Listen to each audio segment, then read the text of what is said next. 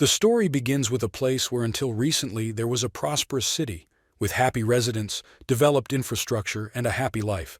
And now it has turned into solid ruins and a fire. A young man named Yi Tianxing was one of the survivors in this world left after the recent apocalypse. He held the iron chains tightly because he understood that another life would depend on it. The boy screamed at Jian that she did not let go of the chains, and Tinsin tried to pull out his dearest girl, who was left in this horseradish broken world. The girl also held on to the chains with her last strength. Desperation and fear were visible in her eyes. But the brother did not allow her to give up and inspired some hope for salvation. So she hung on the edge of the abyss. The guy stayed alive for such a long time because he was reborn before this disaster began. And that was why he was still able to hold those cursed chains that held his sister. Somewhere in the depths of his consciousness, he began to understand that a terrible end was approaching. And Tianxing saw hundreds of giant hands reaching for his most precious treasure. As the vile paws began to grip the young girl's body, the boy tried to pull the damn chains faster. But it was already too late. Jian's scream pierced the young man's hearing and soul. Even in a terrible dream, Tianxing could not imagine that he would have to experience such horror in real life. Despair and pain are all that filled the young man's mind once and for all. In childhood, a small boy with different eyes was often called a product. The confused boy did not know how he behaved when all his peers were around him. That's why he just experienced that fear in himself. Little Yi Tianxing often saw what others could not see. The dead and ghosts were commonplace for the little one.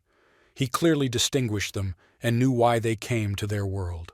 His biological father was scared to death when his son shared his visions with them. They considered him crazy, so they left their son in an orphanage. But fate gave him a wonderful gift. He was adopted by foster parents. It was then that his sister Jian appeared, and it was then that he truly felt the warmth of the home hearth. But the adoptive parents were not ready to take care of the children for a long time. And after waiting for the children to grow up, they went abroad. Since then, the elder brother, Yi Tianxin, had to worry about his sister. She was quite a troubled girl. Therefore, the guy had to spend a lot of time to protect the young girl from perverted suitors. And thanks to his sister's beauty, there were quite a few of them. Brother and sister became more mature, and with age, Yi Tianxin's abilities became stronger and stronger. He constantly trained them and learned to use them quite skillfully. There was even a time when a young man learned to earn good money for himself and his sister by catching ghosts and exorcising evil spirits. People did not spare their money for this, and Tianxing even became quite a famous person in his region, thanks to his abilities. The boy never doubted the existence of these terrible creatures, and they, in turn, knew about the existence of Yi Tianxin. The young man even knew somewhere in the depths of his soul that one day the peaceful existence of the human race would come to an end due to the invasion of monsters. That is why he was preparing for this doomsday. One day, a young man saw a bright light. It was so bright that it dazzled the eyes and prevented one from looking at him. At first, the boy thought that a meteorite was rushing towards him, and Tianxing saw, squinting his eyes, that pillar of bright light was rushing at a maddening speed in the direction where the young man was. Therefore, the boy prepared for the meeting. This glow knocked the young man off his feet and penetrated his body. At that moment, Yi Tianxing thought that he had died, because his body was filled with simply hellish pain, but to his surprise he was reborn at that time. After regaining consciousness, the young man found himself in his bed in his own room. The rays of the morning sun woke him up through the window. The surprised boy slowly rubbed his eyes. A watch was lying nearby. The young man took it in his hands, and his mouth fell open at what he saw. The time on the clock indicated that the young man had gone back 3 days. And Tianxin looked out the window and admired the beautiful scenery of his native city. They were simply incredible.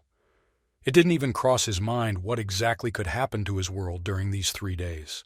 During these 3 days, giants, terrible monsters, monster bugs, immortal skeletons will attack the Earth. Numerous monsters suddenly ravaged the planet and almost destroyed the human race. Today, he couldn't believe it if he hadn't seen it all with his own eyes. A thought about his sister flashed through Yi Tianxing's mind. He asked himself what chance there is for her to stay alive, and he himself answered that the chances are so small that they are equal to zero. He had to pull himself together. Therefore, Yi Tianxing quickly went to the bathroom and washed himself with cold water. But thoughts about whether that cursed doomsday would come again did not give him peace. The concentrated boy's gaze landed on his phone. On the screensaver of the main screen was a photo of them together with their sister. They were both happy with genuine smiles on their faces. Then the thought flashed through my head that the doomsday had not yet come. So he has a chance to protect his beloved sister.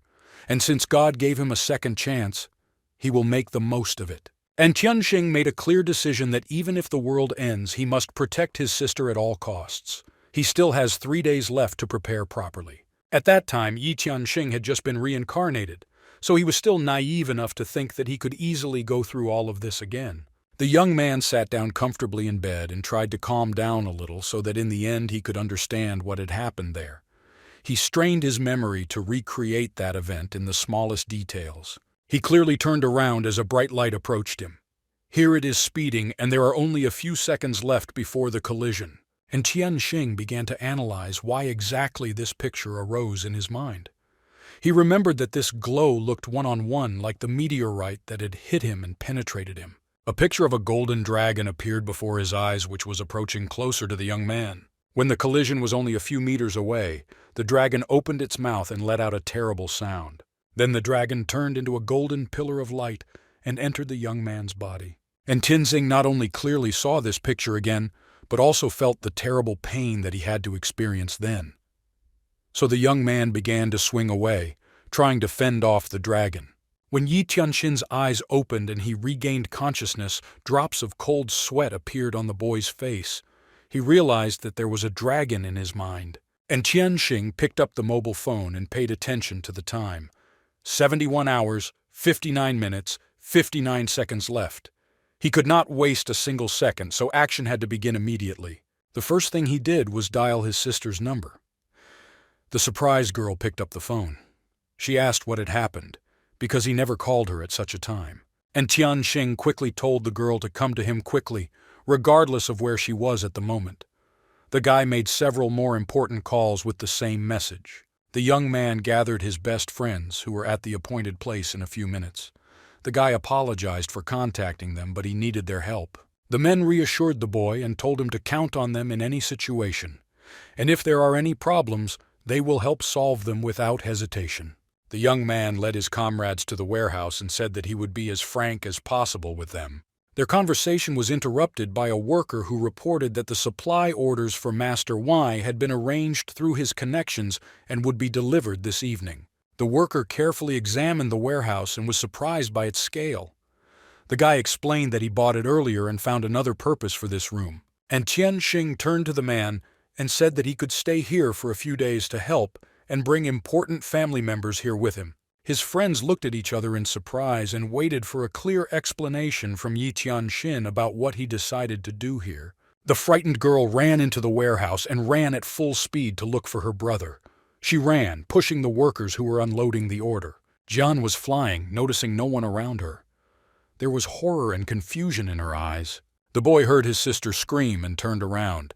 He was glad that she responded quickly to his phone call and was able to reach her destination in the shortest possible time. Anxious, Jian lashed out at her brother with such force that he fell off his feet and dropped the toolbox. Jian started to touch his forehead and asked worriedly about his well-being. She asked if he was okay. Is it possible that something happened to him in his work with ghosts? After all, he sometimes did not scare her with such messages before. The guy said he was fine. When the passion subsided a little and Jian was sure that the brother was all right, she introduced him to her best friend, Tang Jitong. The young girl waved her hand in response. Jian also introduced her brother's girlfriend, and Tianxing was glad to meet him and advised the girls to stay close to each other in the future. The eager girls offered their help in moving the boxes. The guy explained that there are important things in the boxes, so he will personally deal with them. Jian wondered where he got all these things and whether he had spent all his savings. And Tianxing explained that money at the moment is just a trifle that doesn't matter anymore. and he added that he had something extremely important to tell his sister, but he doubted whether she would believe him. Then the young man led her to a remote room where weapons of good quality were kept. After the story, the young man said that he had some good friends left from the days when he made a living by exorcising demons. He did everything he could to get these materials. Junyan bowed her head and said that it was hard to believe. But she believes him, because since the time when her mother and father left him, Yi Tianxing remained the only one who took care of the girl. And Tianxing added that he believed that this time he would be able to protect his sister and save her life, regardless of what the world would become after that. His innate yin and yang eyes are a natural talent and magical ability. All these years he had been trying to figure out how to use this power to create chains to trap and kill evil spirits. The boy had no idea that the bead contained the ancient and magical power of the cultivation technique. When using the Imperial Dragon Sutra, the activation of the yin and yang eyes increased more than tenfold. And Tianxing believed that the heavenly cultivation technique would help him save and protect his family. Everyone who dared to help the boy gathered indoors. The watchful eyes of men and women were fixed on the young man whom they trusted. There was a countdown on the clock that showed 20 seconds left, and Tianxing stared intently at the window. He did not even believe that the end of the world would begin in 10 seconds. With 2 seconds left on the clock, people felt that the apocalypse was approaching. The room began to shake slowly. People were barely able to stay on their feet. People's gazes were directed to the sky, where a huge red hole had formed. Then various demonic monsters began to crawl through it. There were so many of them that they did not have time to count. The dark day of humanity has come. The day of disaster. But this time, the group of people led by Yi Tianxing was better prepared to meet the danger that fell on their heads. The sky, which until recently was blue, instantly turned red and split in half, and hundreds of monsters immediately began to crawl through that hole and fill the earth. People watched in horror at what was happening outside. They saw how hundreds of terrible birds swooped down to exterminate the human race. There was such an impression that there was no end to them. Then dark stones began to fall from the sky, which fell on the buildings and smashed them to pieces. Following the stones, a flock of man-eating birds of prey flew in, wiping people off the face of the earth one by one. Until recently, the inhabited city was gradually transformed from ashes, where there were neither people, nor plants, nor high-rise buildings. Clouds of dust and smoke rose to the sky, begging for help. A group of people who watched with fear the horrors that were happening outside admitted that Yi Tianxing was right and the end of the world had indeed come. His sister John was especially impressed. A pack of monsters advanced victoriously in search of new victims. Step by step, they completely wiped out such a native city for their comrades. People who were inside the premises were anxiously waiting for their turn. And here she came. Hundreds of angry monsters began to break out of the room. Their scents told that there was delicious food. Master Yi also ordered to prepare for the meeting of uninvited guests. He ordered his sister to hide somewhere safe and wait for him to let her out of hiding.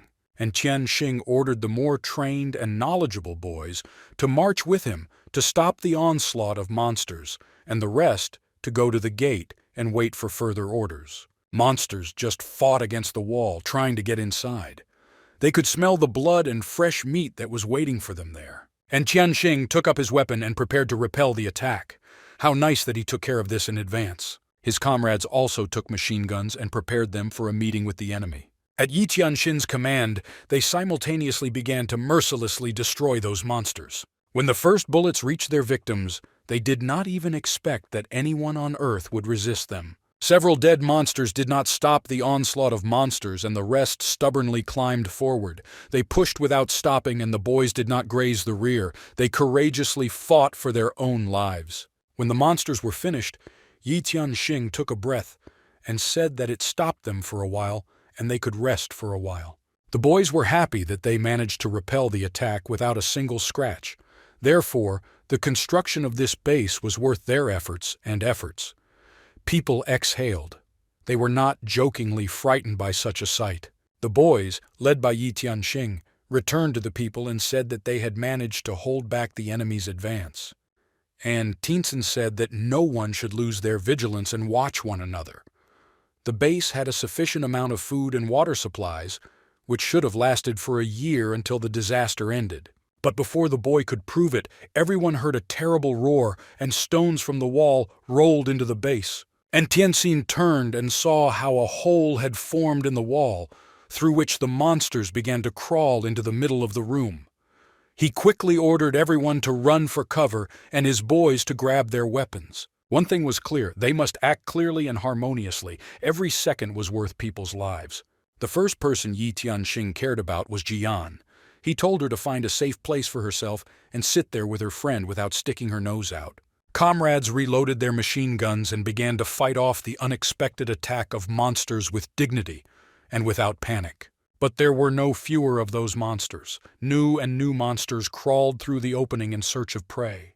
A few minutes later, a huge monster was inside, which gave a loud cry and looked around, looking for a treat. And Teenson also noticed this monster and prepared to give it a worthy rebuff. But the monster chose a victim. These were two girls who quickly ran away from here to safely hide. One of them was Master Ai's beloved sister. And Teenson also understood the monster's plans and frantically shouted "No!" which echoed for several kilometers. This is exactly what he was afraid of. There was no time to think. The decision had to be made in a matter of seconds, so Yi Tianxing had to use the power of the yin and yang chains. And Teenson showed that yin and yang are two colors. They are the beginning and the end, which must bind this evil force. And the monster instantly wrapped itself in strong chains, just a few centimeters from the girls. People present at the base watched this spectacle with open mouths. They thought that the boy was also one of the monsters, since he got such chains from nowhere. But the boy did not pay attention to the chatter. He was simply saving his sister's life. When the monster was finished, the young man immediately ran to his unconscious sister and checked to see if she was okay. His friends calmed the crowd and told them that they should not worry and fear Master Ai, because he is one of the few exorcists in this world who possesses the divine power of yin and yang. The people looked in fear at the dead monster lying on the floor in the middle of their base. When Jian regained consciousness, Master Yi ordered to seal all the windows, leaving only small gaps. Streams of bright light began to radiate from one dead creature. The man asked what the hell was going on. Everyone watched as those rays gathered in a heap and a bright shining ball was formed. Surprised, Jian Yan asked her brother if he knew what kind of bright crap was flying in the air. Master Yi deftly caught it in his hand and said that he never thought that a magic sphere could fall out of this monster. It was a wish pearl. People who were inside the base had never seen anything like this in their lives, so they looked at such a miracle with amazement. And Tianxing told everyone present that the wish pearl is the power of perseverance and faith, and it has nothing to do with obsession.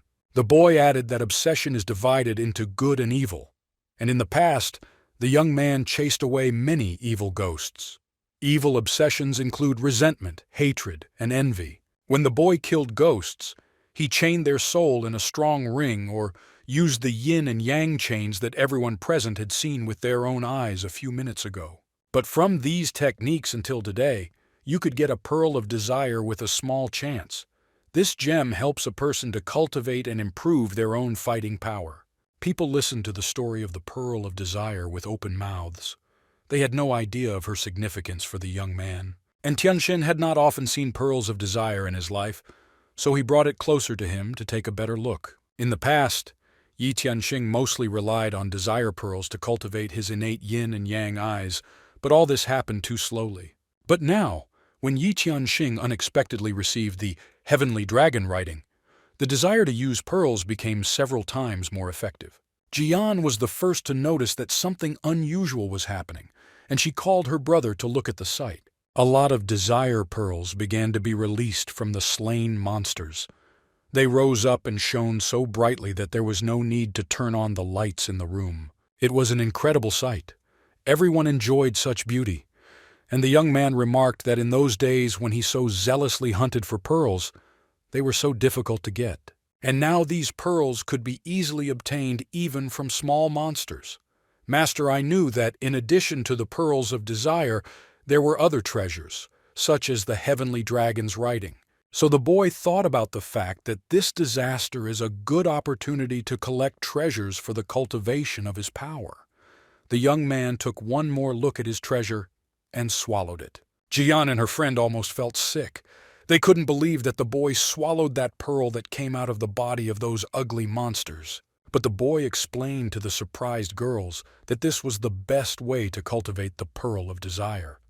Then the brother grabbed Jian by the shoulder and said that he had something very important to tell her. He informed Jian of his decision that he was going to go and kill more monsters in order to collect as many desire pearls as possible. Surprised, Jian's eyes just blinked.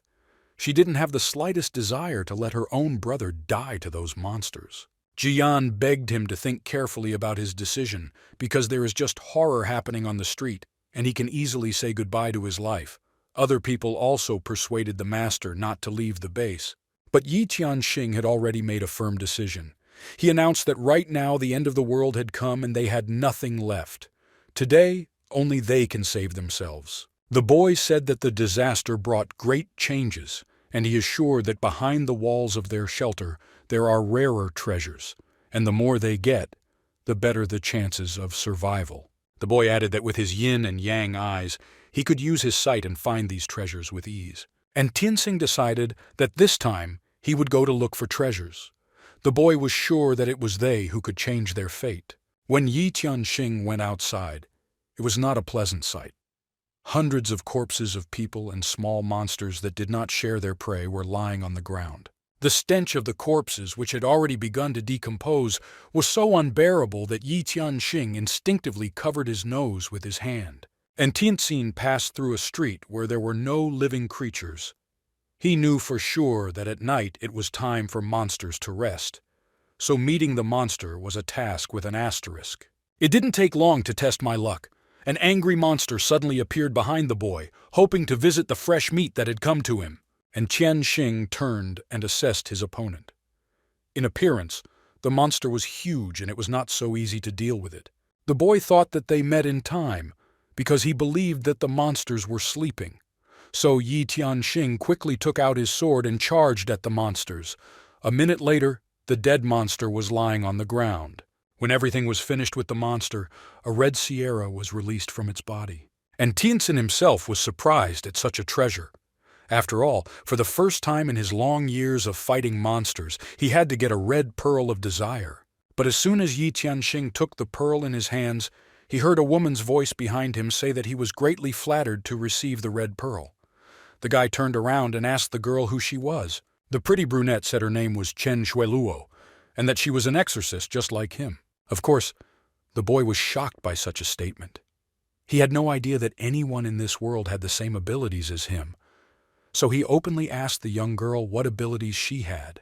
The pretty brunette replied that she knows how to heal wounds. She prepared to demonstrate her skills. When Chen Shuiluo reached out her hand to the young man and took his wounded hand in her palm, the young man felt an amazing warmth fill his entire body. Chen Shuiluo let go of the young man's hand and he was able to take a closer look at it.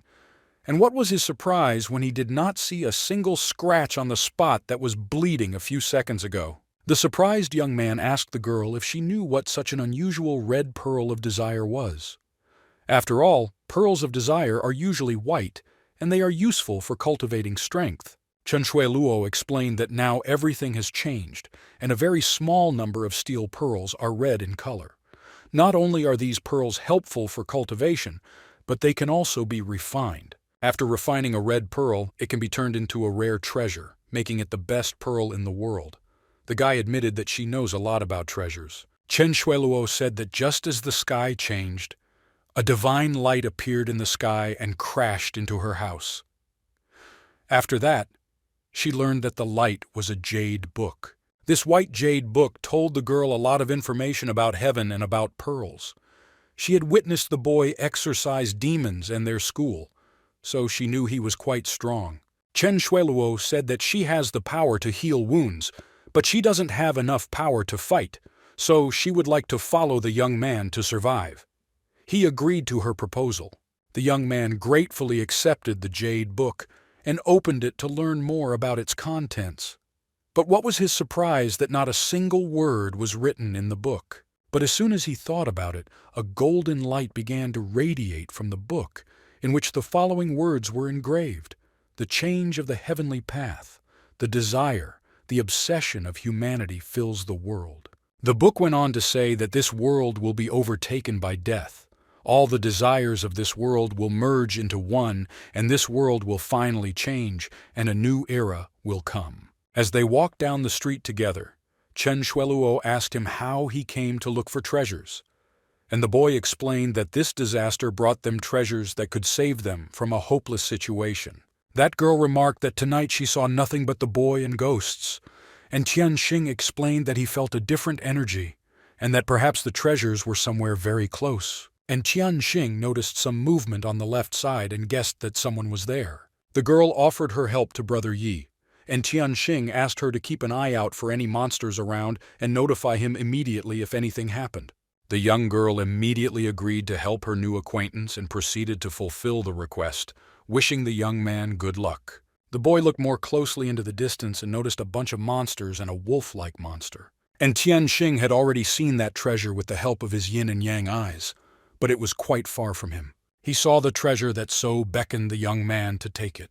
The boy saw an angry wolf fighting with green monsters, so he thought that this was just an incredible opportunity to take that treasure. And Tianxing rushed towards the pearl with skillful movements. After a few jumps, Yi Tianxing found himself next to the pearl and was finally able to take it in his hands. The boy immediately decided to hide the treasure in his bag so as not to draw too much attention to the glow. That terrible monster felt that her pearl was stolen and immediately rushed to return her wealth. And after the first attack, Tianxing realized that it would not be easy to deal with the wolf. His opponent turned out to be quite a strong opponent. But Yi Tianxing was not going to give up his treasure, so he prepared for a deadly battle for his pearl. And Tianxing didn't even have time to blink an eye, as the wolf already made the first attack, from which the boy barely fought back. It was very fast and unexpected. It was Yi Tianxing's turn to strike. The boy quickly took advantage of his opportunity, but that damned monster jumped away so skillfully that the young man did not even blink an eye. The wounded Yi Tianxing just looked at his enemy. He couldn't understand how such a huge monster could be so fast. Blood flowed from the injured hand. The wound was excruciatingly painful. The wolf attacked the boy again, and Tianxing understood that the opponent had the same blows as before. And Tianxing swung his sword and shouted to the wolf that he was not afraid of him. The monster rushed at the young man at breakneck speed, and Tianxing managed to orient himself quickly and delivered his crowning blow. But that damned monster was still unharmed, and Tianxing thought that because of the injury, he did not have enough strength to send the giant monster to hell. The monster was sneezed at the young man's thoughts, therefore he was already running at full speed to attack the enemy. He needed to get his pearl back at any cost, and Tianxing realized that he could not do without his magical yin and yang powers this time, so he skillfully used his magic chains to tame such a strong monster. After a couple of minutes, magical chains began to slowly envelop the wolf from all sides. The monster tried to get out of the chains, but they squeezed the monster's body harder and harder. It wanted with its last strength to break free and eat Yi Tianxing. When the monster was motionless, the young man took out his spear and threw it with all his might at the monster's head. Until the monster recovered from the skillful blows, Yi Tianxing decided to finish off this opponent once and for all. So he gripped his weapon tightly and jumped at the monsters from above. Finally, such a huge monster was finished. Everything around was splashed with the monster's blood. This victory was not easy for the young man. The injured and exhausted young man finally breathed a sigh of relief. The wound was a sign, so in the future he needs to be more careful in battles with monsters. But his efforts were not in vain, and Tianxing took out his much-desired magical firstborn and clutched his treasure tightly. When the layer of light peeled off, something like a cube appeared inside. The young man had never seen anything like this, so he began to examine it with interest. If the cube is compressed, it opens spaces for storing things. It seems that the disaster brought not only various evil spirits, but also various rare treasures that were not there before. When the tired Yi Tianxing was returning after the battle, it began to snow. He could not believe that the streets were covered with a white, cold blanket of snow-white snow. Chen Shueluo eagerly awaited his return. Although they had only known each other for a few hours, she was not mistaken for a boy. When he approached, the girl called him. When Chen Shueluo got closer, she noticed that Yi Tianxing was seriously injured, but the boy reassured him that everything was fine with him and that he should not worry about his well-being because he got what he wanted. But Chen Shueluo knew how to help the young man, so she quickly used her powers to heal her brother's wounds. A minute later, they both heard footsteps. There were a lot of them. The girl asked what was happening here, and Tianxing explained that people were approaching them, and there were quite a lot of them. When the strangers came closer, it was possible to see that they were well-armed men in military equipment. Their eyes glowed strangely. Tianxin understood in a second who exactly was approaching them, so he quickly covered the girl's mouth with his hand and asked her not to make any noise because these are dead soldiers. The soldiers confidently approached the monsters. They were quite serious. Therefore, it was better not to attract too much attention. The monsters looked at the men with interest and were surprised that the food came to them by itself. So they decided not to neglect such an opportunity and quickly attacked the soldiers. The chief of the soldiers shouted something in an incomprehensible language, and all the soldiers rushed into battle. The young people sat quietly and just watched this bloody carnage. No one wanted to interfere in that mess. Courageous soldiers bravely fought against that evil. They only had time to repel the attacks of monsters. Very soon, the entire battlefield was littered with corpses of monsters, and brave warriors wiped their weapons from the ugly blood of the monster. Everything around was lit up by the glow of the pearls that were released from the corpses. The girl drew Brother Thurse's attention to the large number of wish pearls, and he reassured the girl that they would take everything when the dead soldiers left the battlefield. After a few minutes, the young people began to collect the treasure that they happened to find. Chen Shueluo carefully examined the pearls of incredible beauty and excitedly told the young man that they were now actually rich in treasures. And Tianxin gathered pearls into his bag. He also rejoiced at their treasure and noted that they were very pleased. Such an opportunity rarely comes, but they hit the jackpot. Both Tianxing and Chen Shueluo collected all the wish pearls and headed back to their base. The road was not easy because it snowed and it got cold outside, so the young people were in a hurry. When the boy and girl approached the door of the room, Yi Tianxing loudly knocked on the door with a code signal, as he and his sister had agreed. Jian was rushing to open the door at full speed. She was very happy when she heard the code knock. The heart was beating frantically. The girl understood that her brother had returned home. But when she opened the door, the sister was even more surprised because a beautiful young girl was standing next to her brother on the threshold. The guy introduced her to the girls and explained that she is an exorcist who knows how to heal wounds. The girl said that her name was Zhao Jin and she was glad to meet her, and her sister thanked her for taking care of her brother.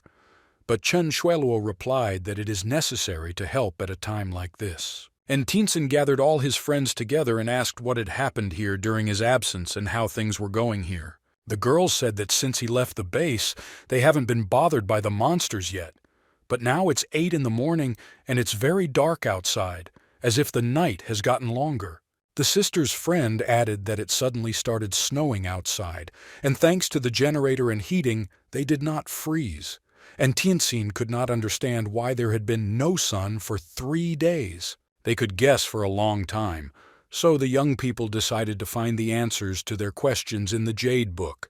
The more so it would be stupid not to take advantage of such an opportunity. As soon as Yi Tianxing asked the book what was happening, a message immediately appeared that serious trials await them in the future. The first of those tests will be the weather test, and young people have already witnessed the weather cataclysms that took place outside the walls of their reliable base. The sister asked her brother what kind of book it was, and he explained that this is a jade book that contains information about the disaster. This is the treasure that Chen Shueluo found. Then Yi Tianxing told that in addition to this book, they managed to find more pearls of wishes. He opened his bag and showed the audience their treasure. Zhao Jin and his girlfriend looked at the shining pearls with fascination. They were of different sizes and each was incredibly beautiful in its own way. And Tianxin told that these are all pearls of wishes that they managed to collect during their journey. He also added that a very valuable book emerged from the huge red monster. This book was called Sutra of Sitting and Forgetting. It was the best technique to build a cultivation foundation, so both Tang Jitong and Zhao Jin could also practice. Moreover, this sutra was considered an incredible attribute that could be transferred to other cultivation methods at any time without too much trouble. Therefore, it was worth trying to start training. There were no limitations to this technique, and if the girls managed to create a divine sea in their minds, then they could become cultivators, and that would be a huge opportunity. If the girls had added wish pearls, they would have been able to make a huge leap in strength and gain the ability to survive in a post-apocalyptic world. The girls were incredibly happy about such an opportunity, and Tianxing continued to read the book further and announced that the next few days would be full of tremendous changes. The third day after the disaster was called Singularity, the beginning of energy. Having such useful information, people could prepare for the tests in advance, and Tianxin immediately organized men who worked tirelessly to fortify their base. The boy gave the order that when the group got tired, the next one would replace it. The young man himself took an axe in his hands and began to cut down the roots that had sprouted from the outside. Everyone received a clear instruction, not to let these vines grow, so no one had time to rest. Everyone present at the base coped with this test 100%. But they did not have time to rest from the third day, as it was written in the book that on the fourth day, meteor showers are waiting for people which will destroy everything in their path. In the morning, everything happened like that. Hundreds of meteorites fell to the ground. They were destroying the buildings that remained from the previous tests. And Tianxin ordered all the people who were at the base at that time to take food and water with them and quickly go down to the basement, because acid rain and meteorites are approaching. And Tianxing was the last to go to the basement to make sure that everyone was safe. People followed all the instructions of Master Ai without objection. Everyone sat around the fire in the deep basement and was infinitely grateful to the young man that he was able to take care of their safety in advance. And Tianxin watched over the people and helped them endure that terrible disaster as much as he could. The guy thought that everyone needs to increase their strength in this post-apocalyptic world. The young man was happy that his sister Zhao Jin and the girls had succeeded in discovering the divine sea, which meant entering the path of cultivation. She practiced every free minute. Now that the energy of the heavens and the earth had been revived, there must have been many people with talents, just like the girls who had already reached the stage of opening the divine sea. There was hope that they would manage to survive. But the fifth day of the great destruction came. He foretold the appearance of the white sun and the brightness of the stars. And Tianxing decided to get up from the basement and check what was really happening there. When he was outside, it was just as cold and dark outside. The boy began to remember the writing of the book. In the book, it was clearly written about the burning bright sun. The young man thought that perhaps the time had not yet come when this prediction would appear. We had to wait a little. Then the young man felt some jolts and sounds coming as if from under the ground. This alerted Yi Tianxin, and he decided to find out in more detail what was really happening here. The young man noticed the entrance to some dungeon and realized that the sounds were coming from there. Already the boy could clearly distinguish the words, and they were about a call for help. There were living people inside. They were frightened and quickly ran away from the giant rats, which had almost overtaken the poor people. People begged for salvation. The rats were so hideous that one could pass out from the disgusting sight alone. They quickly ran after their prey in anticipation of fresh meat. A few seconds passed when one rat caught up with the young woman and mercilessly stuck its claws into the poor woman's neck. Blood splattered in all directions, and the woman could no longer scream. The young people heard how the young woman screamed frantically, and her scream made the blood run cold in their veins and turned around. But it would be better if they didn't do it. From the horror that the children saw in them, their legs were removed. Li Jilin, a high school teacher, rushed to help a dying young woman. He boldly rushed to snatch their prey from the rats. The man shouted hatefully for these carrion to die immediately. Fire streamed from the young man's hands, with which he tried to kill the rats that took his girlfriend from the man. This fire stopped the monsters for a while. The man picked up the tattered woman in his arms and shouted loudly to the children that they did not waste time and ran away quickly. The children came to their senses and started running, but the rats had already moved away from the fiery attack and were preparing to deal with this man, who prevented them from having a delicious dinner. Their eyes burned with a predatory red light. The young man had already said goodbye to his life and decided to delay the monsters somehow, to give the children time to run away to a safe distance. But suddenly, some chains fell on the rats. A second later, Li Jilin saw a young man rushing to fight the vile monsters. That brave man shouted for Li Jilin to carry the woman away from there. Li Jilin picked up the young woman's body with trembling hands and carried her away from the battlefield.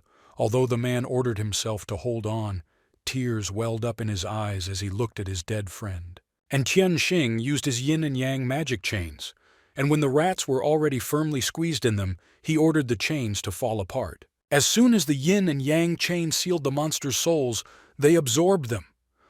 That is why they were called so. Over the years, their owner has already learned to perfectly master his magical gift. The yin and yang chains had the power to kill any spirit. Therefore, when the monsters were securely chained, Yi Tianxing, without any hesitation, ordered the chains to destroy the monsters. The rats had already seen how hundreds of silver chains were flying towards them at breakneck speed. They felt that there was no time to resist. On this day, there were hundreds of cursed monsters in the world.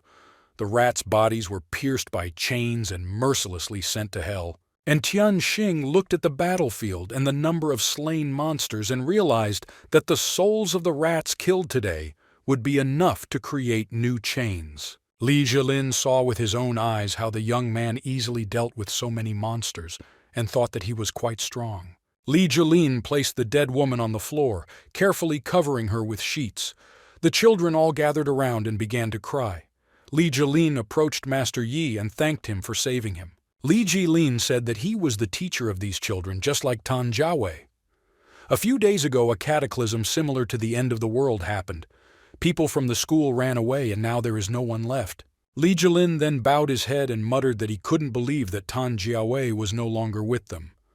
Master, I was very sorry for the man, so he put his hand on his shoulder and expressed sympathy. And Tianxing looked carefully at the teacher and said that he saw how his hands could create fire. The young man asked what abilities he had. Li Jilin raised his hands and demonstrated how rapidly the fire erupted. He asked if the boy meant it. If so, he has had this ability for a long time, but he does not know anything about it. Li Jilin said that thanks to those fiery hands, no one insulted him, and he thought he could protect others, but he failed to protect his dearest woman. Li Jilin then took Master Yi's hands and said that he saw how the boy quickly got even with those monsters, and it was simply unparalleled. Li Jilin said that Yi Tianxin's abilities were much greater than his, and he asked him to lead them and help them survive this horror. The children also came closer to the men and listened carefully to their conversation. Li Jilin said that they could only rely on Master Yi because the man himself was unable to take care of everyone. 4 confused children saw that their teacher was confused and scared, so they wanted to help him and didn't know how. Yi Tianxing said that in such difficult times, of course they should worry about each other, so he would help Li Jilin. Li Jilin asked Yi Tianxin if he would really leave them here to be eaten by these monsters, and the young man assured that he always keeps his word. Li Jilin said that from today he was in his debt and thanked him once again for saving him, and Tianxin replied that it was his duty to help people. In such difficult times, we need to act together. Then, Yi Tianxin's attention was drawn to the unusual glow of the wish pearl that was released from the killed rats. This gem resonated with the dragon in his mind. The young man realized that this pearl contained many more secrets than he thought. And Tianxin brought new acquaintances to his base. Although it was damaged by meteorites on the outside, inside it was still a real fortress for hundreds of people. And Tianxing, entering the premises, introduced the teacher Li Jilin and his students and told about his superpowers. People gathered around the master, looked at the new arrivals with interest. The men came up and greeted the newcomers. They were happy to see new people in their friendly team. And Tianxin gathered everyone together and said that in these difficult times, they would have to face unreal things. Civilization is brought to its knees. Society is plunged into chaos. It was safe to say that the trials that befell the survivors were stronger than any that had come before. But since they remained alive, They must look forward. That is why they should accept everyone who survived into the group. And as the number of people with abilities increases, so does the chance to fight back against whatever challenges await them. Then everyone present felt some tremors under their feet. They did not understand what was happening, so they assumed that an earthquake had started. In the Jade Book it was written, "The stars will gather and the earth will tremble, and the heavens will open with a sea of terror, touching everyone." People did not waste time in vain and cultivated their abilities every day. Some could already shoot fire, some created crystals, some formed electric discharges. The girls talked peacefully among themselves and during the discussion came to the conclusion that they live in interesting times, because after an unexpected outburst everyone had magical abilities. And Tianxin was disturbed by the resonance that the red pearl of desires caused in his mind. Having read the literature more carefully, the boy learned that something is stored in it. It was an alternate reality fireplace. He used the power of absorption, allowing the body to form a portal to another time dimension. And Tianxin looked more closely at the stone. He told his sister that it was a very valuable thing because it could absorb anything, even a jade book. His sister worriedly asked him why he was not eating. And Tianxin smiled back and said that it was all right, he just wasn't hungry right now, so he wasn't eating. The sister said seriously that Yi Tianxin always finds excuses like these and behaves like a little child. But when the brother opened his mouth to object, a delicious piece of bread ended up in his mouth. The girl explained that he was the only family she had, so it would be completely pointless if he starved to death. And Tianxin smiled and said that her arguments were iron, and he would eat everything now. The boy noticed how the supplies of food and water were quickly running out. He had prepared enough to last him a month, but common sense told him that if the chaos continued, there wouldn't be enough for much longer. But the girls calmed down the young man. They said not to worry about it because the most important thing is that they are still alive. And that is the most important thing. Someone shouted loudly that the sun had risen outside, and everyone got up and quickly ran to the exit to see for themselves. They had not seen him for a long time. When people left the room, even their eyes squinted, because they were not used to seeing such bright light.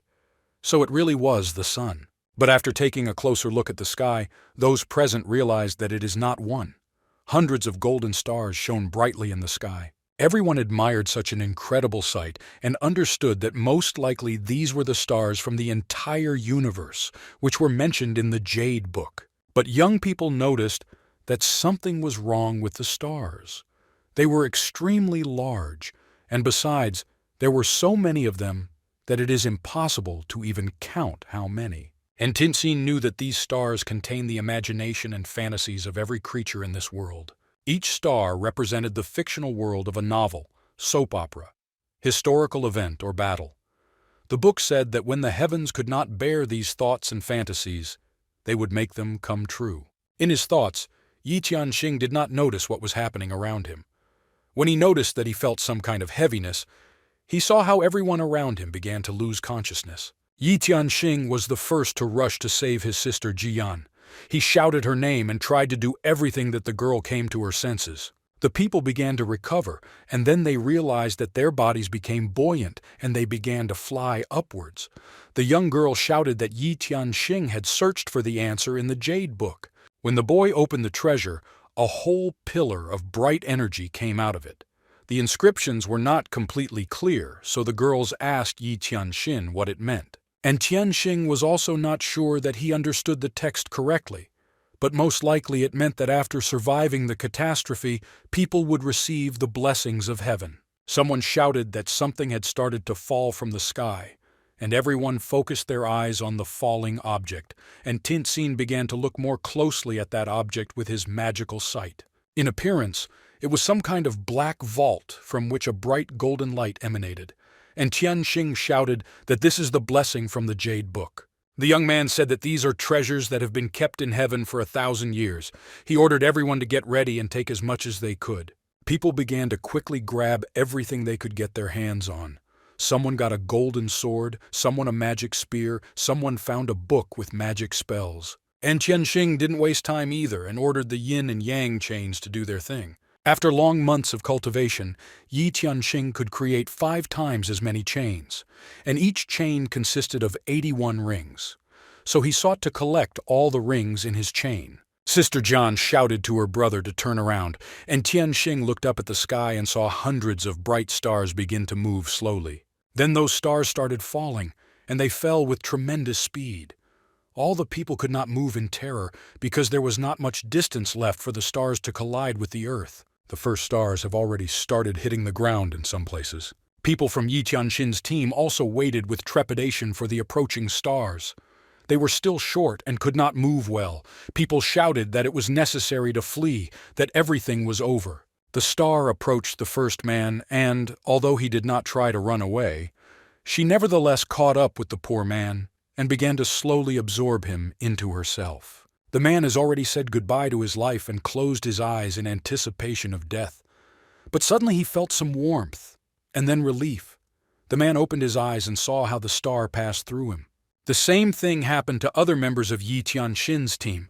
People watched as the stars passed through their bodies and then, without bargaining with the earth, were absorbed by it in a matter of minutes. And Tinsin watched this incredible sight with fear. There were only terrible consequences in his thoughts. He immediately thought how much the earth would expand after so many absorbed stars. Of course, he had never seen anything grander in his life, but one thought did not give him peace: how much this event would give birth to new evil spirits. He decided to look for the answer in the Jade Book. There he read that the 7th day of the end of the world is the day of possession. The land of dreams and the land where cunning borders on truth will become one. Frightened, Jian shouted to her brother to pay attention to the star that was approaching them. Something unusual was visible in her. The young people better began to look into the contents of that star and realized that it contained representatives of some unknown race who were armed and not friendly at all. In another star, the young people saw a huge book, which was also flying to the ground with crazy speed, and Tianxing understood, if the Jade Book is to be believed, that this world is formed by obsession and imagination. Jian's girlfriend asked the young man if it was possible for any fantasy to become reality, and Tianxing explained that it was not quite so. This world includes every event in the past since ancient times, as well as alternate versions of them, and maybe other worlds where there is magic and sorcerers will now become real. Only one thing was clear: a new era is approaching with tremendous speed. Suddenly, there was a voice from heaven saying that the impossible had become possible. People looked around in fright, trying to understand where the voice was coming from. Meanwhile, he continued and said that the merging of 10,000 worlds had taken place and a new era had dawned for mankind. It was called the Eternal Epoch. From now on, the world begins to live according to new rules. Only one thing became clear to everyone present. They witnessed the birth of a new earth and a new universe. The frightened sister asked Yi Tianxin what the Eternal Kingdom means and whether they are still on Earth. And Tinsin explained that from now on there are no more countries, the worlds are mixed. This is no longer the same land. The voice went on to say that the old age was over and a new age had begun. The survivors of the old world will be the beginning of the new heavens. It is these people who will be the beginning of new heavens. The boy did not have time to realize the importance of his existence and the beginning of a new era when the force of gravity returned again and he flew to the bottom like a stone. Following the boy, other people began to fly down. Everyone rehearsed frantically because they understood that in a few minutes their lives could end. And Tinsin took out the magic chains and with their help seized the people closest to him. The young man shouted to them not to panic, because the providence of heaven would not let them perish. And Tinsin was most concerned about his sister, of course. He ordered her to hold on to the chain tighter or the alien world would mercilessly swallow her up in seconds. Jian and her friends gripped the chains tightly and held on for as long as they could. They understood that their future lives would depend on it. But the return of earthly gravity was not the most terrible test. A magical pentagram appeared in the sky from which a huge hand flew out. People thought that some magical help had come and now it would be better. That hand began to grab people and hold them tightly. The girls holding Master Yi's yin and yang magic chains watched in horror as their close friends were mercilessly grabbed by some hands.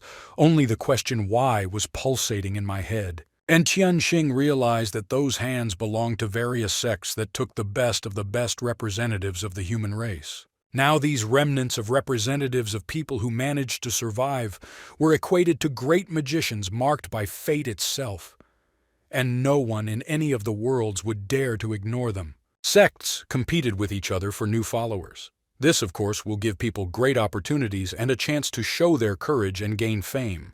And Tianxin noticed out of the corner of his eye how two huge hands began to approach his native girls. He could not fight in the air, and those hands that reached out from everywhere were getting closer and closer with every second. In a moment, the cursed hands broke the magic chains and the boy flew like a stone to the bottom. The frightened girls could only watch helplessly as he flew into the abyss. Jian shouted that she had the spirit for her brother to come to his senses and somehow save himself from death. The boy regained consciousness from her scream and stretched out his hands to his sister. He also shouted her name and tried to help them both. All that Yi Tianxing could rely on at that moment was his magical chains of yin and yang. So without wasting precious time, he threw them in the direction where his sister was flying. Finally, the chains did their job and Yi Tianxing grabbed her. He shouted that Jian Yan was not worried because he was holding her tightly. He had sworn to protect his sister, so he planned to keep that promise until his last breath. The boy tried not to lose control over his emotions, but it was in vain. Seeing his Jian Yan hanging helplessly from the chains, he was filled with rage because of it. How could it happen that they lived through 7 days of the end of the world together, and then such a disaster happened? Together with their sister, they passed all the tests, and for this they were destined for such a sad end. And Tianxin could not understand why fate had prepared such crap for them. Despite the fact that they managed to survive all the prepared cataclysms, some arrogant creatures treat them like their toys. And Tianxing saw how those cursed hands were already holding her dear daughter tightly and starting to drag her with them. He tried to help somehow, but it was all in vain. Jian fainted from terror and did not feel what was happening around her, and those hands dragged the girl further and further. The greatest horror in the young man's life happened. He desperately shouted Jian's name, but no one responded. It was a kind of horror. You wouldn't want such an enemy to survive. The boy did not understand how anyone dared to take Jian away from him. The most important moments of their joint life flashed before the boy's eyes. How she worried about him, how he always protected her. His heart was torn to pieces. It was her family who gave the boy real home warmth. He, in turn, made every effort to protect his precious sister. But it was all in vain, because his beloved Jian was stolen right before his eyes, and he couldn't help her. He will regret this all his life. He stood completely devastated and looked at the place where his sister had disappeared a few minutes ago. And from everywhere, cursed hands were already approaching him, who wanted to grab such a tasty morsel. But Yi Tianxing was just angry with those cursed sects. He shouted to them that he would not forgive if something happened to his sister. He vowed revenge if anything happened to his sister, even if he had to kill them all and blow the hell out of the damn heavens. But he did not have time to shout all he wanted as the hands captured this courageous boy. Complete darkness came before his eyes. The first thing Yi Tianxing felt when he started to regain consciousness was a hellish headache. He could barely open his eyes. But when his vision got used to the light, the boy saw his grandfather in front of him. And Tianxin asked the old man what kind of place it was. And he answered that he himself did not know, because he fell asleep last night and woke up in this strange place. Everything here was strange for him. All these people had no idea how they ended up here. Everyone had their own story, but they all ended in one thing. They all ended up here. And the most terrible thing was that monsters appeared with them. Out of the corner of his ear, the boy heard the conversations of various men that they too guessed about the merging of the worlds and the creation of an eternal kingdom.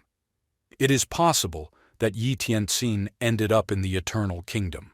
The respectable man took the boy's hand in his and decided to measure his pulse and assess his well-being. And Tianxing thanked him for his concern and asked if he had seen the 3 girls dressed like him. The old man said that many thousands of people had recently fallen from the sky, but all of them were male. He was afraid that the girls Yi Tianxing was looking for would have to be looked for elsewhere. Before the eyes of the young man again appeared a picture from the last events, when those cursed hands grabbed and kidnapped his beloved girls. Only his most cherished name, Jian, throbbed in his head. He did not even think of putting his hands together in search of his sister. The boy's thoughts were brought back by a loud man's scream, shouting for everyone to run away because the monsters are coming back. But this time it was not only green monsters, but also many rats. Already everyone present on the lawn saw how after the frightened men who were trying to escape in pairs, predatory monsters appeared. The respectable man rose to his feet and began to run away. He dragged the young man along with him. On the way, he said that many men had already lost their lives when the monsters attacked. The men, although they were well armed, also did not want to engage in battle with the cannibal, who was getting closer and closer to them. So they also decided that the best tactic here would be to run away. And Tinsen stopped and watched as a bunch of men armed to the teeth began to flee the battlefield like the last cowards. Some of those men had already been swallowed up by the monsters and began to tear them to pieces. It was a terrible sight.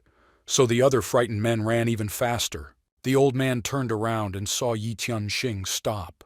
The man realized that the young man had decided to confront the monsters, so he shouted to the boy not to tempt fate and run away. The old man approached Yi Tianxing and reminded him that he had just regained consciousness, so fighting now was not a good idea if the boy did not want to die.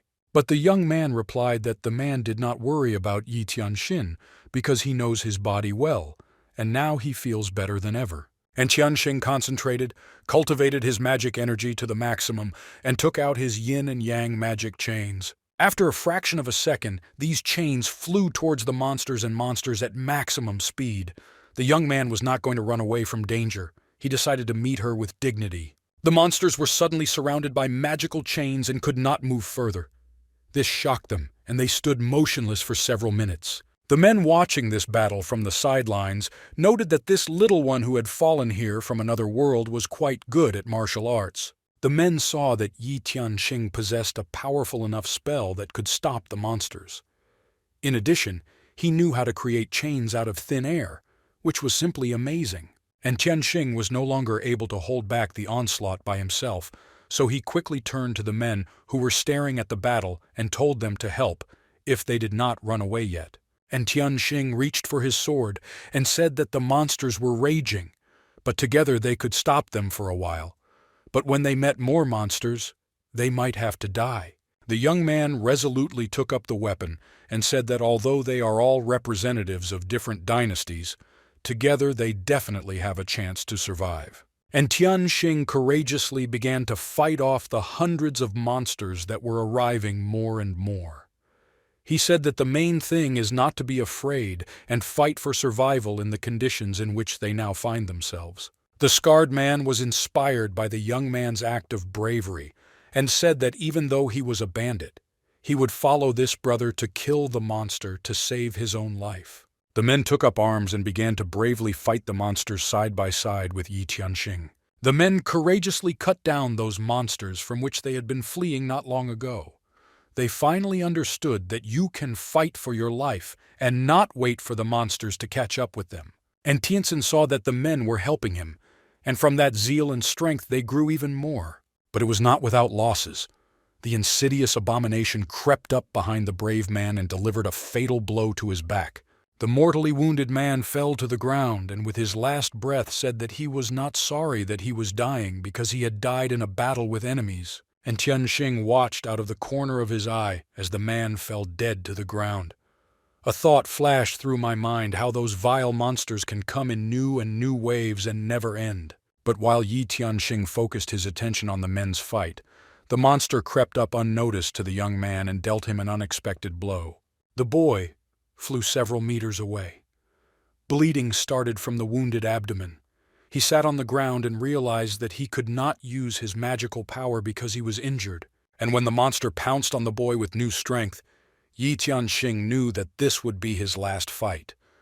But suddenly, the monster fell, without jumping to the boy. An axe was sticking out of the monster's body, which a brave man who came to help Yi Tianxing stuck out of it. The man was not alone. They all came together to fight the monsters. The wounded Yi Tianxing understood that he needed to become stronger in this world, and the men eagerly rushed into battle with the monsters. They said that they would follow their younger brother, and Tianxin remembered his beloved sister. He decided to look for her as long as he could until he found her, and it doesn't matter how many difficulties he will have to overcome. It didn't matter to Yi Tianxing how many ugly monsters stood in his way. He would never take a step back. The men fought very bravely. They all understood that their future lives in this world would depend on this fight, so they spared neither strength nor courage. The men noticed that the monsters no longer dared to attack the men so bravely, which meant that their strength was already being depleted as well as their numbers. Then Yi Tianxing proposed to put an end to it once and for all. He was the first to attack. At that time, the only wish of the young man was that all those monsters would die and never come across his path again. The last huge monster was fatally struck by Yi Tianxin's sword and fell to the ground. The men carefully inspected the battlefield and took the wounded men to give them first aid. There were so many monsters there that it was impossible to imagine. And Tianxing asked about the losses. He was told that 10 soldiers and 23 ordinary men had died in battle.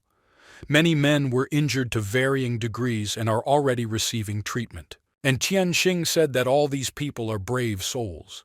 Then he introduced himself and asked the name of the good man who dared to come to the boys' road first.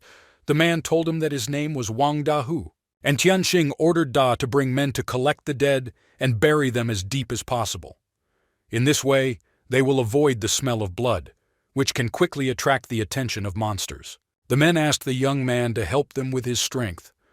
They understood that just as a headless snake would not survive, so they needed a leader to guide them through these troubled times. And Tianxing considered that now that he had just arrived in this new eternal world, he was left alone in the face of a dangerous world. So having quite a few people with you would be a good idea. The young man announced that if everyone made such a decision, then he agreed to become their leader. They just need to unite to fight for the fate of life in this chaotic world. The men also agreed that only together would they have any chance of survival. And Tianxing also understood that by taking people, he would have the opportunity to develop his abilities and acquire treasures. A respectable man approached Yi Tianxing and said that they could only use the flesh of rats and green-skinned monsters to temporarily solve the food problem. The man pointed to a valley and said that would be an alternative place to set up camp. Inside, there is only one entrance and exit, a typical place that will be easy to defend. And Tianxing appreciated the very cool idea and asked the name of the respectable man. He said his name is Huang Chengyang, and he is very glad to meet Mr. Yi. And Tianxing was even more surprised when he heard the man's name. He thought that Huang Chengyang was Zhuge Lian's father-in-law. It is true that even people from another era entered this world. In his voice, the young man told Huang Chengyang to organize the group and help prepare some kind of dinner. After the man satiates his hunger, they all go together to the back of the valley. It was really a good suggestion for a place to set up camp. Men were incredibly happy with such an offer. They believed that the heavens had sent them a real god to help change everything for the better, since he was capable of performing such miracles. The men immediately divided their duties. Someone volunteered to bring firewood, someone to collect water from a stream, someone to light a fire. People have a mood and faith in the best. Constantly thinking about his sister, Yi Tianxing concluded that she was not in any danger at the moment, even though she had been kidnapped by these great forces. After all, the forces competed for the members of the heavenly family because of their enormous wealth, and focused their attention on their cultivation above all else. The young man clearly understood that the rules governing heaven and earth had changed significantly. And although killing the monsters made the chain's abilities increase to 6, there were no treasures after the killing. Not only was there no treasure, there wasn't even a wish pillow. This meant that perhaps monsters became real, thanks to the transformation of the unreal into the real. Such possibilities as the previous appearance of treasures seemed to not appear again. The boy was glad that he managed to make a significant stock of these treasures in advance. When Yi Tianxing examined his treasures, he noticed a rather large glow of one treasure. The young man decided to find out what it was and came closer, to take a closer look at the treasure. It was a pearl of desire. But as soon as the young man took it in his hands, that pearl suddenly crumbled into 100 small particles, and after a few seconds, some amazing talisman appeared in his hand. And Tianxing understood that it was a platinum order for the construction of a village. The one who owns the platinum order will be able to manage the village, and it is he who will be able to build a village with the help of the order. And Tianxing himself did not understand why so much information about the order of construction of the village appeared in his head right now. The boy wondered if that token could actually lead to something good. There were 5 types of orders: iron, bronze, silver, gold, and platinum. In the eternal realm, the village order was the first step in laying the foundation of a lord. In the future, a village can be upgraded to a city to a royal city, and then to an imperial city. This platinum settlement order can be the first step in establishing a foothold in the realm. And Tianxing understood that step by step he could become a great lord, and this in turn will greatly help him in the search for his sister. Some voice in Yi Tianxin's head said that the great Lubang formed Luoyang village. So may God protect your citizens and give shelter to talented people. And Tianxin realized that someone had already built a village first. He did not expect that someone would be the first to build a village. He understood that they would definitely have an advantage, so he has no time to think. Men also heard this voice in their heads. They asked what kind of old man Liu Bang had already built it, and was he really the founder of the Han dynasty? The sound was heard throughout the eternal realm. The guy concluded that maybe Liu Bang really was the founder of the dynasty. After all, only a person of considerable status could receive the order of the Platinum Village and declare himself. Then a voice announced that the great Zhao Kuan-yi had created his village and invited everyone to join him. People looked at each other and said that Zhao Kuan-yi had been poisoned to death by his own brother Zhao Quan, and if they met, they would certainly engage in battle. The young man liked this eternal kingdom more and more. After all participants were competing for superiority. Dragons and snakes are extremely powerful during these times. And Tianxin perfectly understood that to prove his superiority, he would have to compete with the strongest representatives of humanity. And this is exactly what the young man liked more and more in this kingdom. The valley they came to was really ideal for creating a village. It was placed as if in a pit, protected by high mountains, which made it easy to defend and difficult to attack. Due to the high mountains and the mountain river, it was generally the best place to build a foundation. And these ordinary people and brave soldiers who came after Yi Tianxing were the best foundation. And Tianxin said that all worlds have merged into one. The world's most powerful masters and heavenly figures gathered and integrated into the eternal kingdom. But no one is superior to others, all on the same starting line. Then the young man announced that today he would build a real house for everyone in their valley. This will be a village that will belong only to them. All people were happy and surprised at the same time. They had no idea that the man would build a village. And Tianxin showed everyone the order of the Platinum Village. It was a real treasure, thanks to which they would be able to build a village without spending a single brick or tile. It is with this incredible treasure that they will have their own home, that they can call their own refuge from all dangers. All present, without exception, were very happy with such news. They will no longer have to wander to this unknown world in search of food and safety. Someone suggested calling the village Xuanhuang. When they had chosen the best place in that valley, Yi Tianxing took out his knife and cut his hand. Blood spurted from the fresh wound.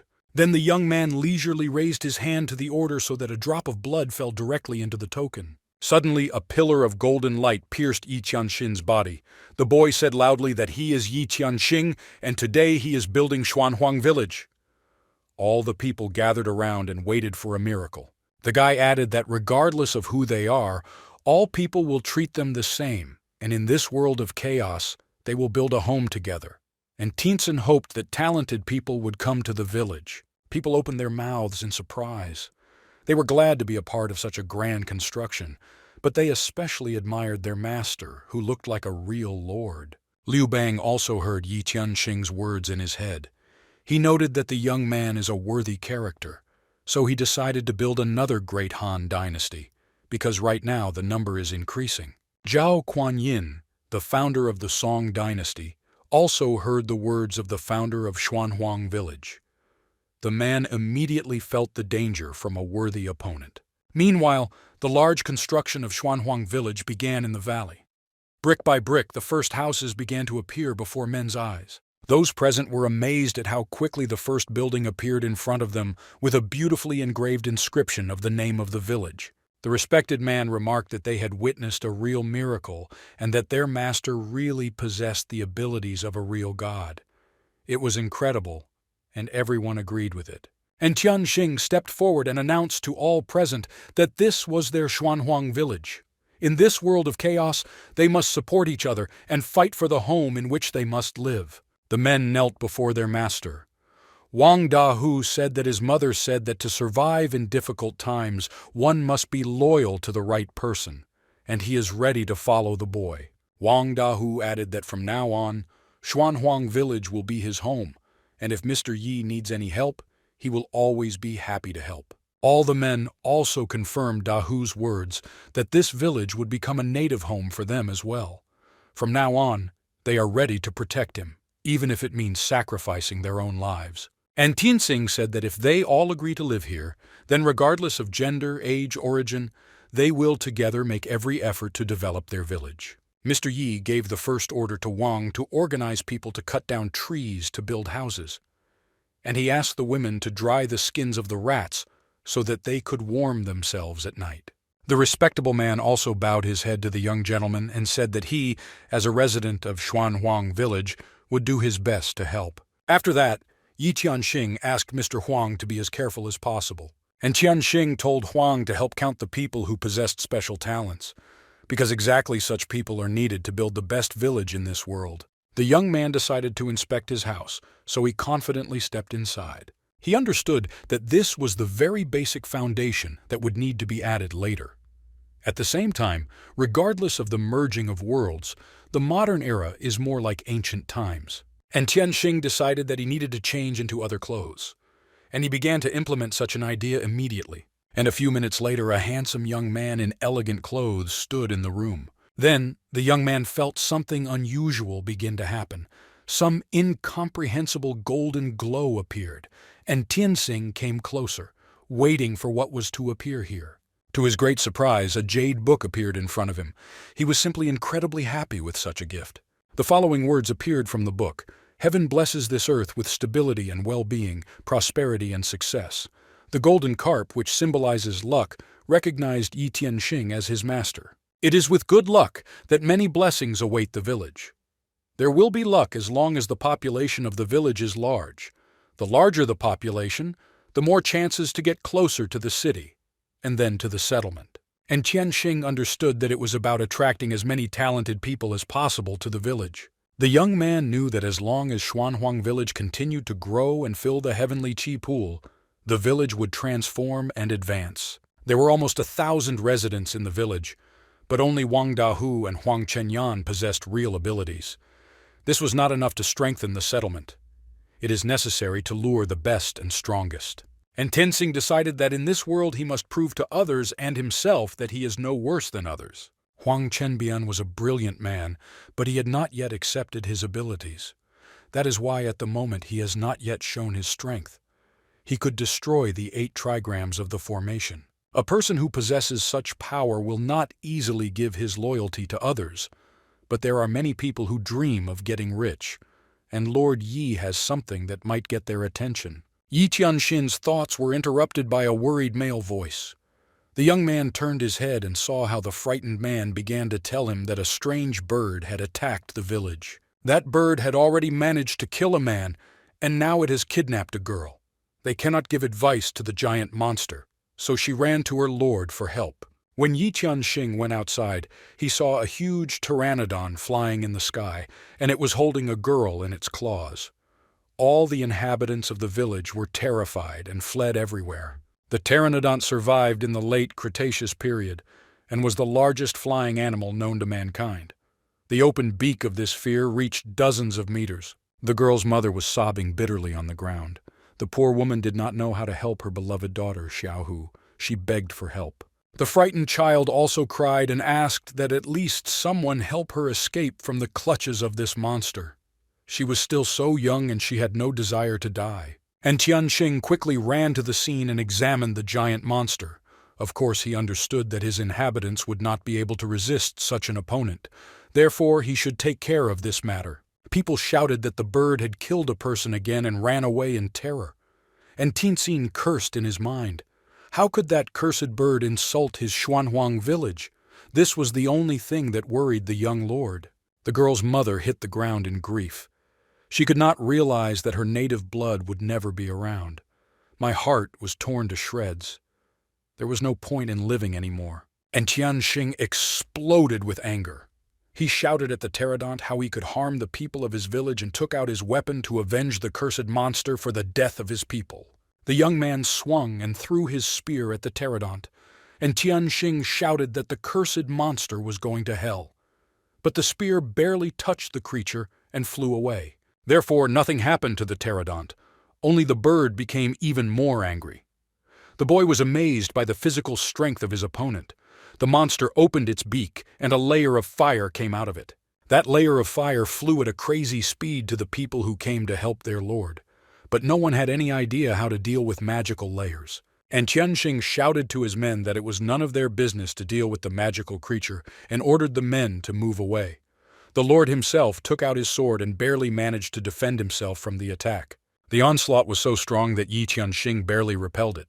It was quite difficult, but the young man managed. And Tianxing realized that he would not be able to cope without the phantom chains of yin and yang this time, and began to cultivate his strength.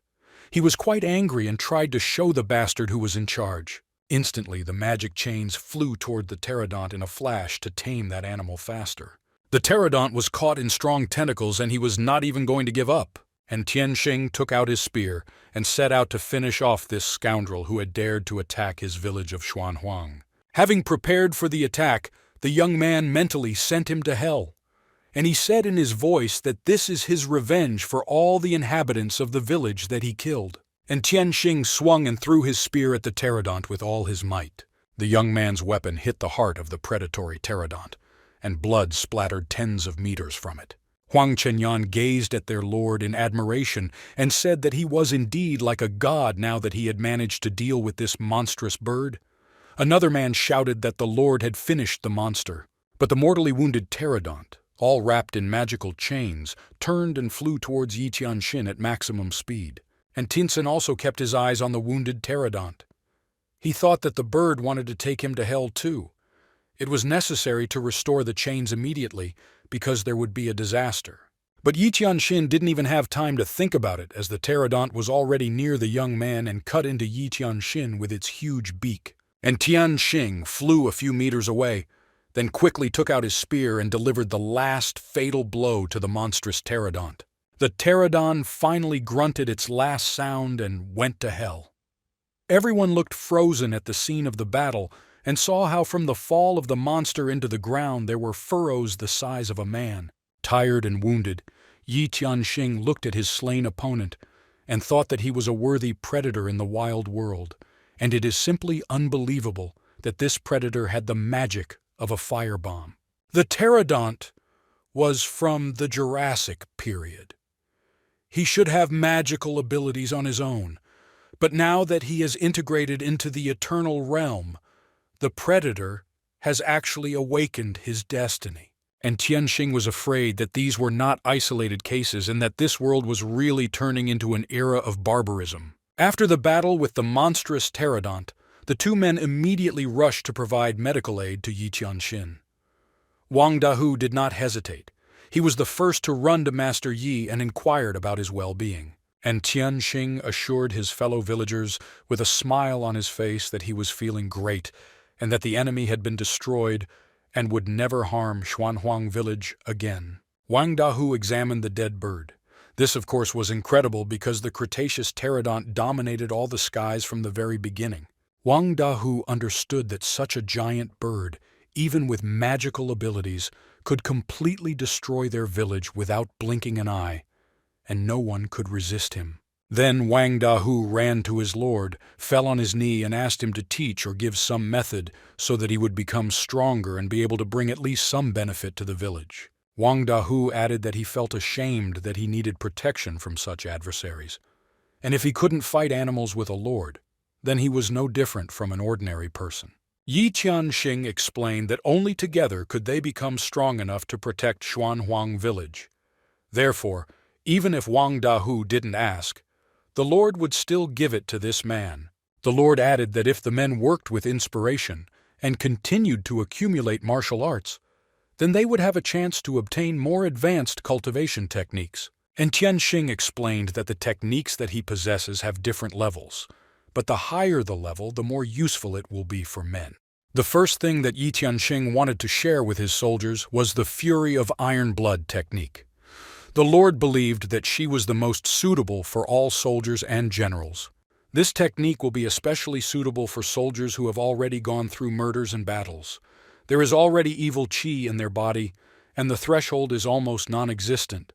The men carefully caught every word of their Lord. And Tianxing added that it is most appropriate to use the technique as a basic martial art, and then move on to the study of more advanced techniques. And Tianxin decided to build a library in their village. In the future, everyone who wants to will be able not only to learn new information there, but also to go there for training.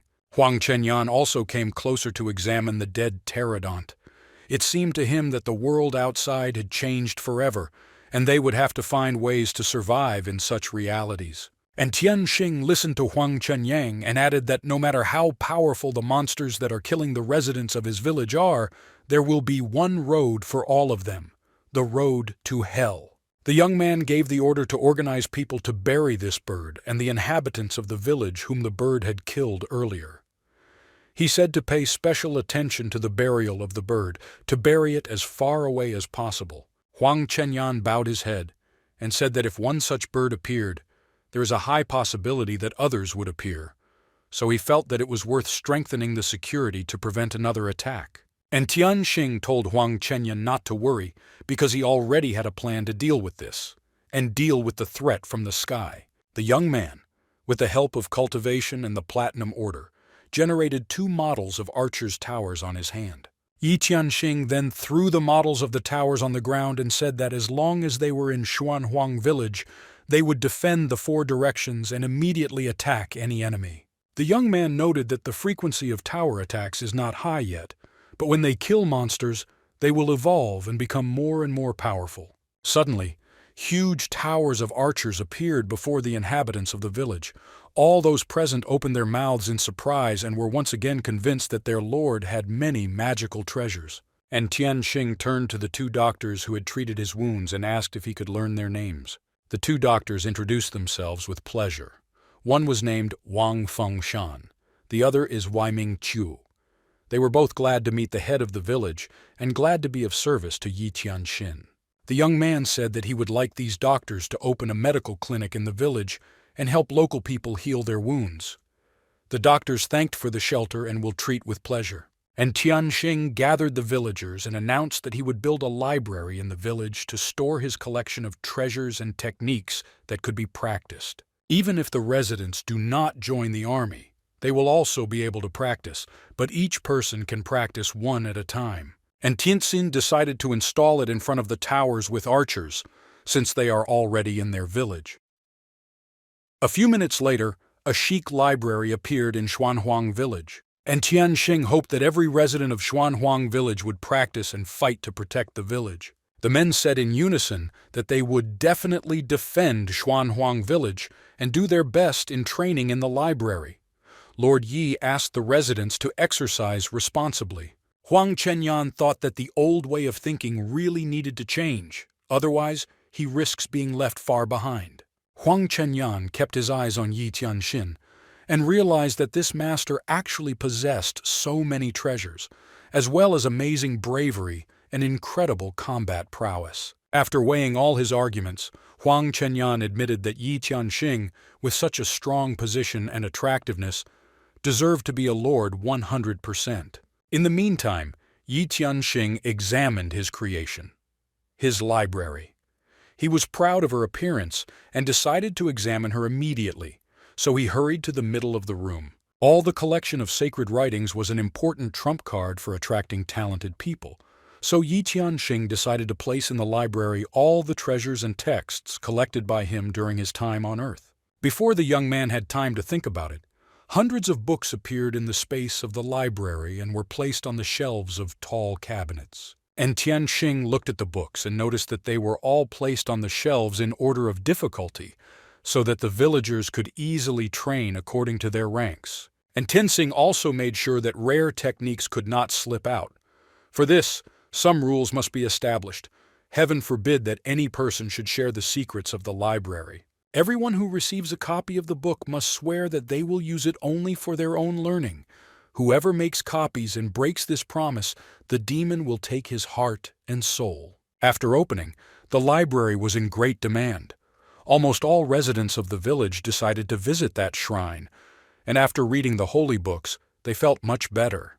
Huang Chenyan also came here. He remarked about himself that it was simply amazing that the space inside was surprisingly so huge that one could only guess how many books there were. Wang Dahu was already standing in front of the shelves and was looking for the book that his lord advised him to read. He decided to practice Iron Blood Fury in order to better protect the village in the future. But only Wang Dahu was happy that he had found the book he had dreamed of for so long, as he felt an unpleasant sensation when he touched it. He realized that the book was locked. A sign appeared in front of the surprised Wang Dahu, announcing that anyone wishing to gain access to the books must make a promise. Wang Dahu understood everything and immediately said that he promised that the book would never be told to anyone else personally, and that not a single word of the book would be told to anyone else. Wang Dahu continued that if he broke this word, his heart and soul would be given to the demons, and he would die. After these words, the book suddenly ended up in Wang Dahu's hands. But Wang Dahu could not have imagined that as soon as he uttered the words of the oath, the entire content of the book and all its secrets would appear in his head, without even having to read it. Huang Chenyan decided that if there were many people who chose the same technique, then he would not be any different with this technique. Therefore, the man decided to choose something radically different. Huang Chenyan looked around the shelves of magic books and wondered how to choose a good technique among so many.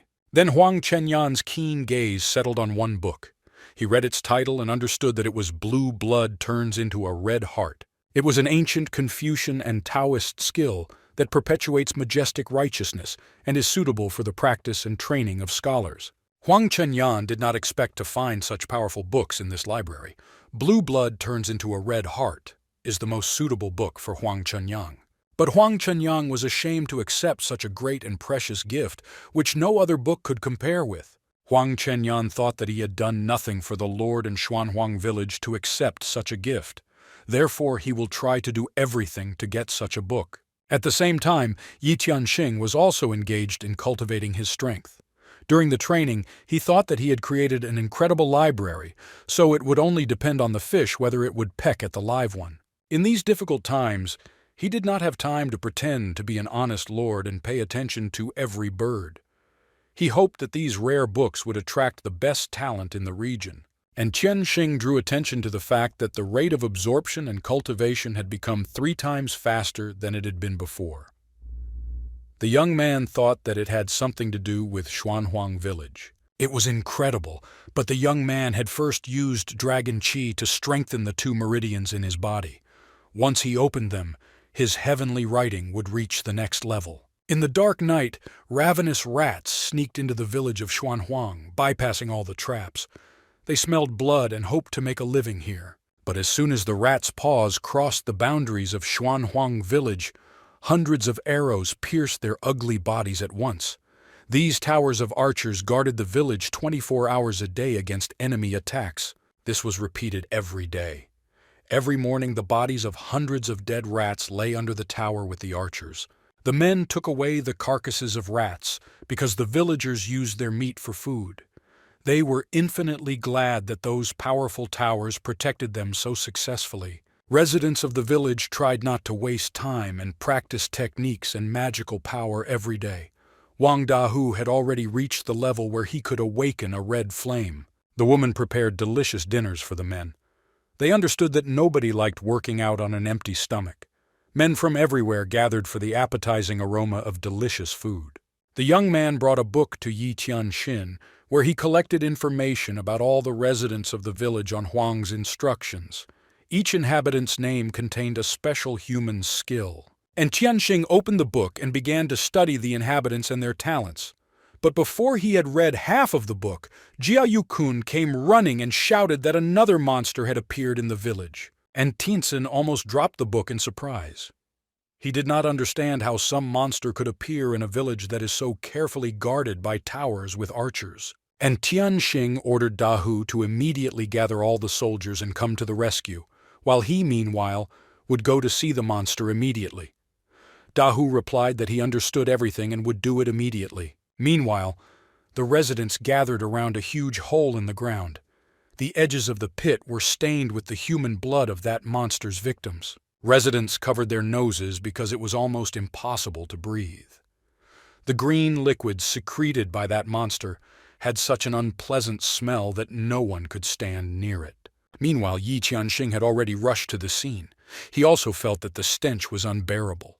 The man reported to the Lord that a giant worm had appeared in Xuanhuang village, which could spew out poison that eats blood and flesh.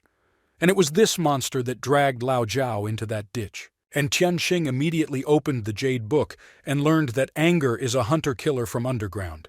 He is predatory and malicious, can spit sulfuric acid, and can regenerate. It was a predator that was supposed to take revenge, spray acid, and move fast underground, but Yi Tianxing still had to find a way to kill this monster. And Tianxing understood that it would be too difficult to find Anger hidden underground, not to mention the deadly acid. Before Yi Tianxing could find an answer to the question of how he should fight Anger, a crying woman came running and told him that there were piranhas in the river that dragged people into the river and ate them. And Tianxin thought that this was not enough just now. The river was one of the reasons for the settlement in this area, because the water was supposed to bring great benefits for planting plants and quenching thirst. And Tianxin was destined to solve such a problem with an asterisk: how to eliminate such strong monsters that interfere with the safety of the inhabitants of the village.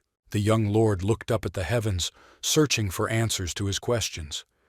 He understood only one thing. He was quite naive when he thought that managing the village would be easy. And Tianxing called Daha to him and ordered him to gather people and carefully fill this pit with stones. He also said that residents stayed away from the pit. Yi Tianxing ordered the other men to go with him to the river and see what was really going on there. Everyone clearly understood the rules and began to implement them without hesitation. And Tianxin knew that if they couldn't deal with the piranhas, they wouldn't be able to deal with the X-worm either. And Tianxin and a group of men ran to the river, where confused and frightened women were waiting for them. They saw the head of the village and were glad that help was near. The woman said that she saw predatory fish swimming in this river. In front of them, they bit Qi Huang and dragged him to the river. And then in one moment, they ate him alive. And Tianxin told the frightened women to return to the village and keep everyone away from the river. And what will happen to the predatory piranhas is a matter for men. Huang Chenyan came closer to the Lord and said that the world was too dangerous because not only strange insects underground, but also strange fish in the ponds inhabited this world. And Tianxing replied that there is nothing you can do about it. The eternal kingdom itself is extremely hard. He asked the men to find several large sticks and bodies of green monsters and bring them here. Such a request surprised Huang Chenyan, and Yi Tianxing confidently said that they would finish off these predatory fish today. Huang Chenyan asked the Lord what he would do with the things he asked to be brought to him, and the Lord explained that there is simply no better way than to catch fish on bait. Huang Chenyan asked if the Lord needed his help, and the man replied that there was no need for this yet, so he could just stand aside and watch carefully. When the men brought all the supplies, Yi Tianxing ordered a rope to be tied to a wooden stick, and the other end of the rope to be tied to the green monster. Then in Huang Chenyan's head, the whole picture of such an idea of the Lord formed, and he realized that Yi Tianxing was trying to catch piranhas like a fisherman. When the structure was ready, Yi Tianxing ordered the men to hold the rope tightly and raise it every time the predatory piranhas would swallow the bait. The men understood everything. And so, with joint efforts, the men loosened the ropes, and the heavy body of the green monster sank into the water. As soon as the monster's body was in the water, piranhas attacked it from all sides. There were so many of them that they almost bit the rope with their teeth. And Tianxing saw that there were already enough piranhas and shouted loudly for the men to pull the ropes and raise the body of the green monster faster. After a few minutes, the ragged body of the monster appeared from the water, and a whole bunch of piranhas dug into it with their teeth and did not want to let go of their prey. When the body of the monster was dragged to the shore, along with it, predatory fish began to attract along the shore, trying to get back to the water. The men reported to Yi Tianxing that they had succeeded in catching a predatory fish and shouted that it must be attacked quickly to prevent it from hiding in the river. The soldiers immediately drew their weapons and pounced on the piranhas. They quickly stabbed all the prey to death with their swords. And Tianxing saw that these piranhas are quite active and their meat looks quite attractive. Therefore, it could not be wasted like that. You could try once with this stone. And Tianxing understood that if he ate this magical cell, he would be able to discover life force and also be able to constantly strengthen his physical body. After that, he really wanted to eat. A magical cell is an exotic treasure derived from fantasy. She can be used in the food tripod and can also develop potential through eating powerful flesh. So Yi Tianxing decided that it would be pointless to lose such an opportunity and swallowed the magic cell without hesitation. And Tianxing felt a terrible feeling of hunger after the magic cell was in his stomach.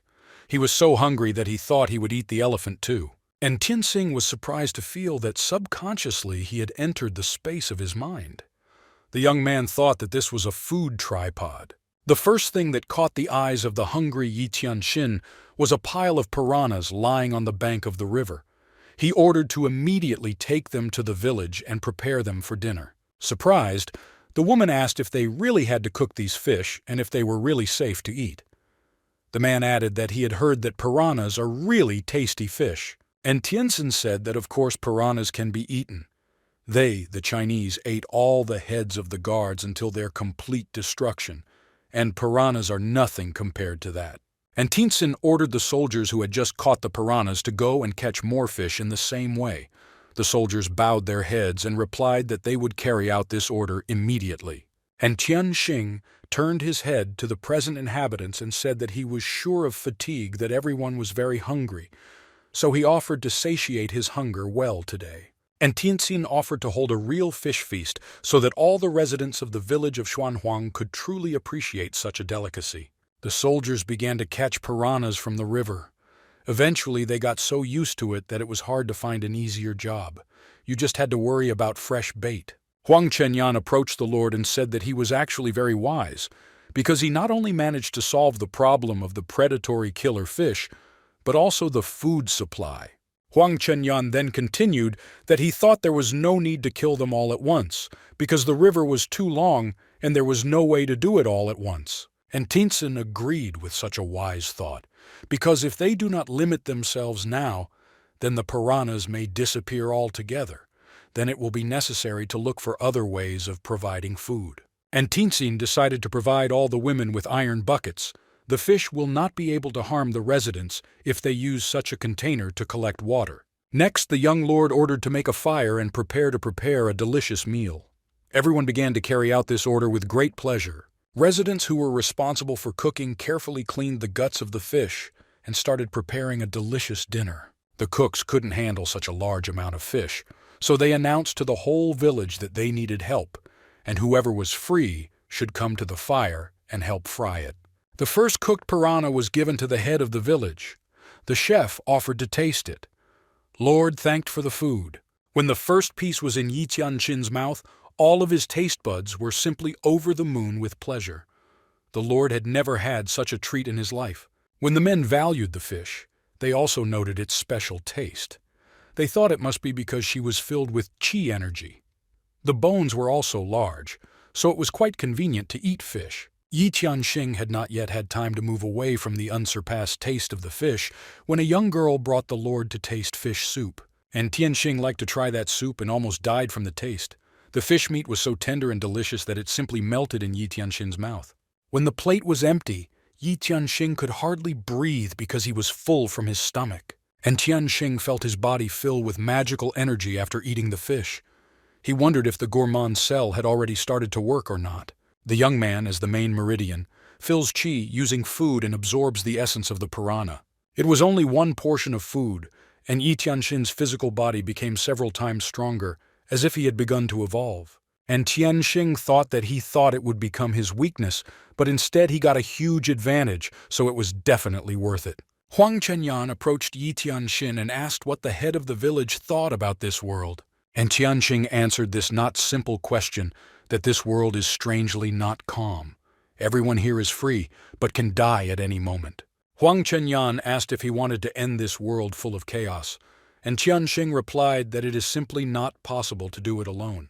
All that Yi Tianxing could do at that time was to lead the people who trusted him and try to somehow improve their living conditions. Huang Chenyan remarked that in order to survive in this chaotic world, the village head needed more followers, and although he is old, he has an idea how to help Yi Tianxin with some matters. Yi Tianxing said that Huang Chenyan has a good talent and is always willing to help, and he's grateful for that.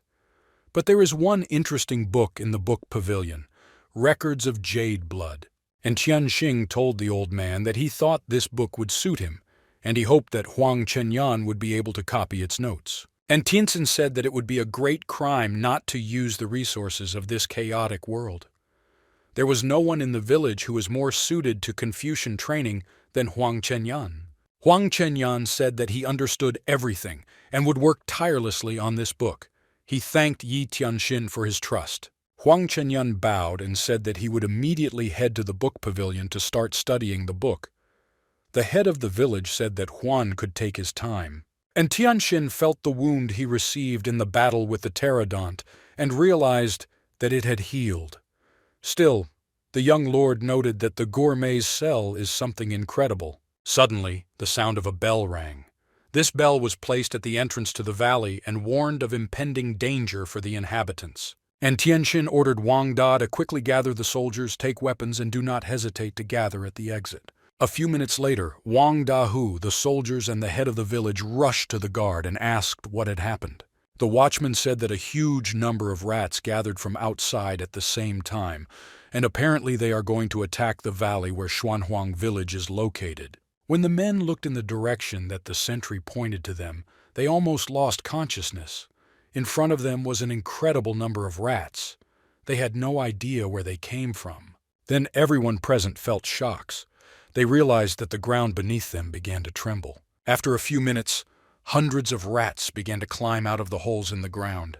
The watchman was surprised by such a cunning trick of the rats, because they dug holes underground and so carefully prepared a hidden attack on their village. And Tianxin agreed with this assumption and added that they came across something terrible underground that made them crawl out from under the ground. Wang Dahu asked the head of the village if he knew what exactly made these rats come out. Even before that, their bodies were eaten by some kind of poison that there was no living space on them. And Tianxin assumed that it was anger, a hunter-killer from underground. When the rats were digging holes to get into the village, they probably stumbled upon the chief digger by accident. He, in turn, immediately began to attack them, destroyed most of the rats. There, a giant rat appeared on the lawn. It was clear that he differed from the others in size and chest.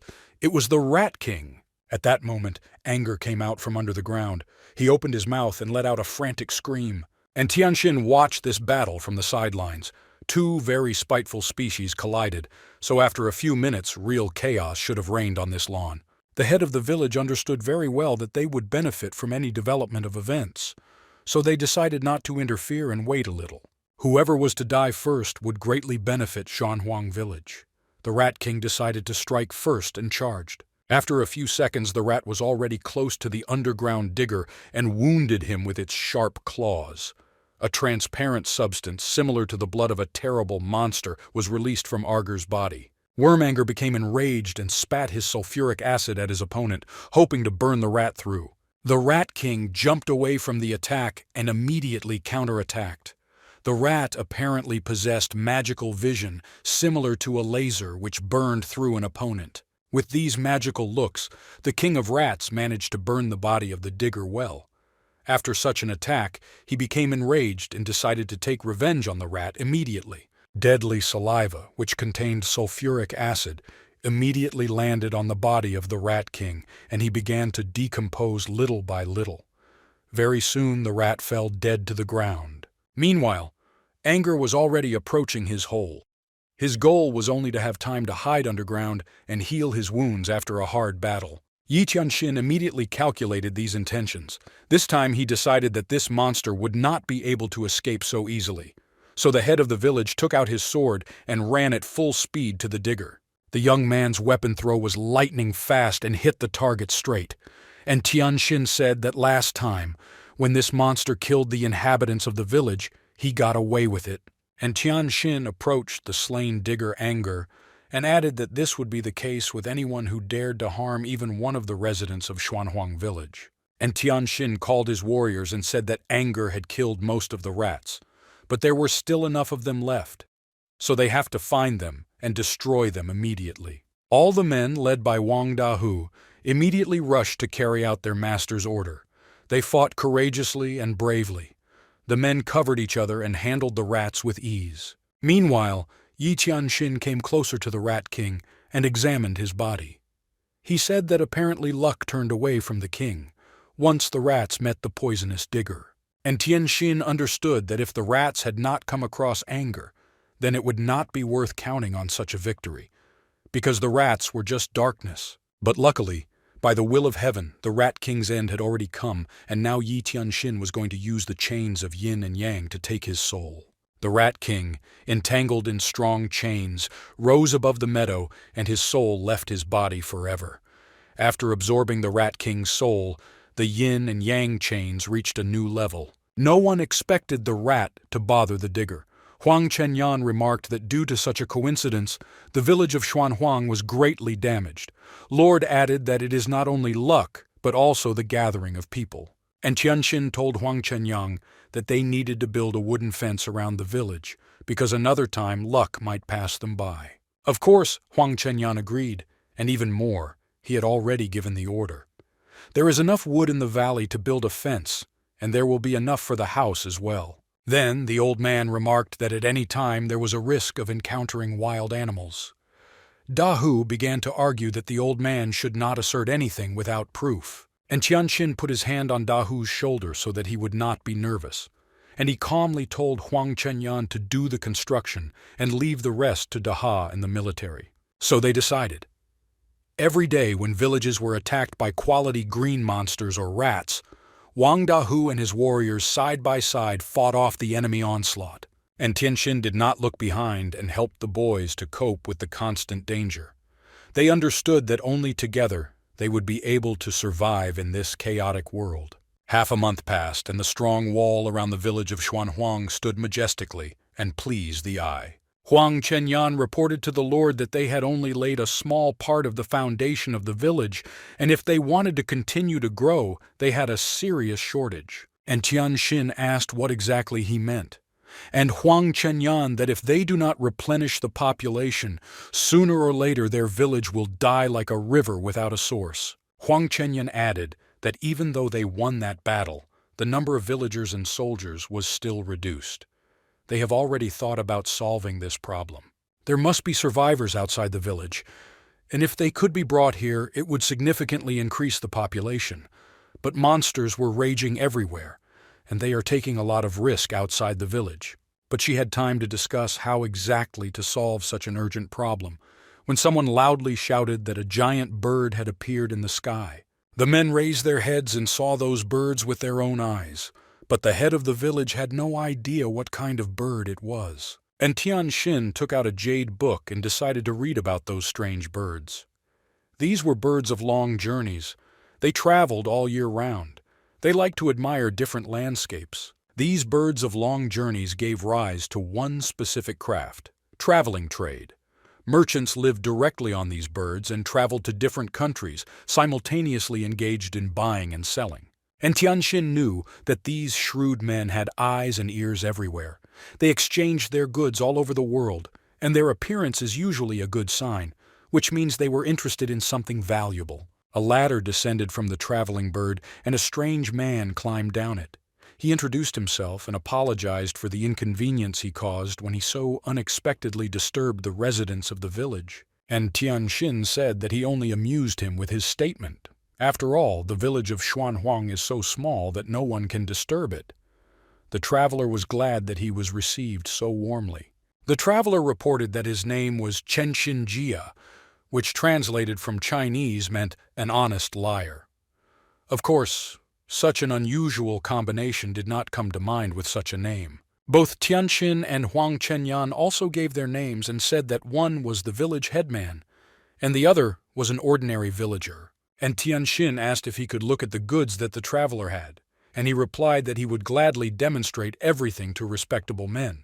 Before lifting the migratory bird into the room on its back, Yi Tianxin created a convenient ladder with a railing. Chengxin Jia asked if God was the headman of the village, if he was capable of such a thing. Chengxin Jia opened the door to his best goods room and said that the world has changed at the moment, but good goods will always find a buyer.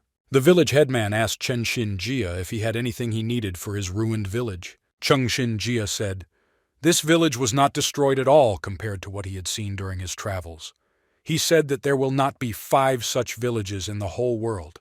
Chengxin Jia said that the world has become limitless because of the merging of different worlds, but despite the vastness of the lands under our feet, it still remained a small island.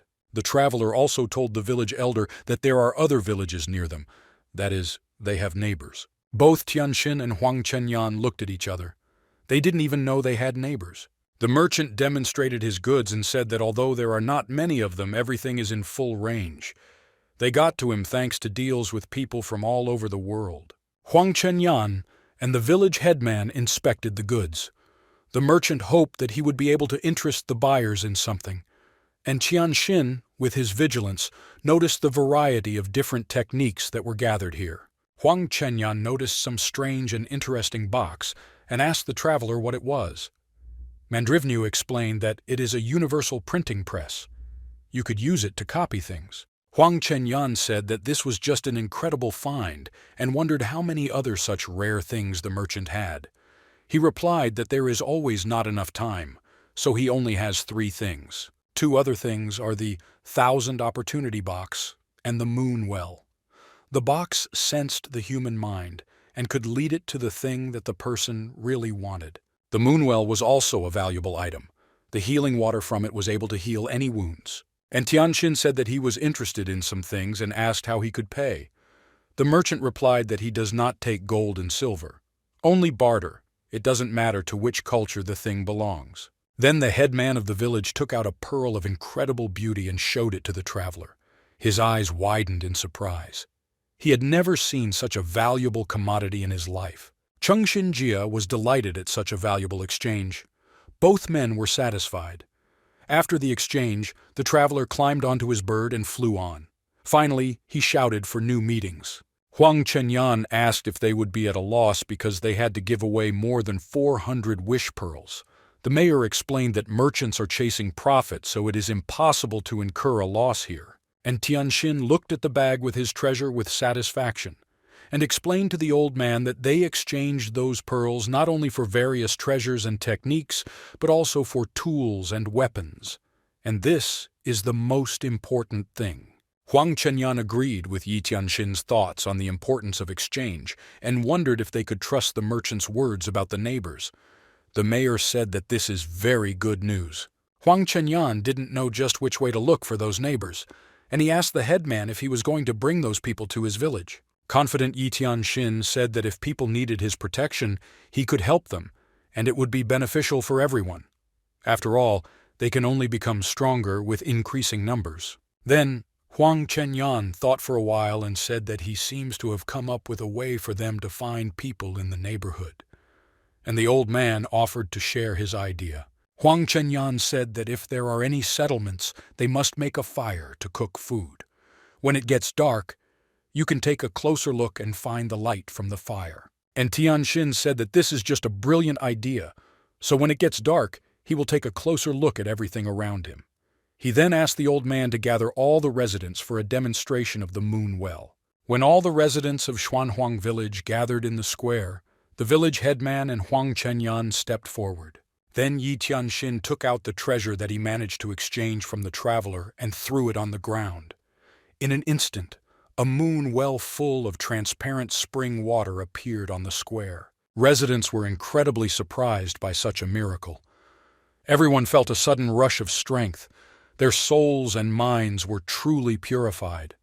People felt warm as the moonlight fell on their faces. And Tianxin announced to all the residents that the water in the well could heal wounds and ease pain. If someone gets injured, you can just drink water from the moon well.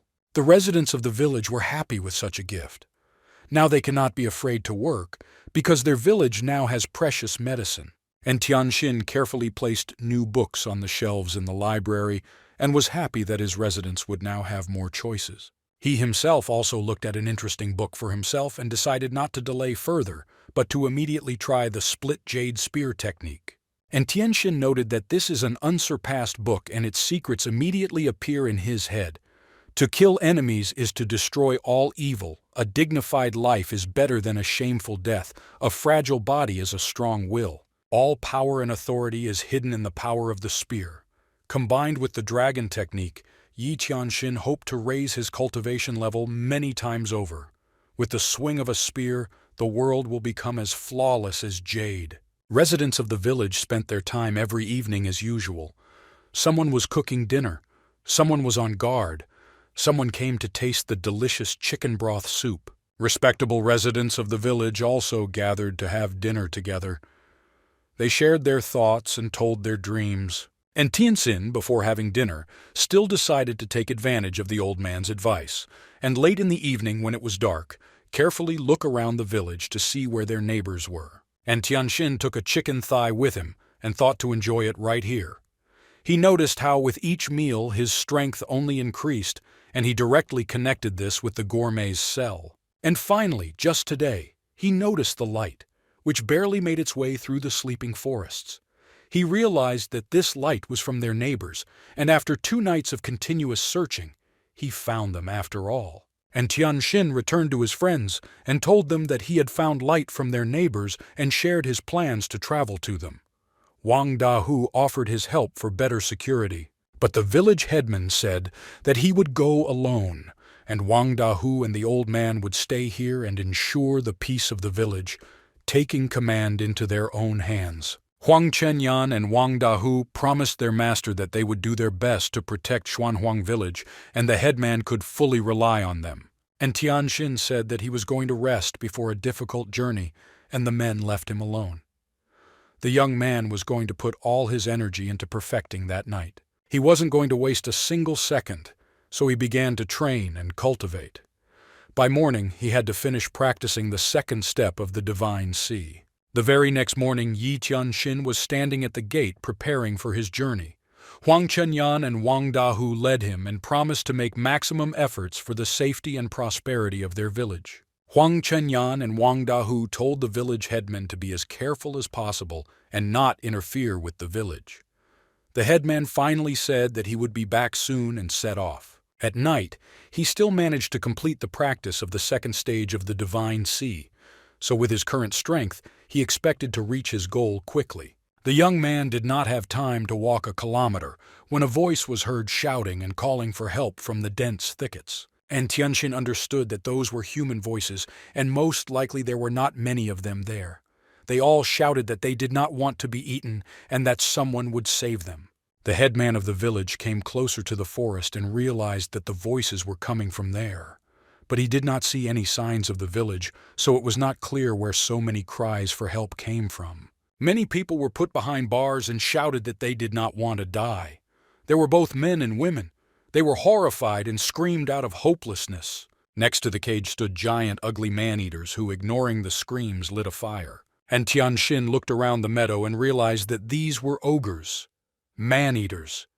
The uneaten remains of people lay nearby. One cannibal went to the cage for new food. He examined all his prisoners and stopped at the fattest one. He prayed that the cannibal would not touch him. When the cannibal pulled him out of the cage, The man said that he was the great prince of the Ming dynasty, and threatened that if the cannibal ate him, he would turn the whole dynasty on him, and he would not be well. But cannibals did not care about all the regalia of this man. Although this prince was a representative of the Ming dynasty, who always drowned in luxury and extorted exorbitant taxes from his people, the cannibals began to mock the prince and prepare him for a delicious dinner. The prince tried with all his might to beg for mercy and promised fabulous riches during his lifetime. But those monsters were doing their job. For them, the most important thing today was a delicious dinner. The man-eater lifted the man with one hand and dragged him to the hearth. And Tianxin understood that in addition to the prince, who was hated by almost everyone for his infallible taxes, there were other people who needed to be saved. The cannibals tied the man to a stick and put him over the fire. They all gathered around the fire, waiting for a delicious dinner. The men who remained in the cage also saw. One said that he was ready to plow his whole life for the one who would save him, and the other said that he did not think that the honorable scientist would end his life like this. And Tianxin decided that it was not worth delaying the rescue for later and rushed to help the poor people. Having not reached a few meters to the gathering of cannibals, Yi Tianxin took out his treasure and threw it at the monsters with all his might. A treasure trove of incredible beauty attracted the attention of the savages, and they moved closer to get a better look at it. One of them, apparently the bravest, took it in his hands and brought it closer to examine what was inside. But as soon as the cannibal brought the box closer, it opened. A huge whirlpool was formed, which dragged a bunch of cannibals along with their weapons somewhere into the other world. The men who remained behind bars were incredibly happy when they saw that those scumbags were almost gone and suggested that the Holy Spirit had decided to save them from a terrible death. The angry leader of the cannibals was simply enraged when he saw that only a small box remained of his army of ogres. He took out an axe and with all his fury pounced on the box. The man-eater spared no effort to chop at the small object, trying to free his subjects from it. And Tianxin realized that the time had come for his magical chains of yin and yang, and without delay he enveloped the man-eater with them from head to toe. And Tianxin knew that his strength was already strong enough to fight against such strong opponents. So he told the ogre that he was unlucky today, and his chains would take his soul. The head of the village had already prepared to celebrate the victory, but the monster broke the chains of yin and yang, and only hundreds of small particles flew hundreds of meters and covered the ground. And Tianxin was not just surprised, he was simply in shock. He did not understand how it was possible to break free from the magical chains. Meanwhile, the man-eater took out his sword and attacked the man. The people in the cage cared about the life of their liberator very much. They shouted to him to be as careful as possible and warned him about the attacks of the monster. And Tianxin prepared to repel the attack and quickly drew his sword. But the man-eater's blow was so strong that the young man could barely stay on his feet. The man-eater was glad that his blows were so strong. He roared with satisfaction and attacked harder and harder. And Tianxin was amazed by the strength of his opponent. He had never met such monsters. And Tianxin barely repelled the attack and prepared to attack. This time he decided to show his true strength and just to test his new techniques. The village headman decided to use a split jade spear. Cultivating his strength quickly and taking out his spear, Yi Tianxin loudly said that the meteor was headed for the moon. After these words, Yi Tianxin hurled his spear at the ugly man-eater with all his might. The spear flew at the speed of sound and after a few seconds reached the enemy. The monster just crouched down in pain. And Tianxin thought that he had shot the enemy with a spear with all his might, and only his skin was damaged. It seemed that man-eating ogres had incredible defenses. Not even a minute passed, as the ogre, cannibal, jumped to his feet and ran to attack the young man with new strength. It was necessary to quickly decide what to do next, because he could not hold on for so long. And Tianxin quickly repulsed the attack. During this duel, he managed to knock the sword out of the ugly man-eater's hands. And Tianxin decided to use the Great Border Sword technique. It was the most advanced technique of the Dai Kingdom. It is good that the young man managed to finish training in this technique. The headman of the village shouted that he doubted that the ogre man-eater would be able to resist this technique and used all his strength to attack, and Tianxin sped up and rushed to deliver his blow. Finally, the man-eating ogre let out his last grunt and fell to the ground. and Tianxin breathed a sigh of relief. Such a victory was not easy for the young man, but it was worth it. The people in the cage were incredibly happy. They understood that this stranger saved them from certain death.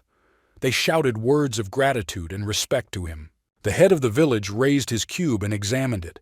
It contained 126 rooms with bars. Each room can be a secret death room or a shelter. Not one monster could survive in the secret chamber of death, and all ogres, cannibals went to such rooms.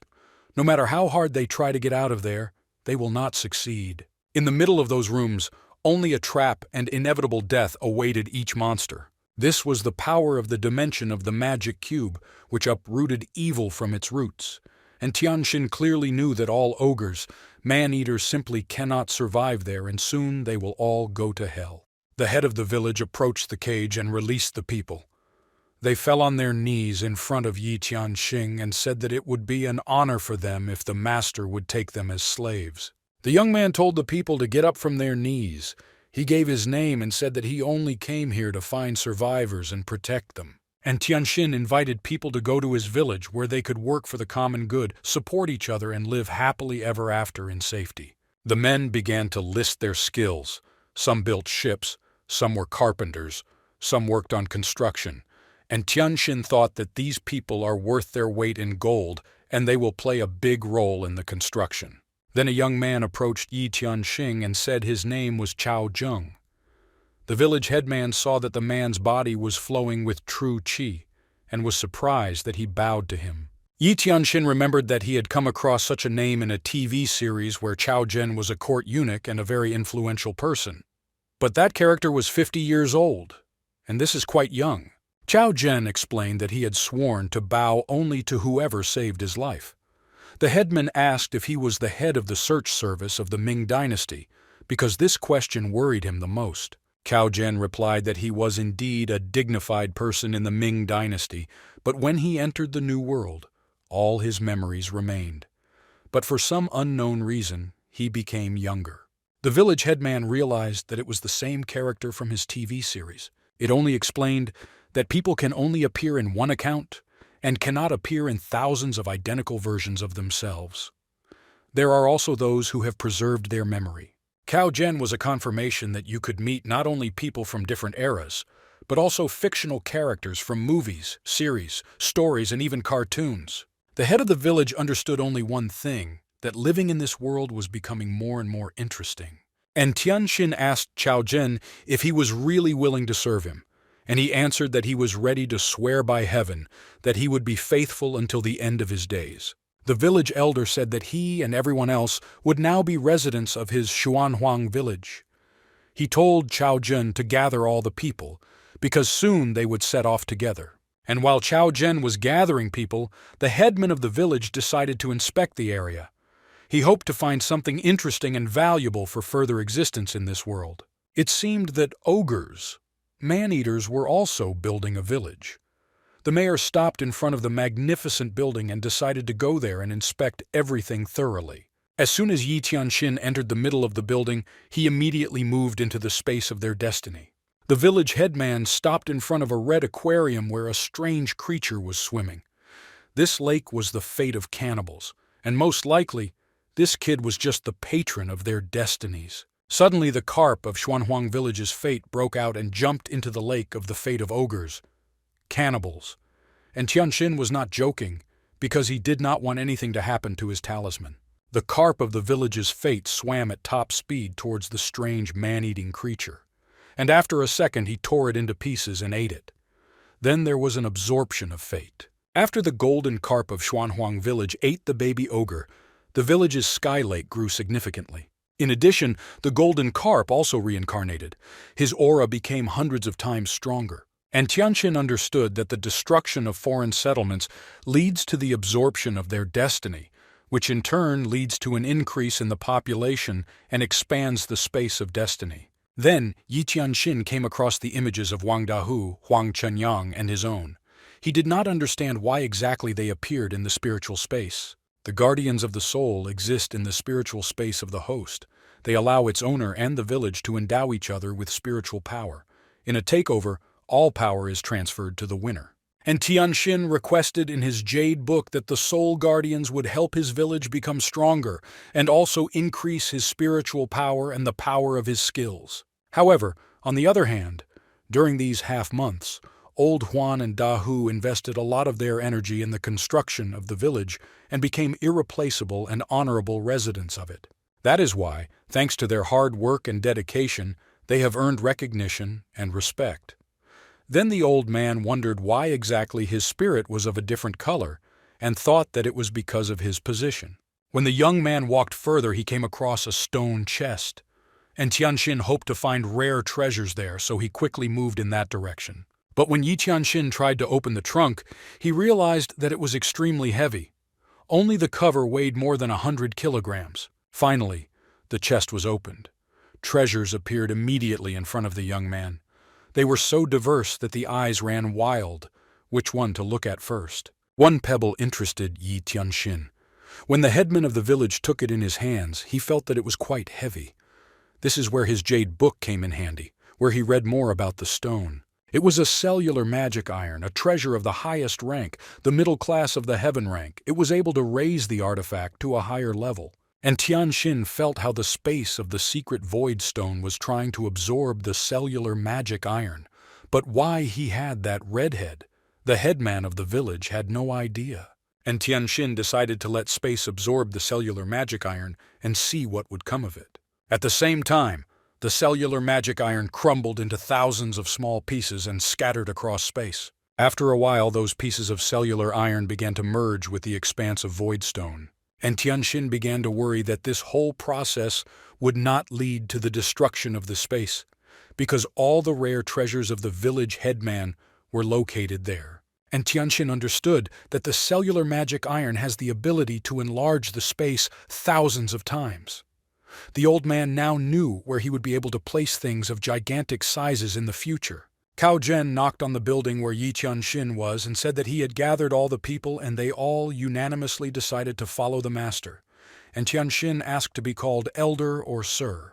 Cao Zhen held out the village elder's book and said that it contained all the basic cultivation methods and he wished to present them to his master. The young man said that these are the basics for all practices, or does he really want to give them away?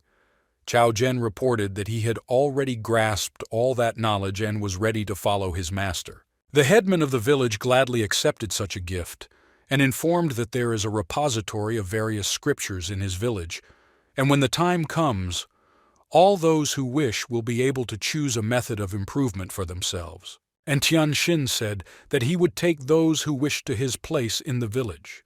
And all those present were happy that they would finally have their own house, and they were ready to work for the benefit of the village day and night. The guards of Xuanhuang village saw a whole crowd of people approaching the gate.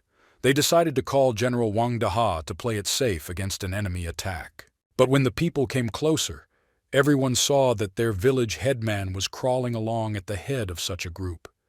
They did not expect to see him so soon in their native walls. And Tianxin returned to the village with the people whom he managed to save from death, and this greatly impressed his assistants and other residents of the village. Unexpectedly for everyone, a lot of people joined in such a short period of time. Yi Tianxin introduced the villagers to Cao Zheng and the other newcomers. Then, Yi Tianxin, without even resting, again went in search of other villages in that valley. Judging by the light from yesterday's bonfire, there must still have been people in that valley. Soon he was tempted to find another settlement. There were soldiers on guard, so Yi Tianxin decided to be very careful. And Tianxin could smell the strong smell of blood. And all over the area, there were visible traces of the battle. It looked like there had been a fierce battle here not too long ago. The village headman came closer to the guards, but she did not sleep and quickly asked her husband who he was and what he needed. And Tianxin told that he got lost in the wilderness and asked to quench his thirst, but the guard rudely replied that this is not a hotel for him and there is no water, so let him get out of there. The general's aide intervened in the conversation and said that this man should go to the village of the Yan family. After all, they all have similar fates here and must help each other. And Tianxin thanked the assistant general and introduced himself.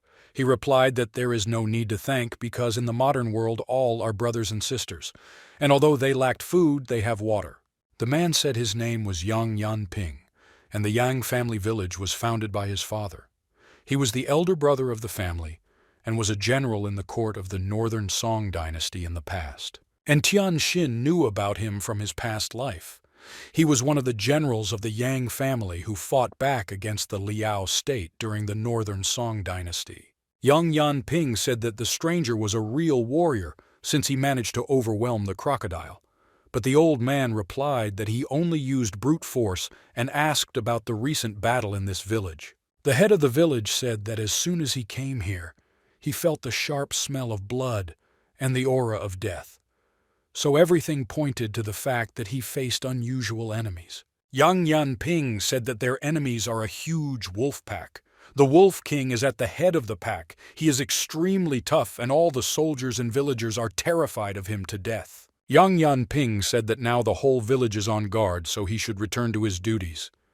The headman offered his help, but Yan told him to rest for a while. Yi Tianxin had time to rest and decided to take a closer look at this village. He noticed how the residents helped each other to bandage their wounds after the last battle. And Tianxin realized that there were a large number of people living in this village, and their moral condition was at the very bottom. It looked like the wolves had finally tortured them. And Tianxin called his name and said that the bones and red meat of this crocodile could make a good soup, and he would like to share a delicious lunch with the residents. Yi Tianxin then asked if there was a good cook among those present who was willing to demonstrate his skill to everyone.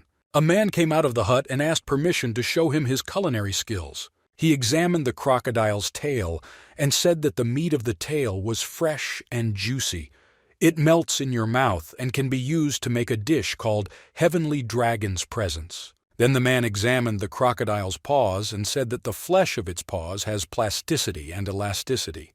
This is the kind of meat that is needed for the preparation of the claws of the dragon of ice and flame dish. And Tianxin said that it is clear that the man is good at cooking, so he can provide him with any cooking utensils. But the man replied that his name is Lai He and he has everything. Lai.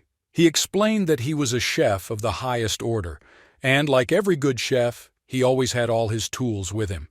The man unfolded a set of high-class knives in front of the audience, and Tianxin was surprised that the kitchen utensils were made of black iron. He was definitely a character from the Riverflow's Manhwa, and he had the nickname Two-Tailed Scorpion. Residents also noticed that the tools were made of black gold, which, by the way, was valued more than ordinary gold. And Tianxin said that if he didn't need tools, he still had something that a good cook would need, and handed him garlic, onions, and ginger. Lai, he said it was just a treasure for the cook, and asked the stranger how he managed to get these three great ingredients in this world of chaos. The elder said that he collected on the way, although in reality, Yi Tianxin grew those vegetables day and night, and then simply harvested them to improve the taste of the dishes. But it was not necessary for anyone to know this. The cook took that treasure and started cooking. Like that sorcerer, he skillfully cut vegetables and selected the best pieces of meat. And as soon as he started cooking, all the inhabitants of the village flocked to the incredible aroma that attracted them to the cauldron. From the outside, it was like real magic. The time has come to extract the deliciousness from the cauldron, and an incredibly appetizing dish called the Presence of the Heavenly Dragon appeared on the table, and Tianxin was honored to be the first to try it. The meat of the crocodile's tail even glowed with some kind of glow. When it was in Yi Tianxin's mouth, he felt how tender, soft, sweet, salty, and incredibly delicious it was. And Tianxin told the cook that he was truly a master of his craft and that there was no equal in the world. But the cook offered to try the second dish. A dish called Claws of the Dragon of Ice and Flame appeared on the table. It looked very appetizing, so the headman of the village decided to delay the tasting. And Tianxin has yet to taste crocodile legs in sauce, but when he tasted it, his taste buds just flaked with pleasure. It was an incredible feeling. The cauldron of fate's secret reached a new rank after Yi Tianxin tasted the new dishes, and Tianxin realized that he would reach a new level with the help of this magic cauldron. He did not even guess that he would get so much benefit from the new world. The headman of the village realized that the ability of the gourmet's cell is unrealistically strong. Now more than ever, he felt his vital forces flourishing.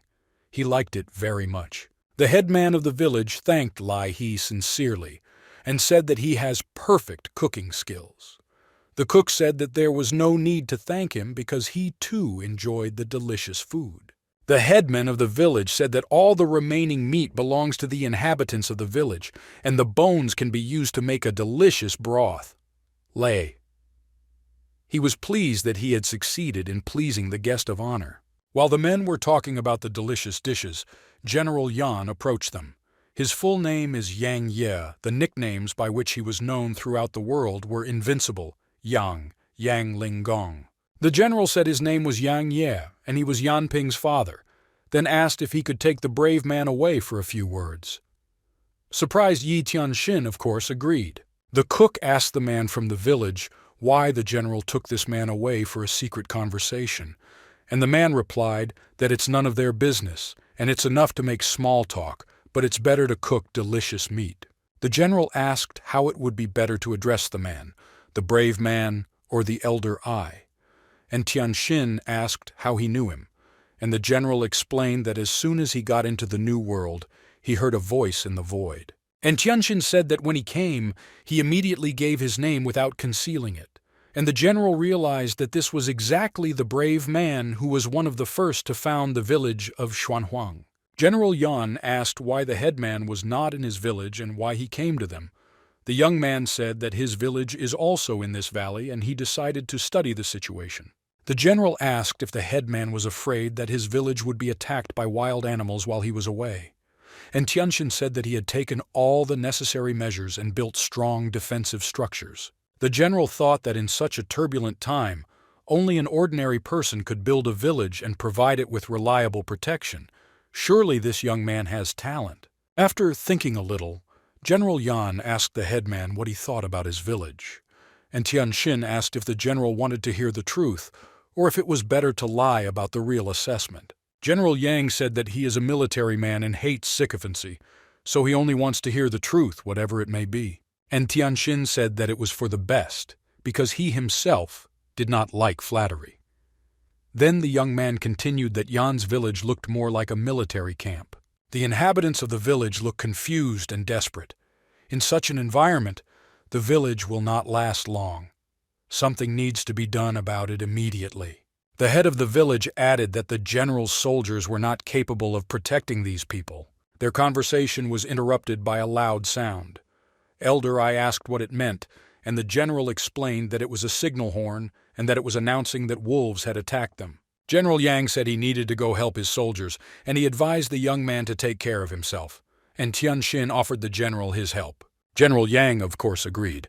Extra hands would never hurt, and Tianxin saw how well-armed soldiers lined up and waited for the general's order. The two sons of the general stood next to the soldiers. The second eldest son was named Yang Yanding, hence the nickname, the second son of Yang. According to historical data, Yang Ye's family army made a huge contribution to the success of the Song dynasty, and each of the 7 brothers earned the rank of assistant general. The general did not have time to reach his sons when he began to be interested in the situation. How many wolves? How are you?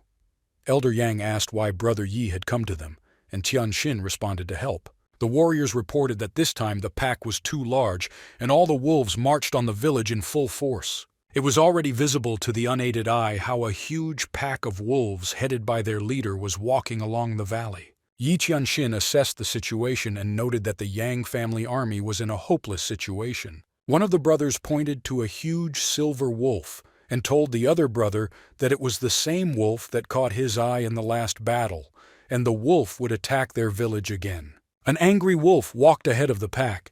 Apparently he brought everyone here to avenge his battle wound.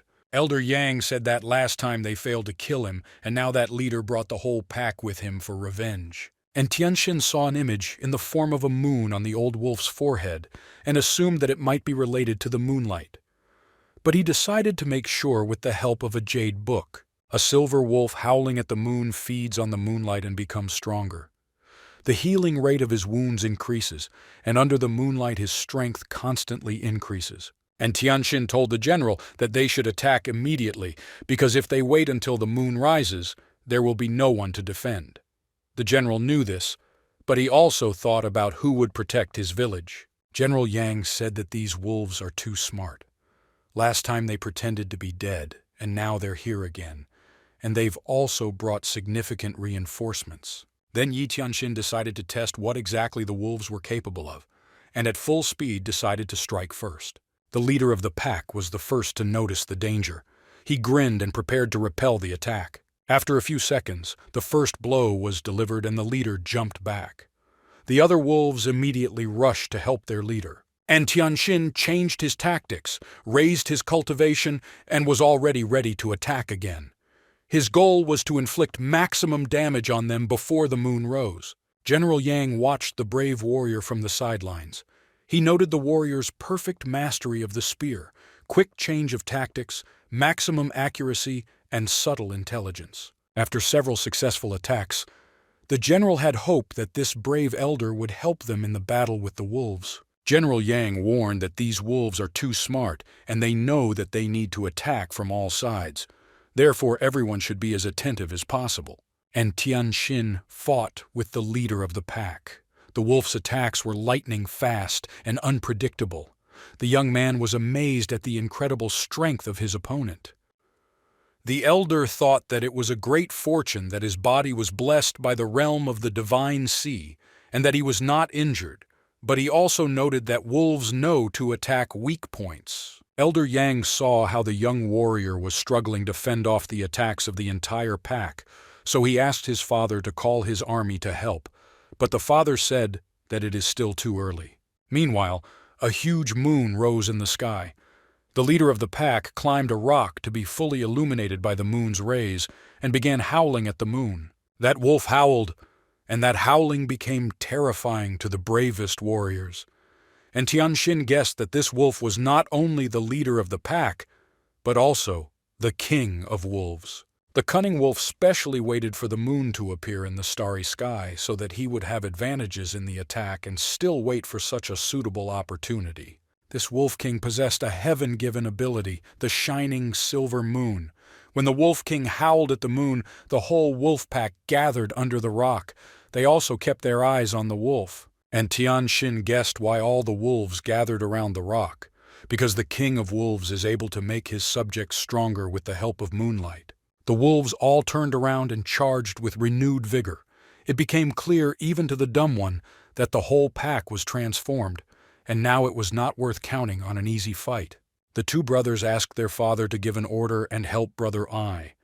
They understood that the wolves had become hard and ferocious, and he could not cope with them himself. General Yang replied that if they start attacking the wolves, then they will in turn attack the villagers, because they will begin to take revenge for the attack. And General Yan could not allow this. The general also added that those who do not take care of themselves will be punished by heaven and earth. Therefore, if you choose a side, he will choose the village. He said that no one would leave the position without his order. The Wolf King attacked the young warrior with new strength. He phenomenally sought out the opponent's weak points and launched lightning-fast attacks. And Tianxin barely restrained the onslaught of the wolf. He realized that the power of the attack had increased in an instant. The headman didn't even have time to attack. He only had enough strength to repel the attacks. Elder I did not have time to catch his breath from the attack, as the enraged wolf pounced from the ambush with new forces. It happened so quickly that the soldiers present were gasping for breath. The eldest son, Yan, no longer asked.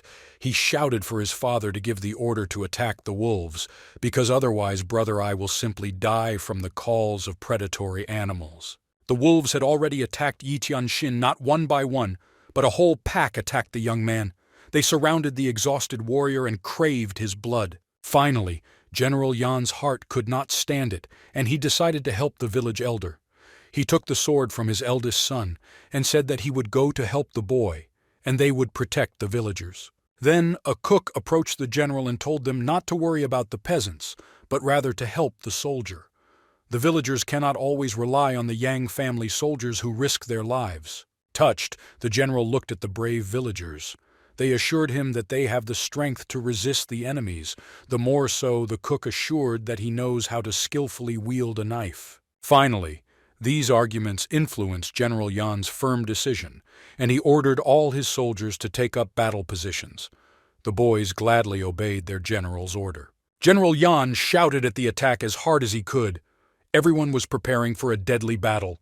This order was eagerly awaited by the general's sons, who wanted to help the brave warrior with all their hearts, and by the peasants, who were tired of hiding from constant danger, and by the brave soldiers. All the men rushed into battle with hatred and a desire to take revenge on the wolves. The general's sons shouted to Yi Tianxing to hold on, because they were already on their way to help. Some of the wolves left Yi Tianxin alone and returned to the soldiers in front to repel the surprise attack. And Tianxin knelt down to at least somehow regain his breath after such a hard fight. But the Wolf King was just waiting for the brave warrior to lose his strength. The Wolf King activated the power of moonlight and prepared to attack. He could not miss such an opportunity. And Tianxin was too weak and did not expect the attack. The Yanbarites noticed that the Wolf King was preparing to finish off his opponent and shouted to warn of the danger. Second son Yang shouted that brother Yi was in danger and ordered Yang De and Yang Yi to help the brave warrior. At that time, he fought courageously with one of the wolves. The Wolf King began to blind his opponents with a bright moonlight and slowly approached the men. The two warriors stood in front of Yi Tianxin, shielding him from the bright radiation with their backs. They told the boy not to worry and to trust them. The wolf attacked with a bright light. The eyes of the soldiers could not stand such a glow, but no one was going to give up. They courageously stood in their city. All the men squinted their eyes to somehow withstand the bright light. Behind him it was impossible to understand where the Wolf King was at that time. Yi Tianxin's hand was injured.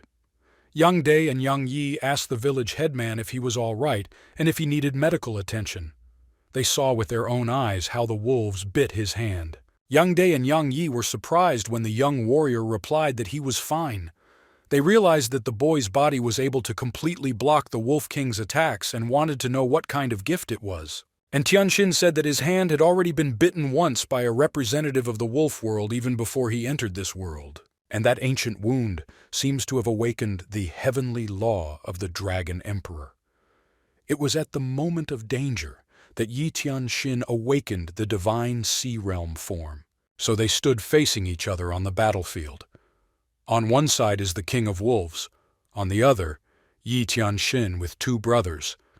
They understood that only one person would remain alive today. Second Branyang noticed that Yi Tianxin's hair had turned white.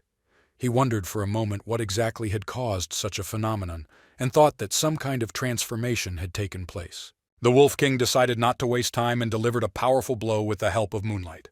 And Tianxin managed to dodge the blow, although it took a few seconds. In the place where the battle between Yi Tianxin and the Wolf King was taking place, a powerful explosion of lunar energy thundered. The village headmen realized that the speed of the shot was too high and powerful. However, Yi Tianxin had already realized that the Wolf King was accumulating energy for the next attack for too long, which is why he could easily dodge the blow. This time it was time to attack the village elders. And Tianxin gathered all his strength and rushed to attack. The Jade Dragon's spear was filled with energy and struck straight at the target. General Yang also watched the battle of the two warlords out of the corner of his eye. He noted that the strength and speed of a daredevil will increase 1,000 times. The exhausted Wolf King sat down on the ground and began howling at the moon. It was a terrifying howl that made even the bravest warriors feel terrified. And Tianxin triumphantly approached the mortally wounded Wolf King and asked if he too had the strength to continue their fight. The last strength left the leader of the pack, and he began to close his eyes. Considering the amount of blood the Wolf King had lost, he didn't have long to live. He repeatedly attacked the village and killed the villagers, so death awaited him for his actions. General Yang's eldest son fought bravely alongside Yi Tianxin. He also barely had time to fend off the attacks of angry wolves. During another repulse of the attack, the brave warrior's spear broke in two. He cursed because of the lost weapon and did not know what to do next. The wolves were only glad that their opponent was left without a weapon and prepared for another attack by the brave warrior. And Tianxin immediately decided to help Brother Yang and threw his spear at him without thinking. The eldest son Yan deftly caught him just at the most dangerous moment. As soon as the spear was in the skillful hands of the eldest son of Yan, he quickly began to repel the attacks of the wolves, which flew tens of meters from the powerful blows. When Ian looked at the spear, he noticed that it was covered in blue flames. He thought that Brother Yi had covered him with his spiritual power, so killing wolves became much easier. At the same time, the magical chains of Yin and Yang were slowly approaching the dying Wolf King. They wrapped the pack leader's body tighter and tighter. And Tianxin regretted that last time in the battle with the man-eating ogre. That bastard managed to break the 4 chains of Yin and Yang. If the chains had not been lost in the last battle, the magic chains would now have accumulated enough energy to gain new powers. Fewer and fewer wolves remained on the battlefield. At the time when it seemed that victory was on the side of the people, another giant wolf appeared on the field. This wolf was much bigger than the killed one. There was also a silver moon mark on his forehead. The wolf became enraged and sent his powerful shining moonblade strike. Senior Braun Yang shouted that there was another Wolf King, and he began to attack. But the goal of that powerful blow was the soldiers, and the heavenly lake was the fate of their village. After a powerful explosion, General Yang fell to his knees. He said he was too reckless. The wolf specially diverted everyone away from the village to attack the heavenly lake of destiny. The mind of this predator simply caused panic in everyone present. General Yang said that the fate of their village had come to an end. Miserly male tears appeared in his stern eyes. Morally broken, the elder son Yang told Yi Tianxin that he helped the old man. Now he is asking him for help for his village. And Tianxin said that he would do everything in his power. The giant king of wolves approached his dead son and began to lick him. And Tianxin realized that since he had killed the little wolf, he would be the target of his father's revenge. At this time, the barking of dogs was heard throughout the battlefield. Everyone turned their heads to see where he came from.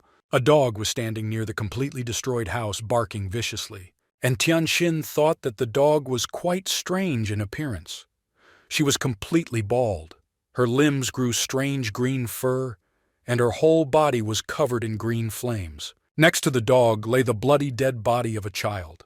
It looked like this dog was devoted to its owners until the Wolf King took their lives. The angry dog decided to take revenge for his owners.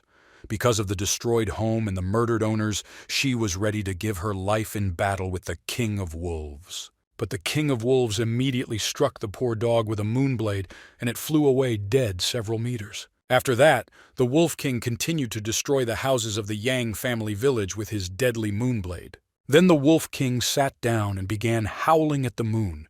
He was preparing for a deadly fight with the abuser of his child and called the pack for help. And Tianxin thought that he would have to deal with this cursed creature today. The headman of the village took out his bow and charged it with a magic arrow. Only with it could he inflict a mortal wound on the King of Wolves. All that remained was not to make a mistake. The arrow flew at a furious speed towards the Wolf King, and he noticed it too late. The Wolf King did not have time to react quickly to the attack, and the arrow hit the wolf's body. A terrible howl of a wolf rang out over the battlefield. The second brother Yang said that the arrow hit the target straight. Who would have thought that at the most crucial moment, the Wolf King would stumble over a stone? The mortally wounded wolf was not going to give up. He still hoped to kill his enemy, so after gathering energy to a heap, the wolf quickly began to generate his magical moonblade. All the soldiers present saw this. Therefore, elder brother Yang shouted loudly that brother Yi would now be attacked by the deadly moonblade, and that he would have time to repel the blow. And Tianxin knew that he would not have time to dodge the blow. He could use force, but in that case the moonblade could touch the civilians. Therefore, the old man had to come up with another way, and Tianxin felt an unseen power flowing through the magical chains of Yin and Yang. The head of the village thought that the chains must have accumulated enough energy with the help of that wolf's soul. Just in time, the Yin and Yang chains gained new powerful power, and Tianxin received a new level of chain power, the gifted heaven of Yin and Yang vision, the Yin and Yang cutter. And Tianxin quickly made a decision to immediately test this gift in a deadly battle. He aimed his magical slicer straight at the Wolf King, hoping to send him to hell. The warriors were also in a state of shock at such a sight. One said Brother Yi summoned 2 giant pythons, and the other was surprised by the fact that they act like real scissors. The Wolf King had already accumulated enough energy and prepared to attack. The end of the decisive battle was determined in seconds, and this time luck was on Yi Tianxin's side. His magic chain struck the Wolf King like lightning. The energy from the collision of such powerful magical streams scattered all around. The wolf pack also witnessed such a legendary battle between Yi Tianxin and their leader. Although the enraged wolf tried to growl viciously, it was clear that it was his last cry. The village elders' chains did their job and mercilessly took away the Wolf King's soul and last strength. Finally, the Wolf King fell dead to the ground, and Yi Tianxin looked triumphantly at his so strong but already dead opponent. The pack of wolves, as soon as they saw that their leader had come to an end, then ran away through the forest and did not try to attack the brave warriors of the Yang family anymore. All the warriors began to shout triumphantly that the wolves had retreated and now victory was theirs. They were glad that the pack had run away, tails wagging, as soon as they saw that their king had gone to hell. And Tianxin was also happy that they had managed to survive such a difficult battle. Now it was possible to breathe a sigh of relief, because the wolves' desire to attack the village was gone for a long time. And Tianxin turned his head and saw the 2 brothers carefully helping their father to his feet. He was seriously injured during the battle. The eldest son, John, approached the elder and said that he understood that his father had no right to ask him for help, but he asked permission to explain everything. The general said that he was not a coward and would not beg for mercy. He said that he will not lie and frankly admits that he deliberately put Tianxin in danger and wants to ask him for a favor. General Yang said that the Yang family's village has been destroyed, so he asked to receive the survivors and take care of their safety. He himself atones for his guilt by committing suicide. Residents of the village did not want to believe what they heard. They assured their general that he was not to blame, and that all of them would not have lived a day in this world of chaos if it were not for him, and that Yi Tianxin would understand him.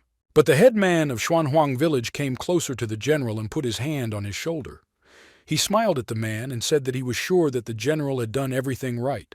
Yi Tianxin said that being an elder means putting the lives of his residents first, so if Yi Tianxin was in that situation, he would do the same. And Tianxin added that in this world it is impossible to make a decision in an ideal way, so he does not hold a grudge against the general. He also added that the general is seriously wounded and needs help. The sons offered to take their father to the village to provide the necessary assistance, but the general told his sons to take care of the privates and he wouldn't live long anyway with such injuries. General Yang decided to stay here on the battlefield to bid his soldiers a proper farewell and bury them. And Tianxin went to the destroyed village to see what survived there and who needed to be given the necessary help. When he opened the dilapidated shed, he saw that unusual dog that still showed signs of life. The headman was surprised that she survived after a direct confrontation with the King of Wolves, and Tianxin thought that this dog was also destined to fight the Wolf King, and now that it had received a fatal wound, he could not leave it here to die. Residents of the village said that this dog belonged to Erden. People used to chase her away until Erden sheltered her. They were not divorced, and now she will not last long. And Tianxin turned to the dog, and it opened its eye. The young man understood that the dog definitely wanted to live. The headman of the village turned to the dog and said that he could see that it understood human language and that a wonderful future was waiting for it.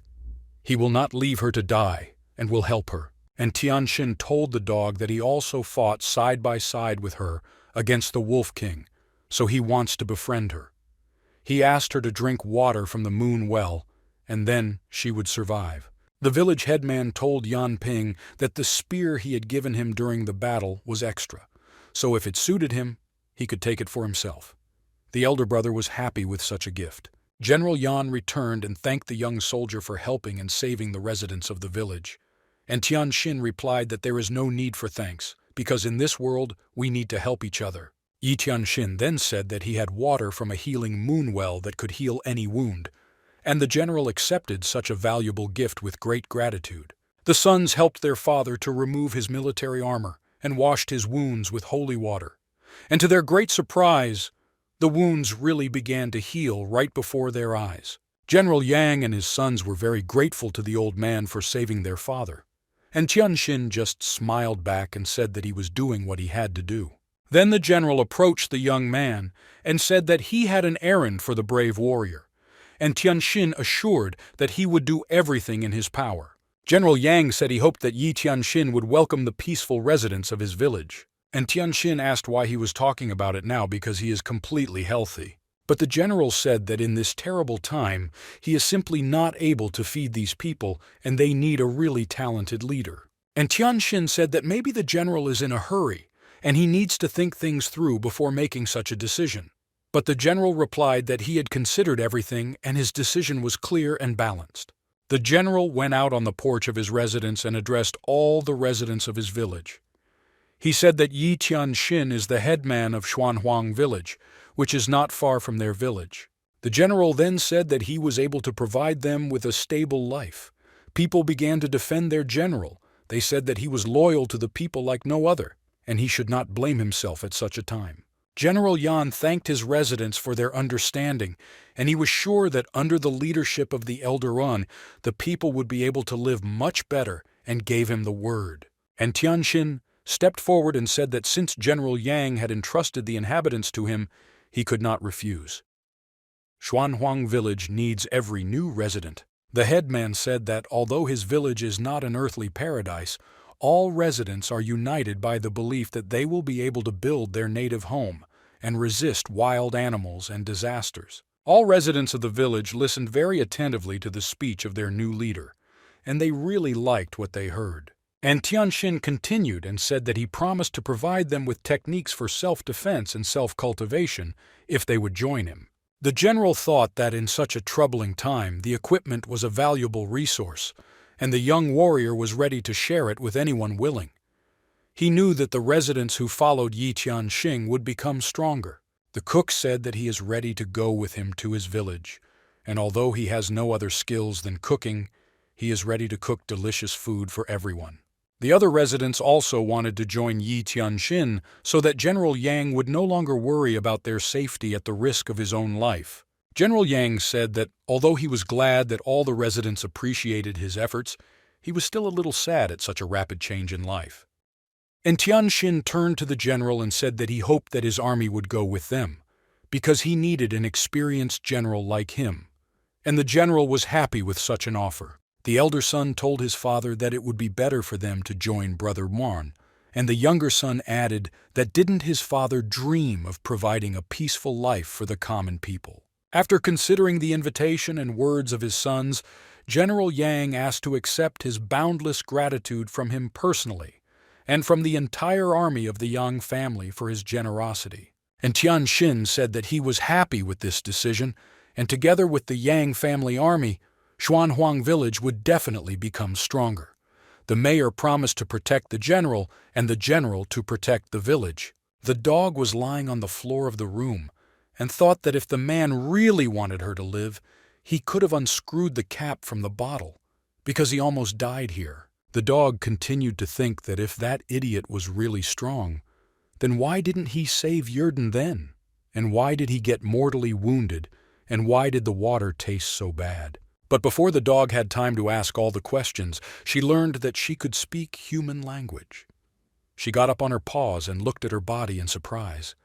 The wounds really healed. Residents of the village also noticed that the dog's wounds had healed and it could talk. All the people retreated away from her and began to shout that this dog had turned into a monster. And Tianxin also heard the dog talking and wondered if it was possible that the healing water from the moon well could make the dog talk. He was worried about the question of what actually happened. Previously, due to the green aura around its body, this dog was already different from all other dogs, and now she also knows how to talk. It was just amazing. The dog suddenly began to cough and then spat out a bone along with the saliva, and Tianxin guessed that it was a transverse bone. Animals cannot speak precisely because of the transverse bone in their pharynx, which prevents animals from reproducing and pronouncing speech. That is why animals do not know how to talk. The Chi Masters created a special pill, a bone change pill, to remove the transverse bone and enable spirit animals to speak. It is unlikely that this ugly dog got such a pill, because the pill was quite expensive, so no one present could buy it. Perhaps it was the wolf's moon blade that broke the dog's transverse bone. The dog began to say that she is really a genius, since she can talk. And since she is a genius of the dog clan, then her name should be appropriate, and not a green leaf as before. The name should match the aristocratic origin of the dog so that its enemies would tremble with fear, and after going through a whole bunch of names, the dog decided that from now on, its name is the Green Emperor. When he decided on a name, he began to think about how to thank Yi Tianxin for saving him. He had heard that for a drop of goodness they should return a whole stream, but he did not have that. Then he remembered that people talked that it was possible to count on nature, but his savior was not a dog, not yet to the taste of the Green Emperor, so there was no need to rush with such an idea either. People watched this strange dog with interest. They had never seen dogs talk in their lives, especially to themselves without ceasing. They are a little tired of listening to that nonsense. And Tianxin carefully looked at the strange dog and rejoiced at the fact that she was arguing so intensely with herself. And Tianxin came closer to the dog to better hear the story. The dog turned its head and saw the young man. She asked if he was Yi Tianxin. The dog knew that he had killed that damned wolf and avenged the death of his master, that the dog would not forget. The dog continued his story. She said that she will not be able to eat or sleep until she finds a way to thank her rescuer, and she also wants long green wool to be unique. She couldn't thank him, because at the moment she was poor, and if the dog is an emperor, then he can get rich at any time. It's just a pity that his past owner can't enjoy the wealth. The voice of that dog was already in everyone's ears, and she thought louder and louder that after death the owner could be reborn into a dog and into a tree, and maybe even into a bird. And Tianxin took out his chains and closed the dog's collar. No one had the patience to listen to delusions, especially the village headman. He already regretted saving her from death. All residents breathed a sigh of relief. Finally, there was silence, and they could hear each other instead of the strange dog talking.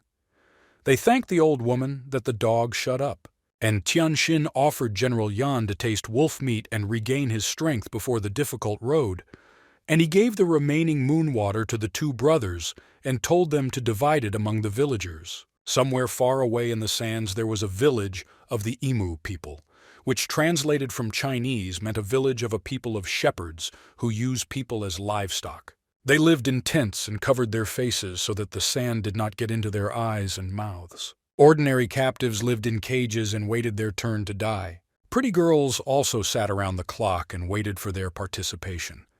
They understood that most likely they would die. Only the question remained when exactly.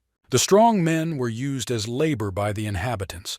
They toiled round the clock under the rays of the scorching sun, and the overseers whipped them liberally when they slowed down. Every day, beautiful women were brought to the main tent to the Lord for his sexual pleasure.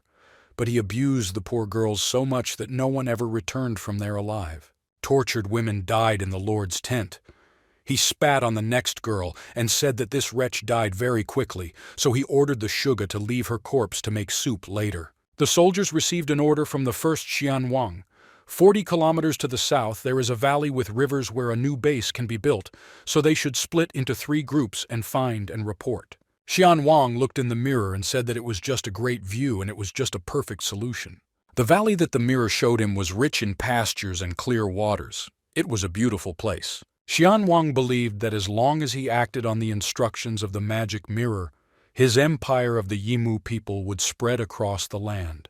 Then Xianwang asked the shaman if the ogres, man-eaters with whom she cooperated, were really killed by some Chinese, and the shaman confirmed this information. This shaman, named Dorolo, said that the messenger saw everything with his own eyes, that Chinese destroyed the village of ogres, cannibals himself. Xianwang was unhappy that they had a strong opponent who also possessed inhuman strength. Then he asked who the messenger was. The shaman assured that he is better, and his name is Hua Tianyu. The shaman reported that a messenger had sent them a message this morning with the help of a raven. Now he is in the village of the Yan family and he just needs to wait for a good opportunity to attack. The terrifying-looking man laughed evilly and said that he was lucky to be the first Xianwang Liu Bao to create the great dynasty of the Yim people. And when the right time comes, all the Chinese and relatives of Yandi and Huangdi will become worthless slaves, and he will become the great emperor of the whole world. At this time, Yi Tianxin and the eldest son of General Yang were peacefully having dinner in the village of the Yang family. The headman offered to taste the wolf's meat because it looked very appetizing. A man named Hua Tianu was a messenger of the Yimu people. He was sent to the village of ogres, cannibals, to exchange goods. One even found out before his arrival that Yi Tianxin had destroyed all the ogres. But he did not get upset and decided to pretend to be one of the villagers and go with them to the Xuanhuang village and inspect it more thoroughly. Hua Tianu obediently walked along with everyone and tried not to draw too much attention to himself. But when they came to the village, the headman suddenly disappeared in the forest without saying a word. Apparently, he wanted to look for more people in this area. Hua Tianu decided that now was not the best time to attack because they would gain much more if they waited a little longer. Hua Tianu secretly went after Yi Tianxin. As was to be expected, there were even more two-legged rams in the village of the Yang family, and there were quite a few women among them. In the end, a large number of people joined Yi Tianxin, and this could not but be happy, because now they will all be in one place. And Yi Tianxin also mentioned the repository of sacred writings, and if he really has a large number of rare techniques, then it was just incredible luck. And Tianxin, when everyone was satiating his hunger, told them that yesterday, when he was going to their village, he cut a path in the forest, and now this road led directly to his village, Xuanhuang. And Tianxin said that they might encounter wild animals on the way, so he would guard the villagers in front and General Yang's army behind. When the details of the route were agreed, everyone went home. When the convoy of people guarded by military soldiers passed, a green dog appeared on the road. The dog snarled viciously and said that now he would not be far behind the old man, because he had allowed himself to close the mouth of the Green Emperor himself and would definitely take revenge when there was an opportunity. The still Green Emperor complained that today he was only given a wolf bone to eat so that he would sharpen his teeth, and his honorary status says that he should eat only meat. The dog wondered how they dared to give the emperor a bone and whether it was appropriate. Although when he remembered how tasty that bone was, he joyfully wagged his tail and ran on. The path was not easy at all. First, they were attacked by a ferocious bear, and Yi Tianxin had to use his magical techniques to deal with such a strong opponent. Then the people were insidiously attacked from behind by some monsters, and then General Yan's army came to the aid of the villagers. They fought very bravely and courageously. When the danger was over, the soldiers laid down their weapons and the villagers were able to continue their difficult journey to their new home. Finally, the headman of Xuanhuang village led them to their destination. And Tianxin already missed his village, although he was only absent here for a couple of days.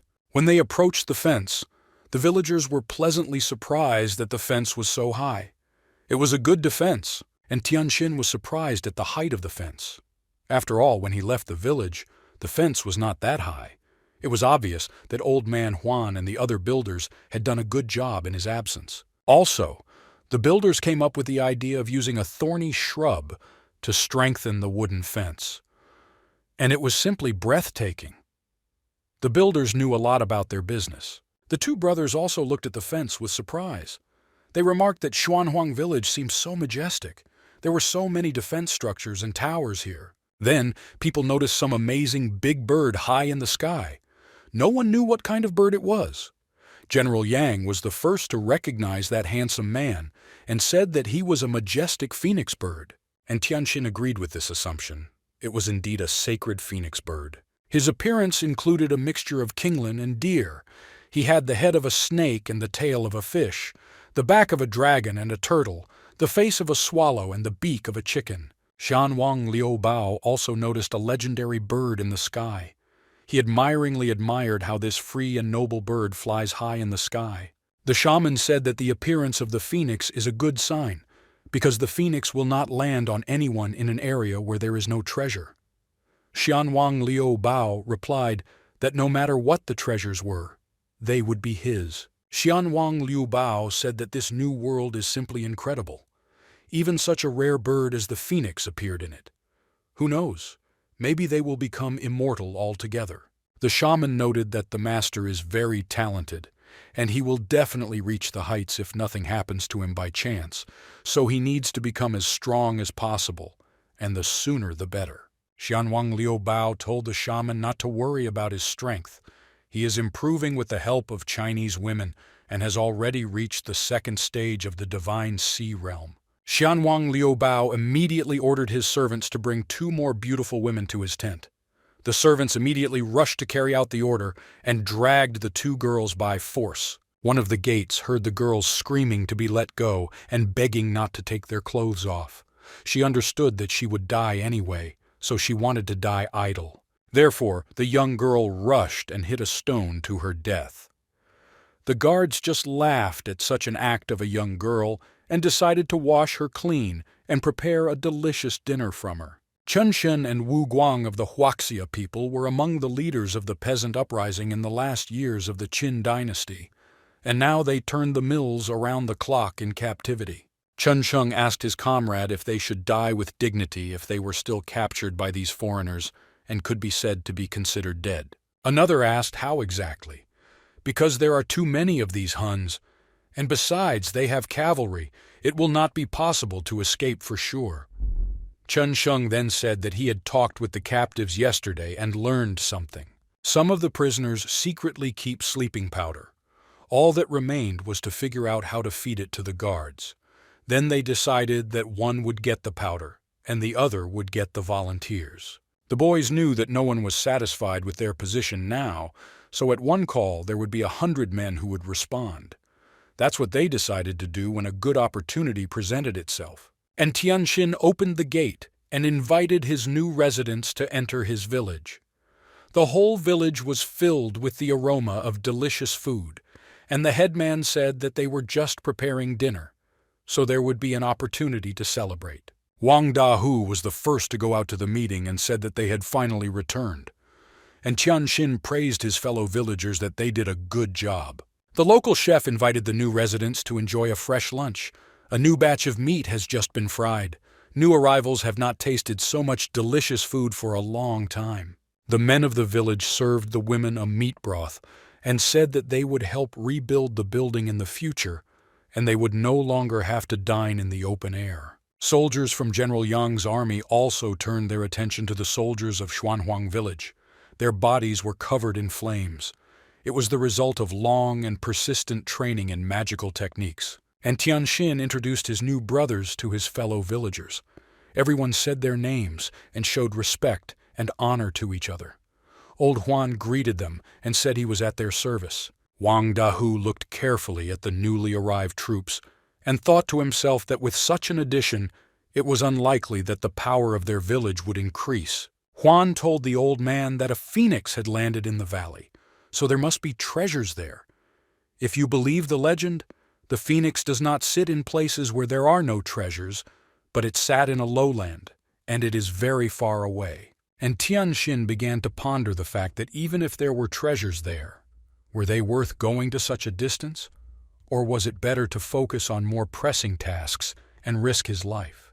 The headman said that there are more than 10,000 people in their village, and it might be better for them to focus on construction. Wan said that if the general's army is now with them, then they need to separate. And Tianxin also thought about it, to separate the soldiers and the peasants. And they decided to create a military council in the village, which would compile lists of personnel and lead the army. Huan also said that there are already enough carpenters, blacksmiths, etc. in their village.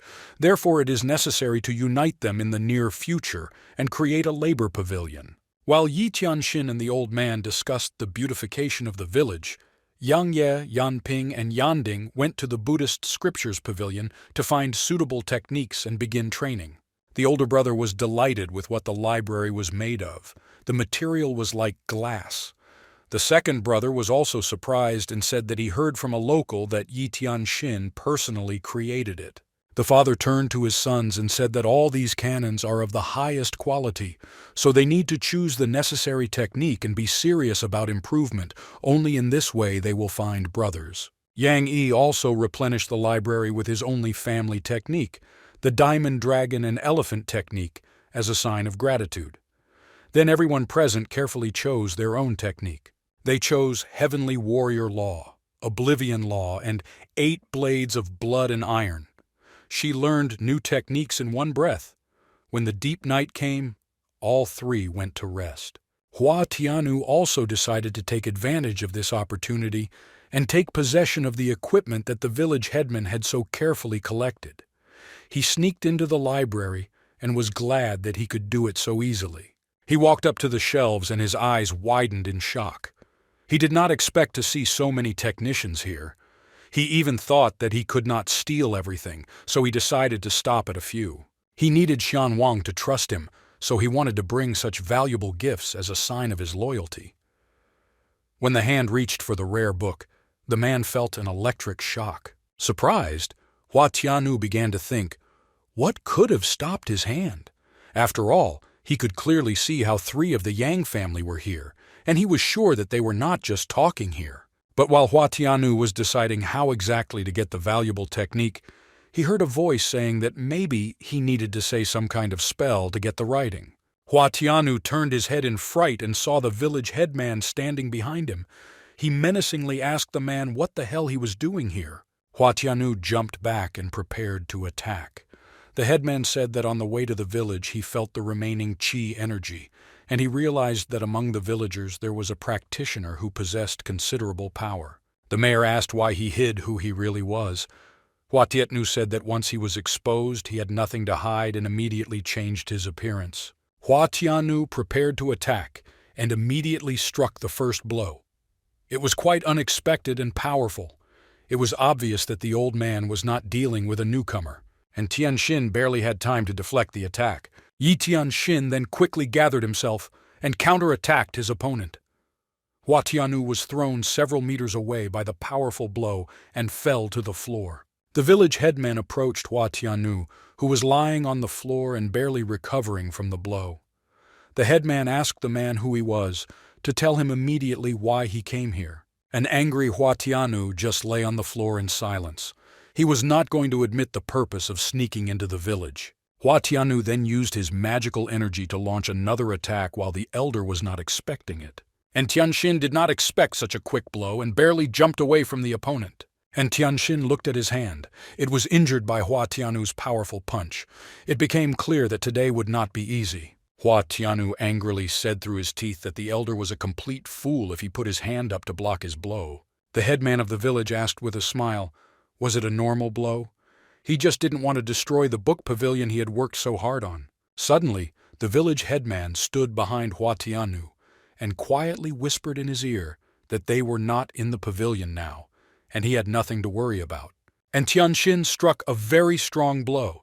His opponent did not count on such incredible strength, so he flew away and fell to the ground for a second, losing consciousness. And Tianxin looked at the opponent, who was lying face down in the mud, and said that he did not allow anyone to spy on his village and stick his nose in here without permission. Then Yi Tianxin came closer to Hua Tianyu and said that he was asking for the last time what kind of old man he came here and who he was. Hua Tianyu barely got up after being hit.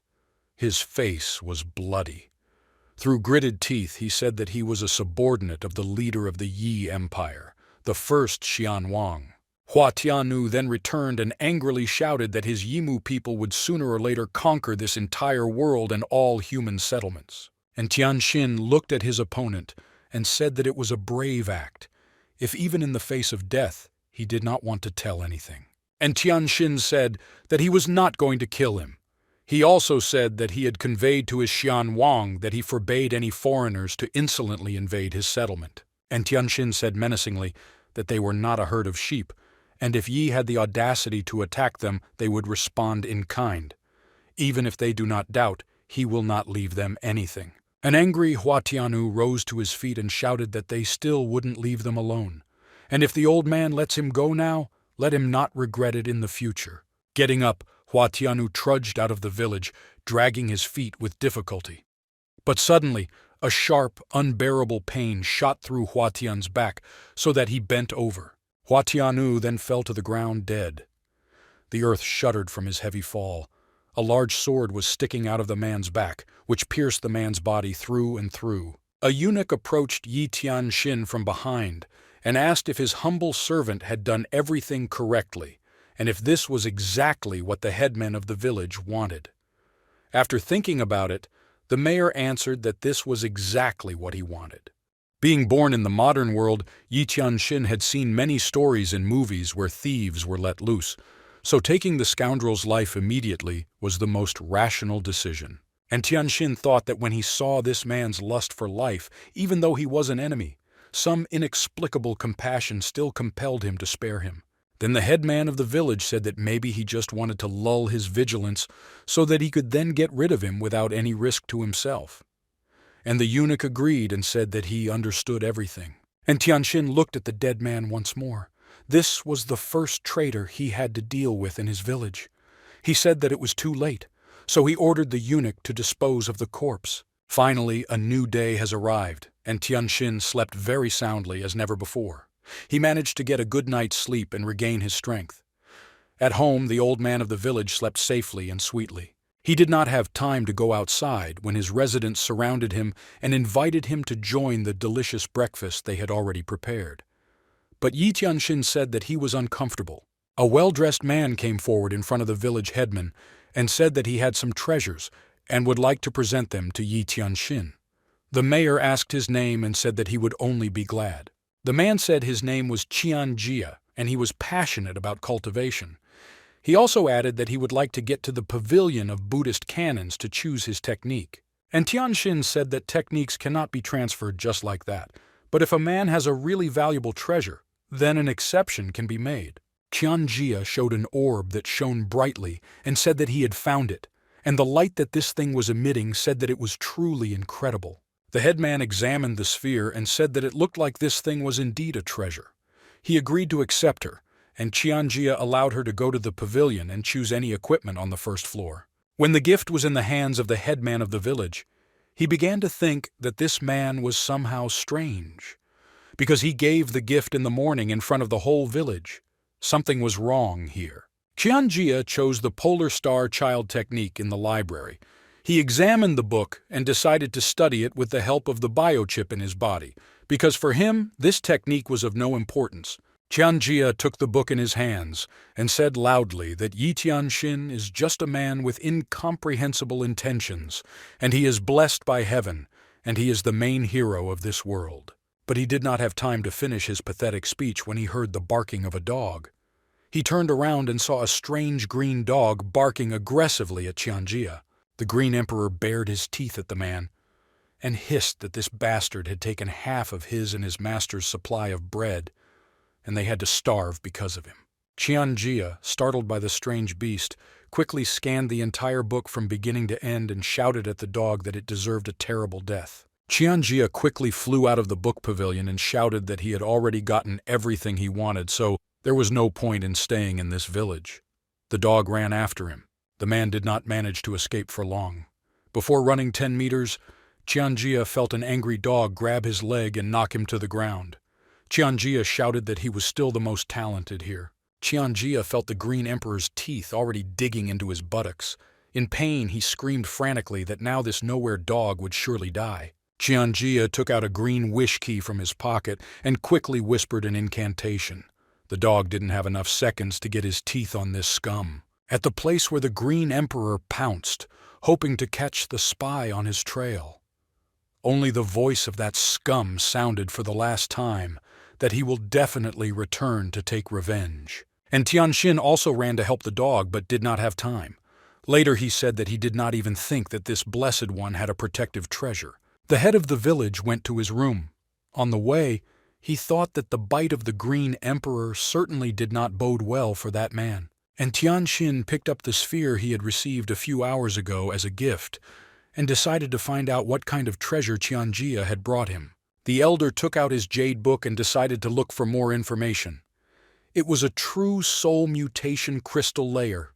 He could absorb many souls and then connect with the biochip.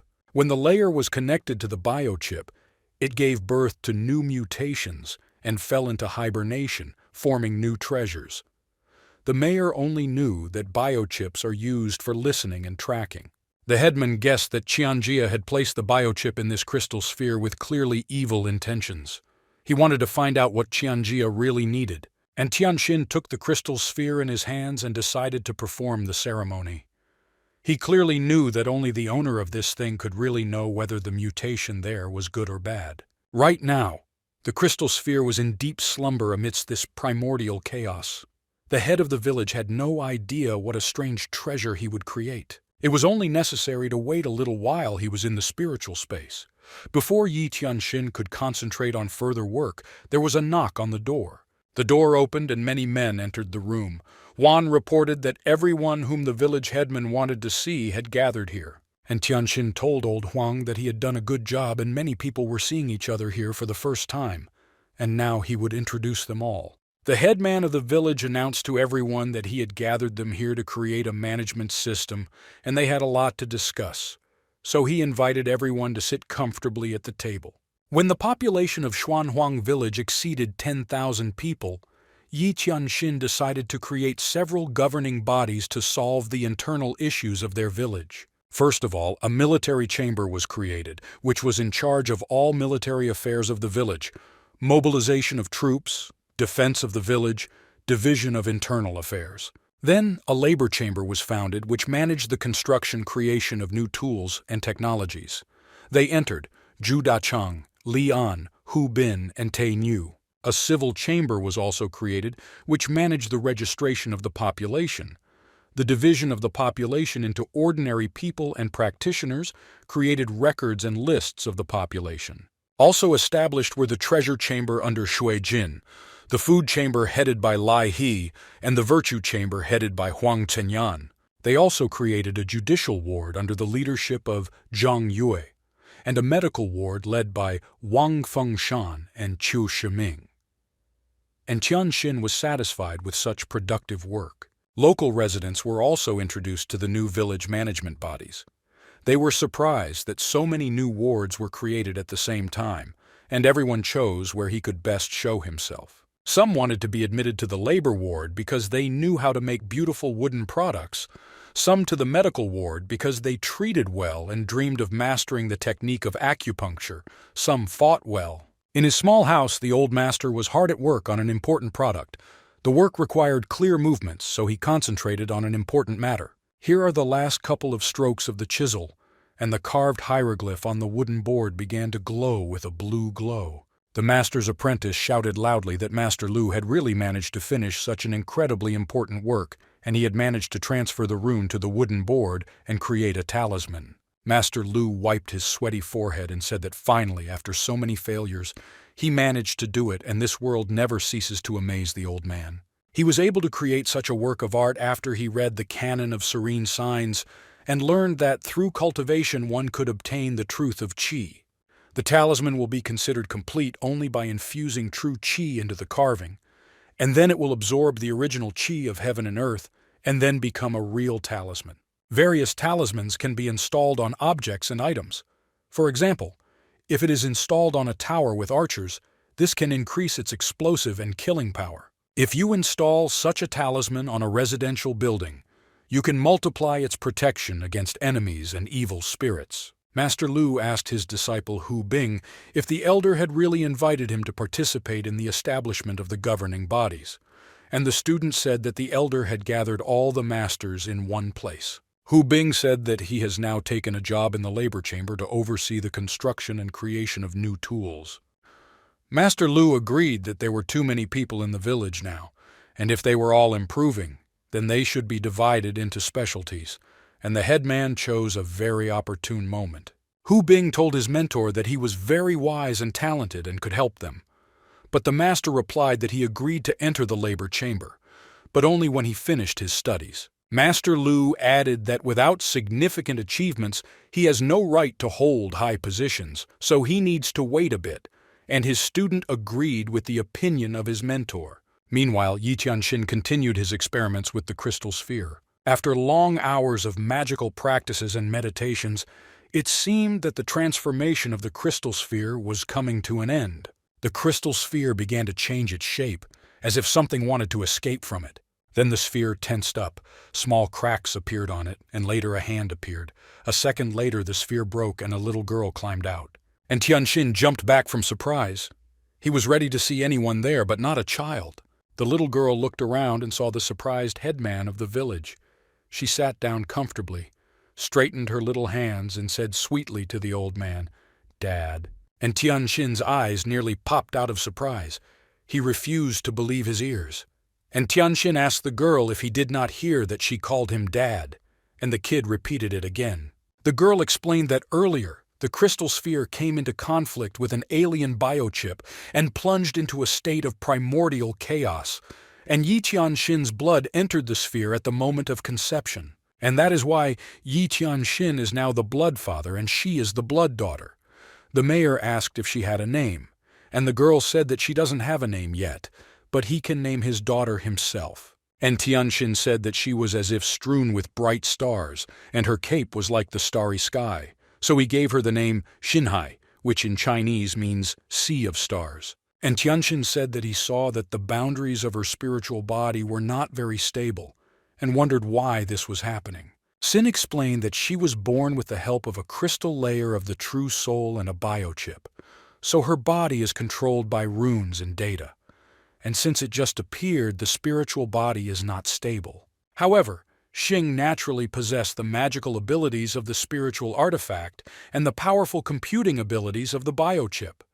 As she continues to grow, so do her magical abilities. And Tianxin asked the girl what abilities she had at this time.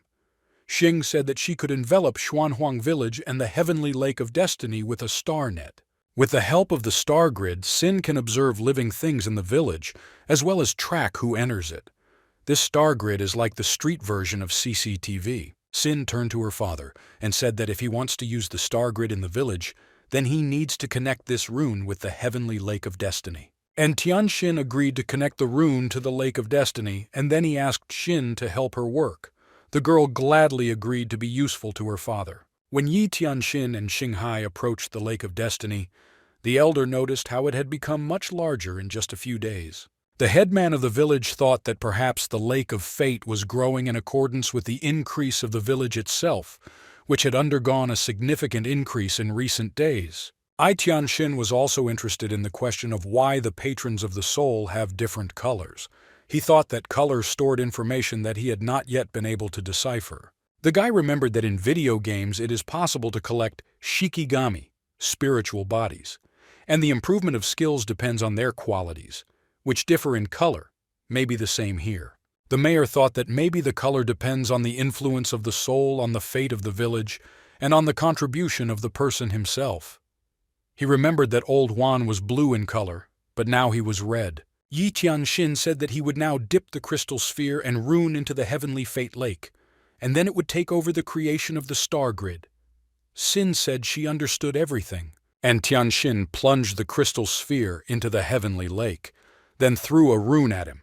Part of his work was done, then it was Sinhai's job. The fate carp swam to the crystal sphere and the transformation process began. At the same time, Xinghai, thanks to her abilities, formed a star grid in the form of a large protective sphere over Xuanhuang village. Xinhai turned to her father and said that the star grid had already covered the entire village, but no one could see it except him. And Tianxin said that it was an excellent job. In the future, he planned to create a citizen's card for personal identification in order to consolidate the information of the population of the village. And Tianxin continued that when the time comes, a database and computing power will be needed to create an access control system, and this will already be the work of Sinhai. Meanwhile, under the whips and oppression of foreigners, Chun Shun and Wu Guang were preparing a popular uprising in the Central Plain to rewrite history forever. The men waited for the dark night when they would all be allowed to go to rest. Tired and exhausted, they returned to work again all day tomorrow under the scorching sun. Chen Shen said that he contacted everyone who was ready to fight back and asked if he had managed to get the sleeping pills. Guan said that he got sleeping pills and even came up with an escape plan. The man said that he had convinced the men to build the southwest corner of the wall out of rotten wood, and when the time came, they would be able to escape by punching a hole there. The man also added that he managed to damage the bottom of the cage with a stone, so that a gap formed there. Therefore, the matter remained to eliminate the foreigners, steal the key, and free the women. Chen Shun said that it was a great plan, and once they managed to get out, he promised to wreak havoc in this military camp and take revenge on them all.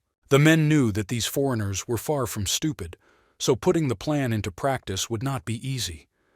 Guan told him not to worry, because he had already found a fighter for justice. This fighter for justice was called Wang Kai.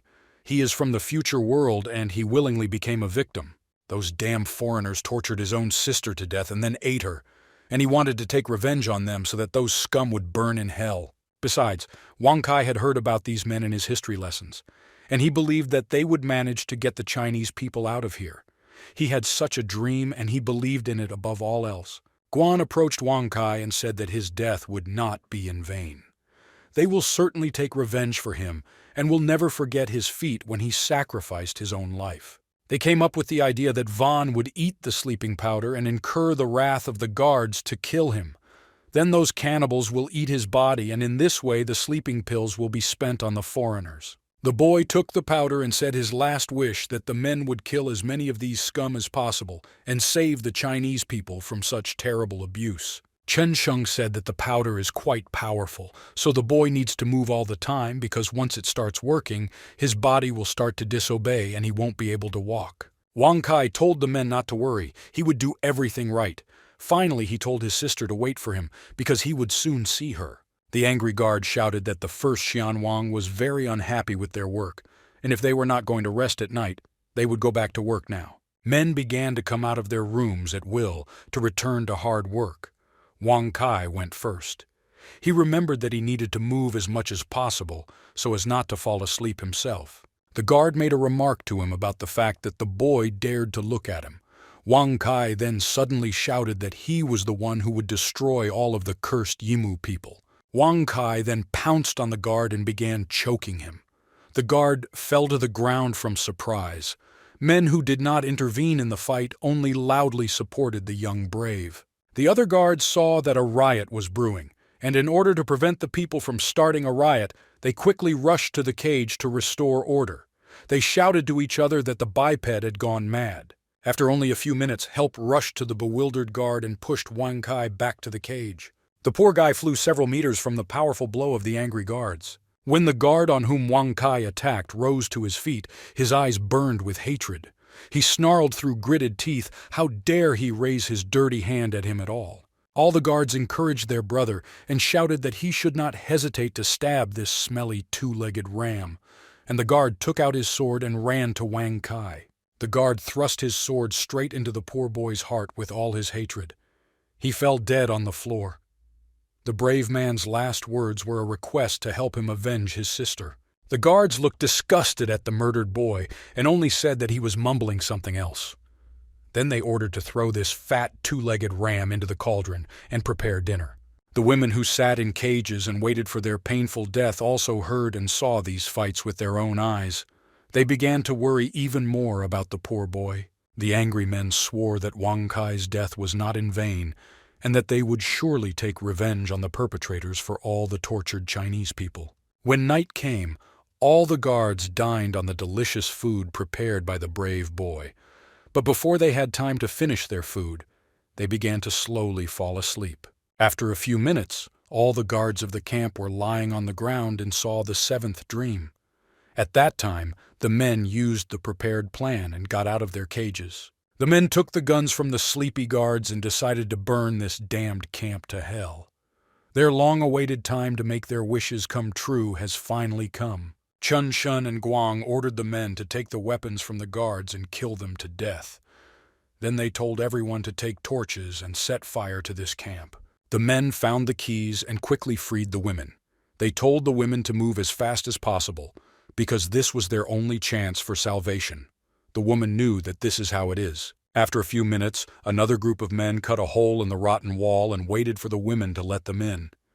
Everyone was ordered to move as quickly and inconspicuously as possible. One guard, who was on a high tower and had not yet had time to treat himself to a delicious dinner, noticed how the prisoners made an escape. He was not confused and started blowing the bugle. Surprised, the first Xian Wang came out of his tent and shouted who dared to wake His Highness in the middle of the night. But the first thing he saw were his soldiers killed and a raging fire that covered more and more territory. An angry first Xian Wang rehearsed that he had the power to kill all the fugitives immediately. He shouted how those damned two-legged rams dared to set fire to his camp. The soldiers of the Emu people immediately rushed to carry out the order of their master. Xian Wang shouted to them in the race not to take prisoners but to catch up and kill everyone. He wanted to see their corpses. Chen Shen and Guang noticed that they were already being chased. They asked if any of the people remained in the camp, and found out that everyone managed to get out with the fugitives. The men decided that they needed to split up in order to split up the pursuit force as well. They said goodbye and wished each other luck. The military decided to catch up with the fugitives on horseback, so they will have a significant advantage in speed. The commander-in-chief gave orders to his subordinates not to leave anyone alive. One of the wards said something incomprehensible, and the commander himself almost killed him out of anger. Here it was necessary to catch up with the fugitives. Here the one with his remarks. Enraged, Xian Wang sat in his tent and couldn't figure out how these rams dared to run away. He said that it was necessary to finish them all from the beginning. He then asked the shaman if there was any news from Hua Tianyu, and the shaman replied that they had not received anything from him for several days. Most likely he had been exposed and killed. Xian Wang almost went mad with rage. He did not expect to hear such an answer, because with the help of his spy, he hoped to expand his possessions and capture more two-legged people. He had no idea that it would be so problematic.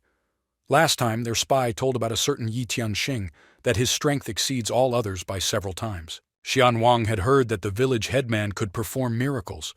He constantly thought about this boy and wondered how strong he was. Xian Wang knew that one day they would have to meet. The village headman decided that the time had come to occupy himself with important matters, and he headed for the book pavilion. And Qian Xing picked up a very interesting book about talismans. It was a talisman compendium that covered much of the relationship between talismans and the prohibitions that could be set with various talismans. The most important among the talismans were future flame talisman, ice talisman, sound talisman, war talisman, and copying talisman. A number of such talismans belong to the group of attack talismans, such as the talisman of the future flame. Although they were very powerful, they were not suitable for creating citizen cards. For such a purpose, it would be best to look for a talisman, a carrier of information. Judging by the information that I managed to find, it was not difficult for Yi Tianxin to create such a talisman. The talisman could change depending on the information about its owner. This would help create a short for each inhabitant of Xuanhuang village. However, there are several difficulties in making a citizen's card. Firstly, ordinary materials will not be suitable for their manufacture, because they cannot withstand its power. The book recommended using the bones of wild animals after cleaning to create cards. They are not as hard as iron, and besides, they contain spiritual energy. The main thing is that you will need a lot of dice because you also need to make a lot of cards. But for such a long period of hunting, the inhabitants had to accumulate a sufficient number of bones of wild animals. Earlier, Yi Tianxin managed to find the melting furnace of natural disaster. It should be suitable for melting the bones of wild animals.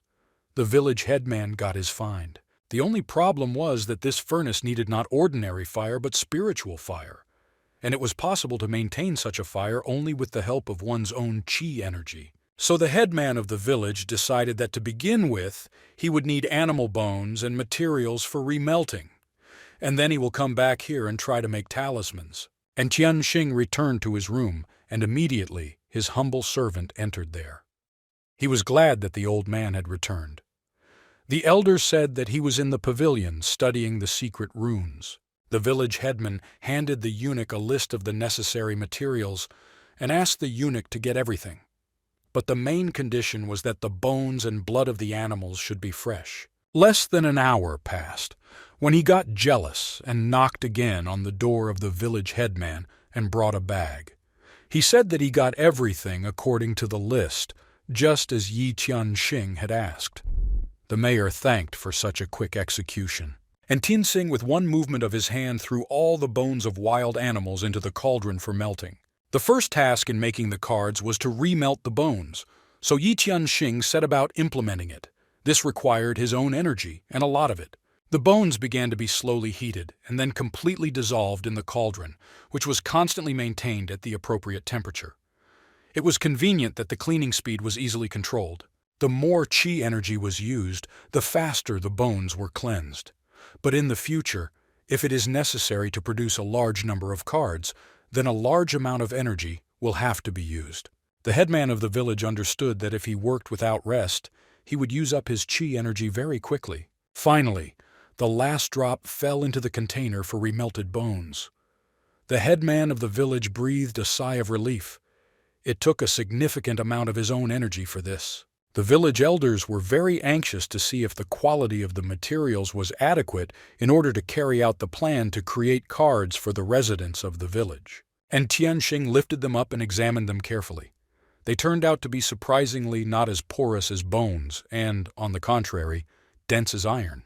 The village headman raised one copy high. He was really impressive, and Tianxing was pleased with this result. In addition, they were quite plastic. It was not so easy to damage them. In short, the bones of wild animals were perfect as a starting material. Now it remains to do the engraving. Frightened people quickly ran away from some animals. Some shouted for people to run faster. They were already catching up. Some compared these monsters to wolves, some to bears. One man who was running in the first rows noticed a valley ahead. He shouted to his comrades that they might be able to hide there. They will also see smoke from the fire. It was a good omen because people can use fire, and that means they have a chance for salvation. Maybe someone will help them. Sentinels on the high archer tower noticed people approaching the village. They reported this to their boss, Wang Dahu. Wang Dahu also looked carefully in that direction and said that it was indeed so, and these people were rapidly approaching from the direction of the entrance to the valley. People ran as fast as they could and shouted loudly for someone to help them. They hoped that someone would hear them and save them from certain death. Wang Dahu ordered his soldiers to immediately open the gates and sound the alarm. Also, that they must gather all the soldiers as soon as possible. They ran to carry out the order of their boss. One of the guards told Wang Da that someone was chasing the people. They were some terrible wild beasts. The soldiers had never seen such before this day. An alarm was declared in the village of Xuanhuang. All the inhabitants of the village heard this. The Yang brothers realized that they were being attacked, so they immediately decided to go to the rescue and demonstrate their techniques. The eunuch came to his master to tell that an alarm had been declared in the village, and Tianxing said that he would immediately leave to see for himself what had happened there. On the tower, Wang Dahu and the watchman had already managed to examine the wild beasts. They saw that the beasts had snow-white skin, fierce faces, and it looked like they would not be easy to deal with. And Tianxing ran to the tower and asked Wang Dahu what happened here. Dahu replied that the headman of the village would personally look and assess the situation. A large crowd of people from beyond their valley was approaching them, and judging by their appearance, these people had to experience terrible things. In addition, these people were chased by unusual, terrible beasts, which were radically different from those they had seen before. And Tianxing replied that he could see everything perfectly, and that the frightened people were being chased by ice werewolves. The headman of the village ordered Wang Dahu to quickly go to the gate and ensure the safety of all the frightened villagers who were running for rescue. Dahu replied that he would do anything. General Yang and his army came to help. The mayor ordered him to send soldiers to guard the wall. They have to stop the wild animals that were chasing people. General Yang ordered his sons to divide into 2 squads and defend the wall from 2 sides.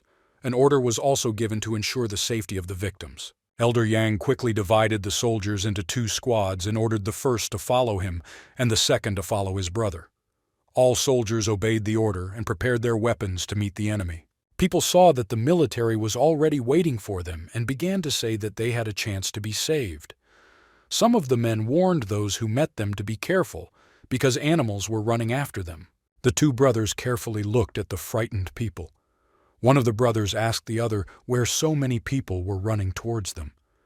The other also did not know from where, but he knew that they had definitely been running away for a long time. Finally, after so many wanderings, people ran into the open gate.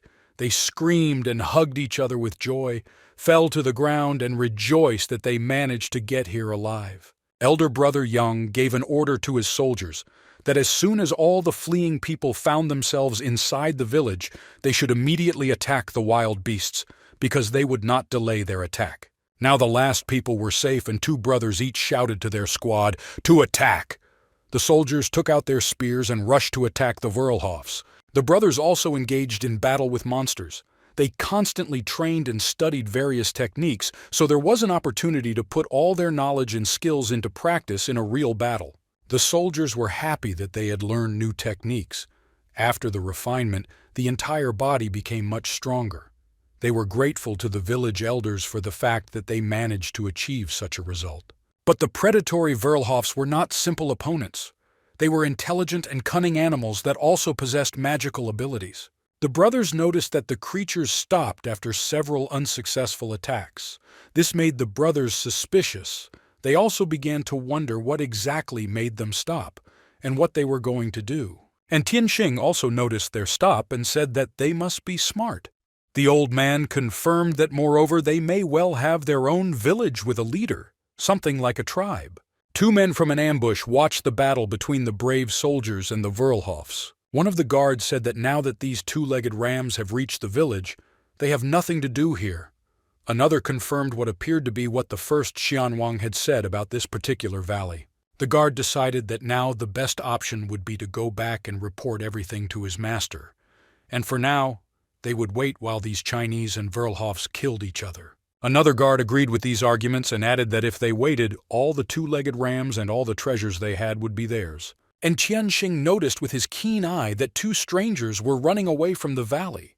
Then he thought what exactly they had forgotten here, and guessed that they must have been chasing the refugees. The Verlhofs stood for a while, and then applied some technique, and their bodies began to transform. Bare torsos that could easily be hit by weapons began to be covered by protection. Van Dahu was very surprised and said that these monsters make ice armor out of thin air.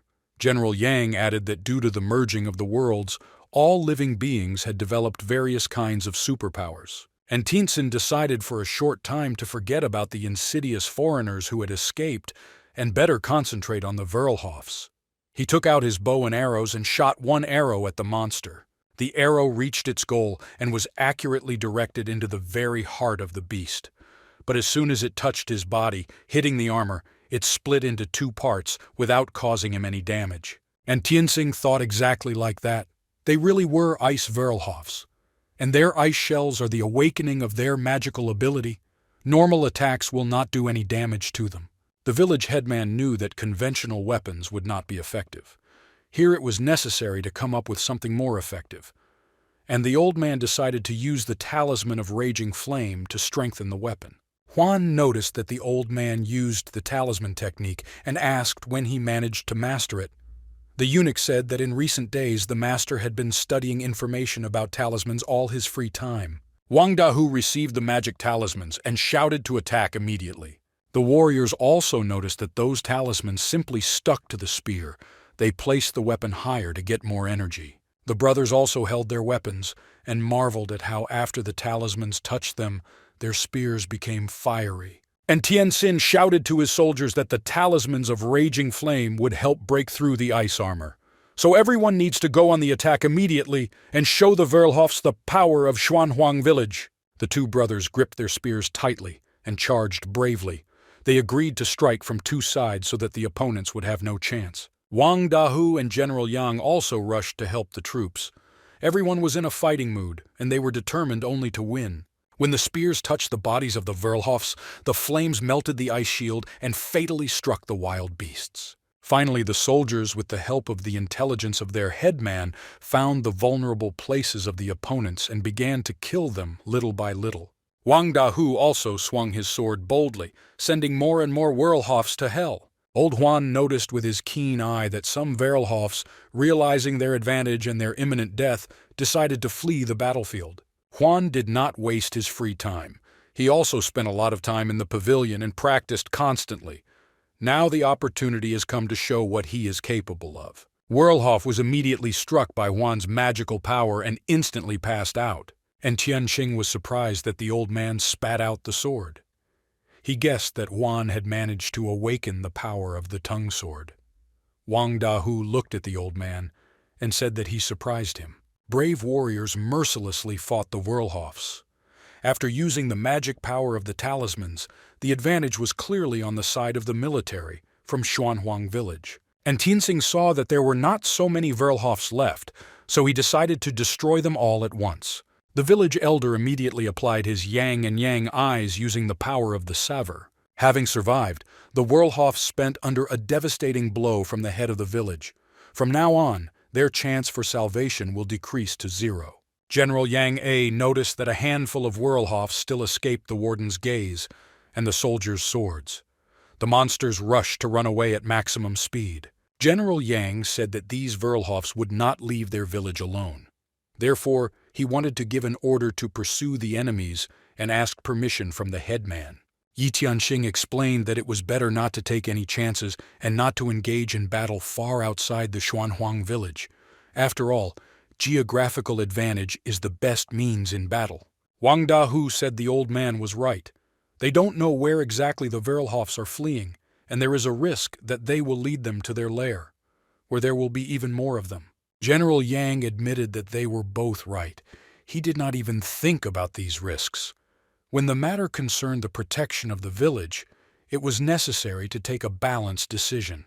And Tianxing told Huang that they needed to go to the fugitives and interview them. In the end, they have to find out what really happened there. The village headman told Huan that it looked like these people were being chased not only by the Whirlhoffs, but also by foreigners.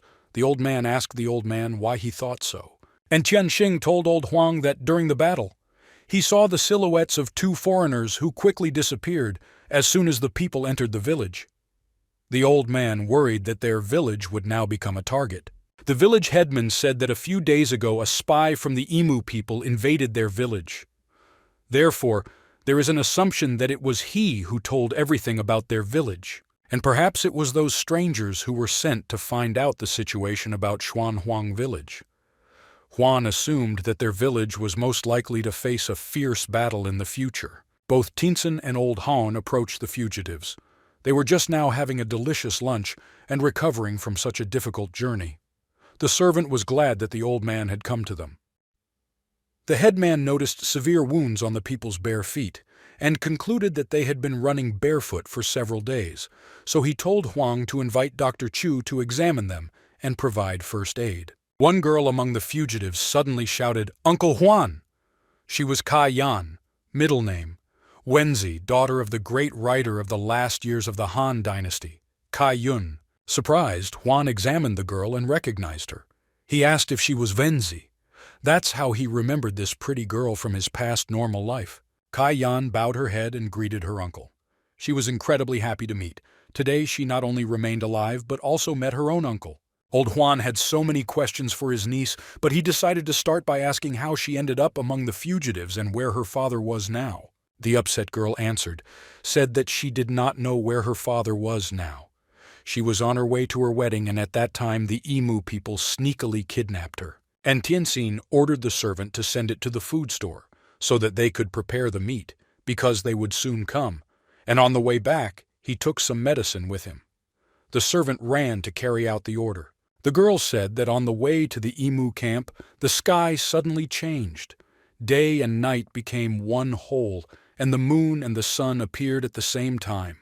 All people were plunged into darkness. The girl then entered this world with an army of Emu people, and was imprisoned until she escaped with the others.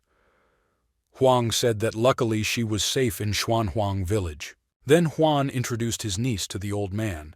He said that if it weren't for him, the old man would have gone to his ancestors a long time ago. And Tianxing frowned and said that Huang was exaggerating. Kai Yan sincerely thanked the old man for saving her uncle, and the old man answered that in this world of chaos they are all brothers and sisters, and survival is real only if they unite. Kai Yan is the daughter of an influential man, Kai Yun. She is incredibly talented in literature, music, calligraphy, and many other things. The guy had only seen her in games before, but she's prettier in real life. The girl thought to herself that the village headman was too young, but Kai Yan said in her voice that she admires his leadership qualities and courage. A cute smile appeared on the old man's face. He said he was pleased with the compliment. The girl said he could just call her Wenzi. And Tinsen kept his eyes on the beautiful beauty and agreed to call her exactly as she asked. Old Han also noticed these looks with which the newlyweds looked at each other. Then the old man revealed that a girl in 1,000 can have a beautiful appearance and incredible talents, such as her niece. And his elder is the most outstanding person in this world. The headman of the village looked at old Huan and asked if he was courting them, and Huan replied that it was just a matter of opinion. The girl was also surprised by such frankness of the uncle. Then old Huan and the headman of the village asked the young girl how they managed to escape. The girl replied that Chen Shen and Yi Guang staged an uprising in the camp a few days ago. Taking advantage of the commotion, they managed to escape, but since it was dark, they did not know which way to run. Chen Sheng and Yi Guang are the first in the history of China who boldly declared that power belongs not only to the highest ranks, but also to the common people. The mayor knew about them quite well. That girl continued. When it dawned, they continued to run, hoping to see some village. And a miracle happened. They stumbled upon Xuanhuang village by chance. Wenzi said that the Yi people treated people with disdain. They contemptuously called them two-legged rams and even used people for food. The mayor was shocked. The girl also said that men were forced to work until they lost consciousness, and women suffered from grief. The women were not only humiliated, but also forced to have fun with the first Xian Wang. None of the girls survived after going to the executioner in the tent. The head of the village asked if she knew the name of the first Xian Wang, and the young girl answered that his name was Liu Bao. Liu Bao was the leader of the southern Huns during the Han dynasty. He was always cruel and belligerent. At the same time, he was strong and ambitious. He never missed his opportunities. Huang said that if Liu Bao really paid attention to their village, then they needed to thoroughly prepare for battle. The headman said that as long as their soldiers are improving, then you cannot be afraid. But the old man was born in the era of the latest technologies, and he had no experience in major battles. So they decided to consult with General Yang. They invited him to a meeting. The headman said that the Aimu people are near their village and are preparing to attack them as soon as possible. The mayor has already studied the topography of the area and has some idea and would like to consult with the general. The elder investigated that there was only one entrance to the valley, and it looked like a cleft in the rock. He believed that if you block the entrance with a boulder, then it will be much more difficult for the enemy to get here. Moreover, the army of the Imu people is strong in archery on horseback, and such a barrier will greatly limit their movement. General Yan said that although this method is simple, it is very effective. The headman of the village said that his idea was only to leave the opponent without an advantage on the battlefield. After the enemy will be deprived of a significant advantage, the honor of leading the campaign was given to General Yan. All this time, the young beauty listened to men's ideas and proposals from the sidelines. The village headman appeared to the beauty as a very talented leader who is concerned about the safety of the population. After Yi Qianxing had arranged everything for the comfortable stay of Kai Yan and the other settlers, he proceeded to carry out the plan, expecting an attack from the outsiders. The commander of the military unit of the Imu people inspected the damaged camp. He wondered aloud how much sleeping pills the two-legged rams had used to burn their people alive. The losses after the escape of the prisoners were calculated, and Xianwan was told that they had lost 3 barracks, 3,000 dans of provisions, 1,500 soldiers killed and wounded. Xianwan did not want to hear any more. Xianwan was just raging with rage. He asked the subject how many two-legged rams he managed to destroy. He replied that most of the men had been killed with bows or torn apart by wild animals. As for the women, they all committed suicide, not wanting to be captured again. Xianwan shouted angrily that they were all only worthy of death. Another soldier ran up and reported that some of the two-legged rams had fled to the valley where the village is located. There is fertile land and clean water. This is exactly the place that the owner was looking for. Xianwan returned and said angrily that it was good news that the soldiers had managed to find both the valley and the village. Xianwan ordered soup made from the dead two-legged rams, and everyone prepared to depart. Soon, they will begin their victorious offensive. The soldier ran to carry out the order. The shaman said that the heavens burned their camp so that they would receive news of the valley. Therefore, their emu people will certainly survive for many more generations. Xianwan was delighted at this conclusion. It was heaven that sent them a gift, and they will certainly capture the village and make all foreigners their slaves. The shaman said that they don't know what powers their enemy has, so they have to be very careful, but Xianwan only laughed loudly in response. The first Xianwan said that what kind of powers could a small village possess? Tens of thousands of soldiers are in his hands, and they are all brave and unsurpassed in the art of war. That is why the whole world should be afraid of them. This time, Xianwan will personally lead his army on a campaign and raze that cursed village to the ground. In the camp of the Huns, an order was announced for everyone to prepare for departure.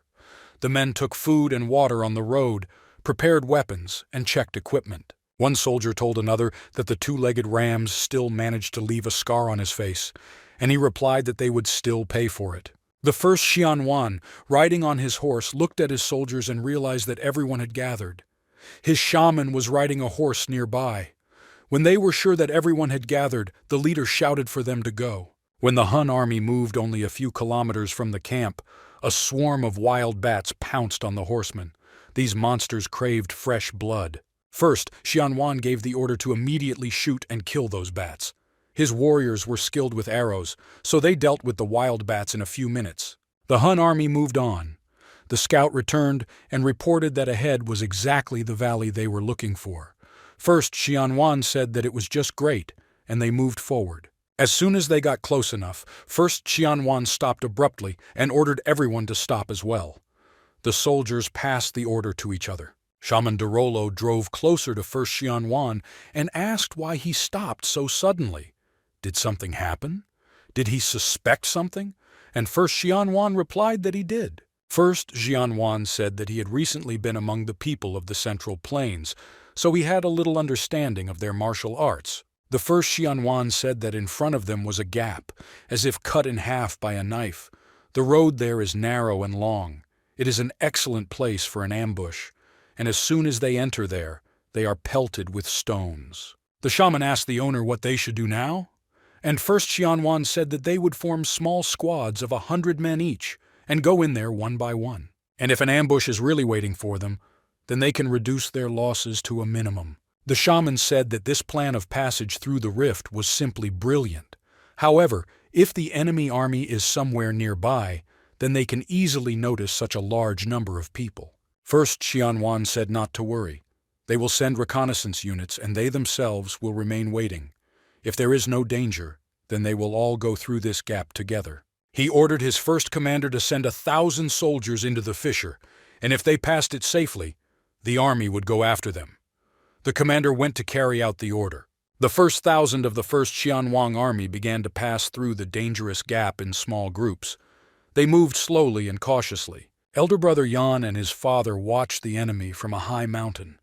He said that first Xianwan only sent 1,000 soldiers because he was afraid that he would be ambushed. General Yang agreed that the enemy was cunning enough, but the headman of the village thought everything in advance, and the enemy will not be able to figure out his plan. The scout reported that the detachments had passed through the gap without loss, so the road was completely safe. First Xianwan said that everything was fine, and they moved on. First, Xianwan unsheathed his sword and shouted loudly that the heavens themselves had given these lands to the Yi people, so they should accept such a precious gift. First, Xianwan yelled for the warriors to charge, to kill, rape, steal mercilessly, and enjoy it. They can do anything with two-legged rams. On the Tower of the Archers, the headman and his advisors watched the Hun army. Wang Dahu said that they were already approaching, and Juan noticed that their cavalry was overflowing with incredible power. The cavalry of the first Xianwan army raced at breakneck speed. They shouted and encouraged their warriors that they were allowed to kill and that they should avenge their destroyed camp. But a small surprise was waiting for them from the residents of the village.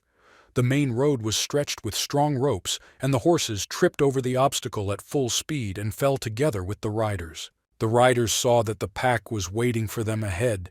They told each other about the danger, but the speed was so high that it was simply impossible to stop the horses quickly. Therefore, all the first riders were trapped and fell to the ground. But the surprise did not end there. As soon as the warriors were on the ground, they felt that it was too soft and at the same moment began to fall down. They almost died right there. The first quickly told the main army that there was a trap. Solid tiers were waiting for uninvited guests. The shaman Dorolo turned to his master and said that the cursed villagers had set a trap for them, and what should they do now? First Xianwan said there was no need to panic. They would just bury them. Wang Dahu was glad that the pits left behind by the digger came in handy. Old Huang took a closer look at the actions of his opponents and said that they wanted to bury them. The village headman mentally praised his enemy for his good idea. It was quite reasonable. Although, on the other hand, they will thereby bring order to their valley. The army of the first Xianwang worked harmoniously and quickly. It was clear that they would spend much of their lives at war. After a few minutes, they built a defensive line. The head of the village was also waiting for this very moment. He quickly ordered Da to signal General Yang's army to block his retreat. Elder brother Yang approached his father and said that the brave Yi had given them a signal. The general ordered his soldiers to start throwing stones. At the same moment, thousands of stones flew towards the cleft. After a few minutes, the entire crevasse was filled with stones. Shaman Doloro turned back and saw how the road was covered with stones. He got scared and shouted loudly what was the matter. One of the commanders ran up to First Xianwang and reported that their entire army was trapped. He asked in surprise and turned back to see for himself. The shaman told his master that these cursed villagers had prepared well and were thinking of killing them all at once. First Xianwan said that this was not nearly enough to get rid of him. The shaman asked if First Xianwang had any ideas, and he answered that they would not get close to them because of the pits, and they were not going to surrender without a fight since they had already found the valley. The first Xianwan asked his soldiers if his mighty army of many thousands was frightened by some poor village, and he gave the order to deploy his military camp here. The encouraged warriors shouted loudly that they were invincible and began to set up camp. Dahu said that as they had predicted, the Imu people did not mindlessly attack the village and decided to break camp. They admired Liu Bao, who kept his composure in such a hopeless situation. The headman of the village knew that despite the number of their soldiers, the Yimu army was waiting for even more traps from them, which is why they did not go forward. The headman gave an order to Da to put people on the walls, to keep watch 24 hours a day, and to report all changes. Dahu said he accepted the order. The headman knew that with such an enemy, one had to be very cunning and avoid direct confrontations, so they would watch and wait. He wanted this place to become a nightmare for the Huns. Both Tianqing and Wenji went to the book pavilion. The elder handed the girl a book and said that nowadays they all need to improve in order to be able to protect themselves. Finding in oblivion was the best of the basic techniques, and it was suitable for anybody. So the old man was sure that it would also suit the young girl. Wenzi took the book, looked directly into the eyes of the young man and thanked him, because now she will be able to become much stronger. Wenzi asked Brother Yi if he had any ideas on how to confront the Yi people, and the old man answered that, of course, a good performance awaits them. And Tenzin himself constantly devoted all his free time to training and learning new techniques. He knew that thousands of his residents were counting on him, and he simply could not let them down. Who would have thought that he would be able to surpass the second tier of the Divine Sea Realm just as the enemy invaded them? Now he would be able to cultivate the chi of a true dragon. The people of Imu knew that they greatly exceeded that village in terms of numbers and combat experience, so they did not even care about victory. The soldiers were in no hurry to set up their camp, and Tenzin wondered what their enemies were doing. And Dahu replied that they were filling up the pits all the time, and apart from the fact that they were doing everything as slowly as possible, Dahu did not notice anything unusual. And Tenzin noted that all the hard work of the Huns was constantly dumped on the inhabitants of the central plain. Therefore, hard work is possible and it is not easy for them. That is why they do everything slowly. The village headman ordered Doc to continue his observation, and if he noticed anything unusual, to immediately report to the headman in person. Wang Dahu bowed his head and replied that he understood everything. Of course, they were the first to set up a tent for the first Xianwan. He settled comfortably there and had conversations with his shaman. The first Xianwan was looking into his magic mirror, and it was clear from his expression that he was not satisfied with something. The shaman asked what was bothering his master. The first Xianwan replied that he was troubled by these two-legged rams who were enjoying their time, and especially the women, who at that time should have been under him, and not laughing with the other Chinese at large. And what annoyed first Xianwang even more was that they were all eating and drinking plenty there, while the Yimu people had to be cold and undernourished because he did not expect to set up camp. The shaman suggested that this village is not as simple as it seems at first glance. Their plans are quite consistent, and their people do not need anything. Everything is reasonably arranged there. The first Xianwan shouted angrily that the small village could not stop his cavalry, so tomorrow they would finish filling up the pits and let's see who can do what. The first Xianwan agreed that they were acting quite cunningly. So all proper protective measures must be taken tonight, and tomorrow they will raze them to the ground. First Xianwan ordered the shaman to hand over to the guards that they would not abandon their duty and guard the camp in shifts. The shaman said that he would pass everything on and left the tent. And Tianxing knew that if he succeeded in cultivating the qi of a true dragon in the yin-yang meridians, then he would be able to confront his enemies more effectively. The head of the village trained tirelessly, and when he finally managed to make the yin and yang meridians take shape, he was overjoyed. So far, these meridians were quite fragile, and old age would have to support their formation with the help of qi energy and own blood. But the hardest part was over. After training, Yi Tianxing decided that the time had come to visit the Yi people. The elder looked at the starry sky. The moon was not so bright today, which directly affects visibility. An excellent opportunity for a surprise attack. And Tianxing went out to the porch of his apartment and asked General Yang if everything had been prepared in time. General Yang reported that everything was ready. Everyone is assembled, and you can move through the tunnel. General Yang reported that his eldest son would lead the men and the youngest would follow him. Among the inhabitants, there will also be those men who have awakened in themselves control over water. The two brothers were very determined. Today they were entrusted with a responsible mission. The elder brother said that they would go first, everyone else to keep close. Terrible Brain Jan told the men that whether they will defeat the Emu people today or not is entirely up to them. The mayor entrusted them with a responsible task, and he has no right to make a mistake. The men assured General Yan that they had been training all day and they would not be defeated today. He can fully count on them. The Jan brothers ordered the men to remove the stones and advance to the task.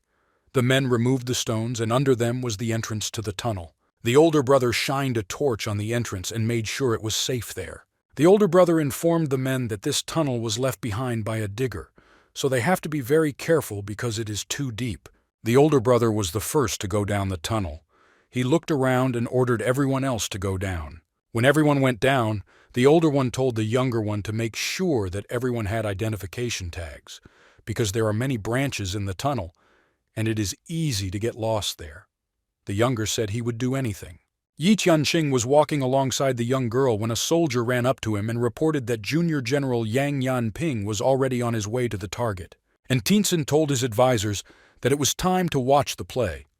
Wenzi wondered what they would see there, because it was very dark outside.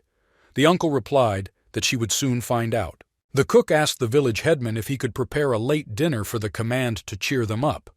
And the old man replied that of course it is possible, and that it is a good idea. The men moved cautiously through the dark tunnels.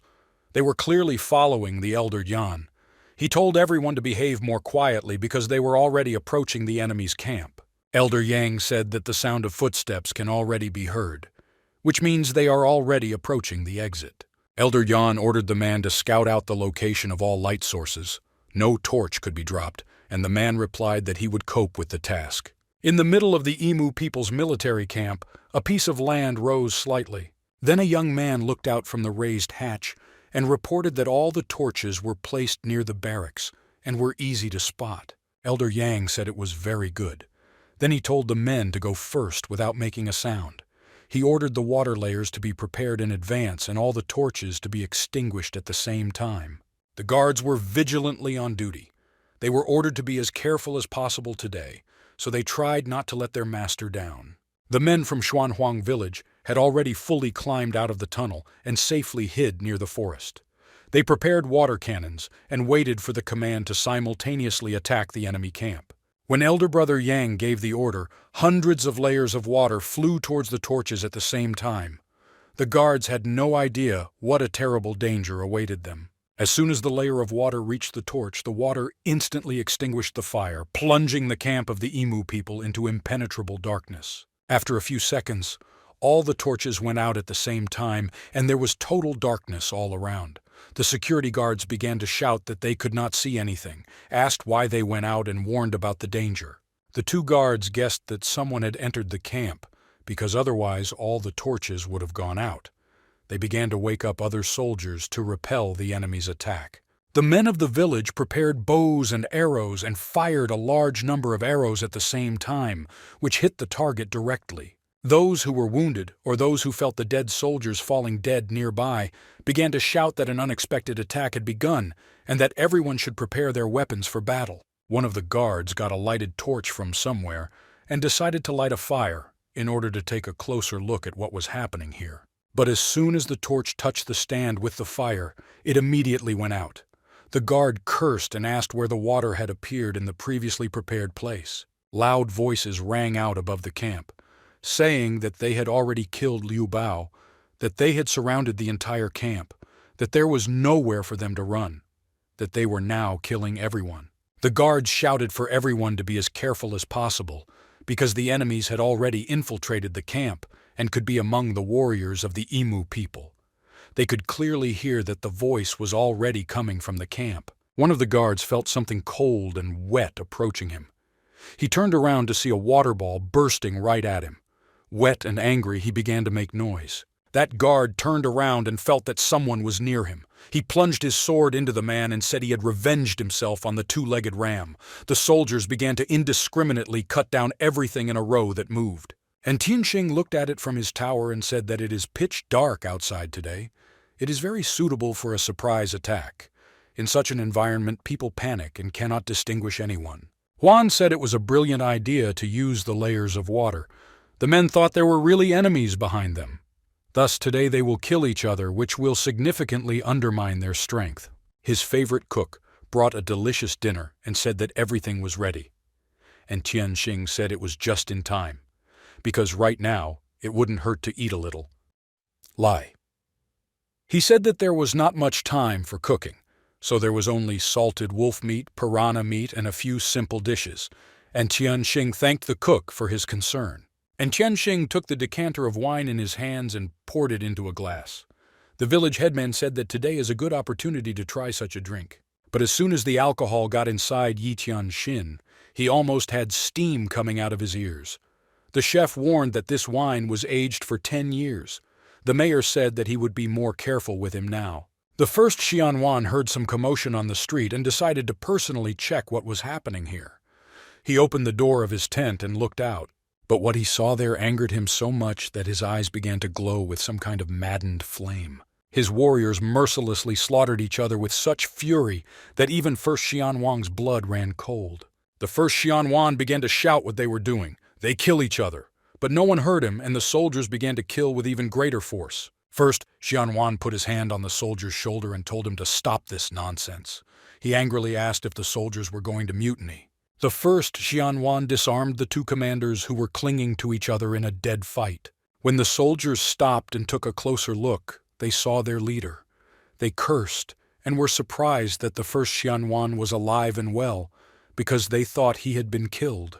The first Xianwan decided that simple shouting would not do the trick here, and began to cultivate his magical energy. The first Xianwan, who had the strength to be heard by everyone around him, shouted that he was ordering his soldiers to lay down their weapons. Suddenly, all the torches lit up with some kind of purple magic flame. When the light returned to the camp, The soldiers turned and saw what was happening in their camp. They began to look for dead two-legged rams with their eyes, but saw only their own soldiers. The men of the Emu people realized that they had been circled around the fingers. One of the villagers formed a ball of water and sent it to the fire to extinguish the damn fire. The people of the village realized that it would not be possible to put out the fire with ordinary layers of fire. Elder Brother Yang said that everything is fine. The enemy has already lost a large number of soldiers, and it is time for them to retreat.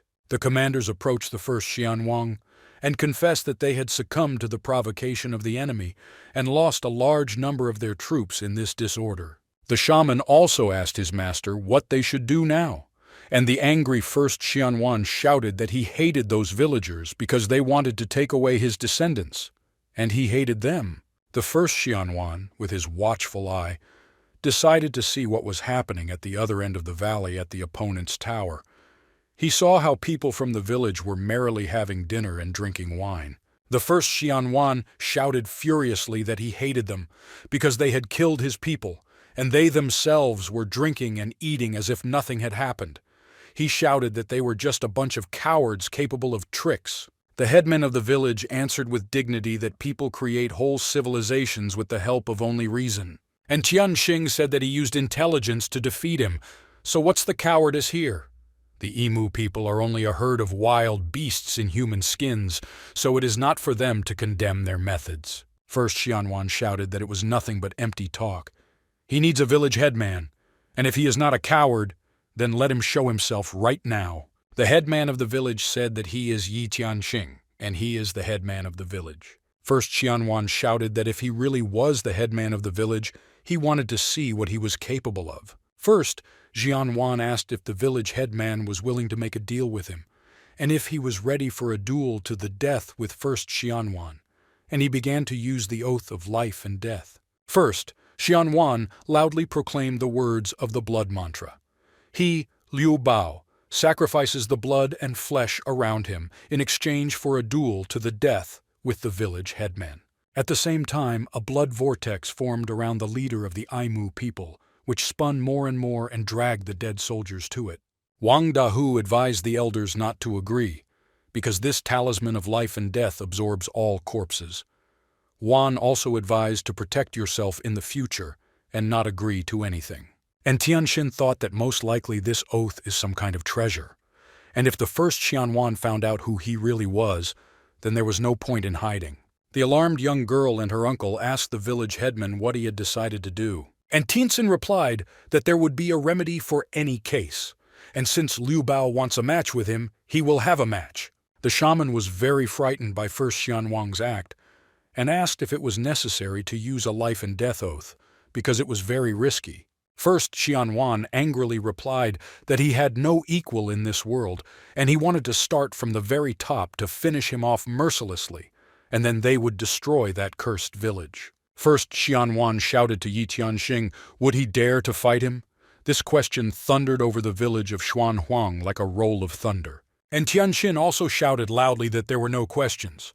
He accepts first Xianwang's challenge. Also, the brave headman of the village shouted at him that if he begged for his death like this, he would help him go to hell and take revenge for those whom he had tortured. First, Xianwang shouted that he would tear this two-legged ram into pieces and taste its meat.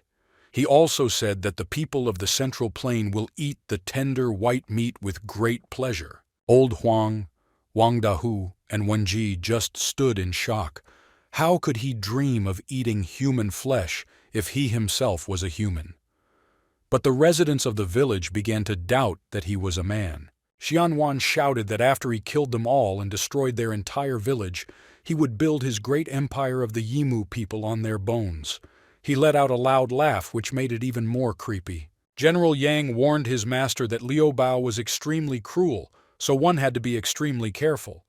Dahu added that he is very hardy. The mayor said he would take everything into consideration. Wenzi told Brother Yi that he was extremely careful because Liu Bao practiced various dark techniques.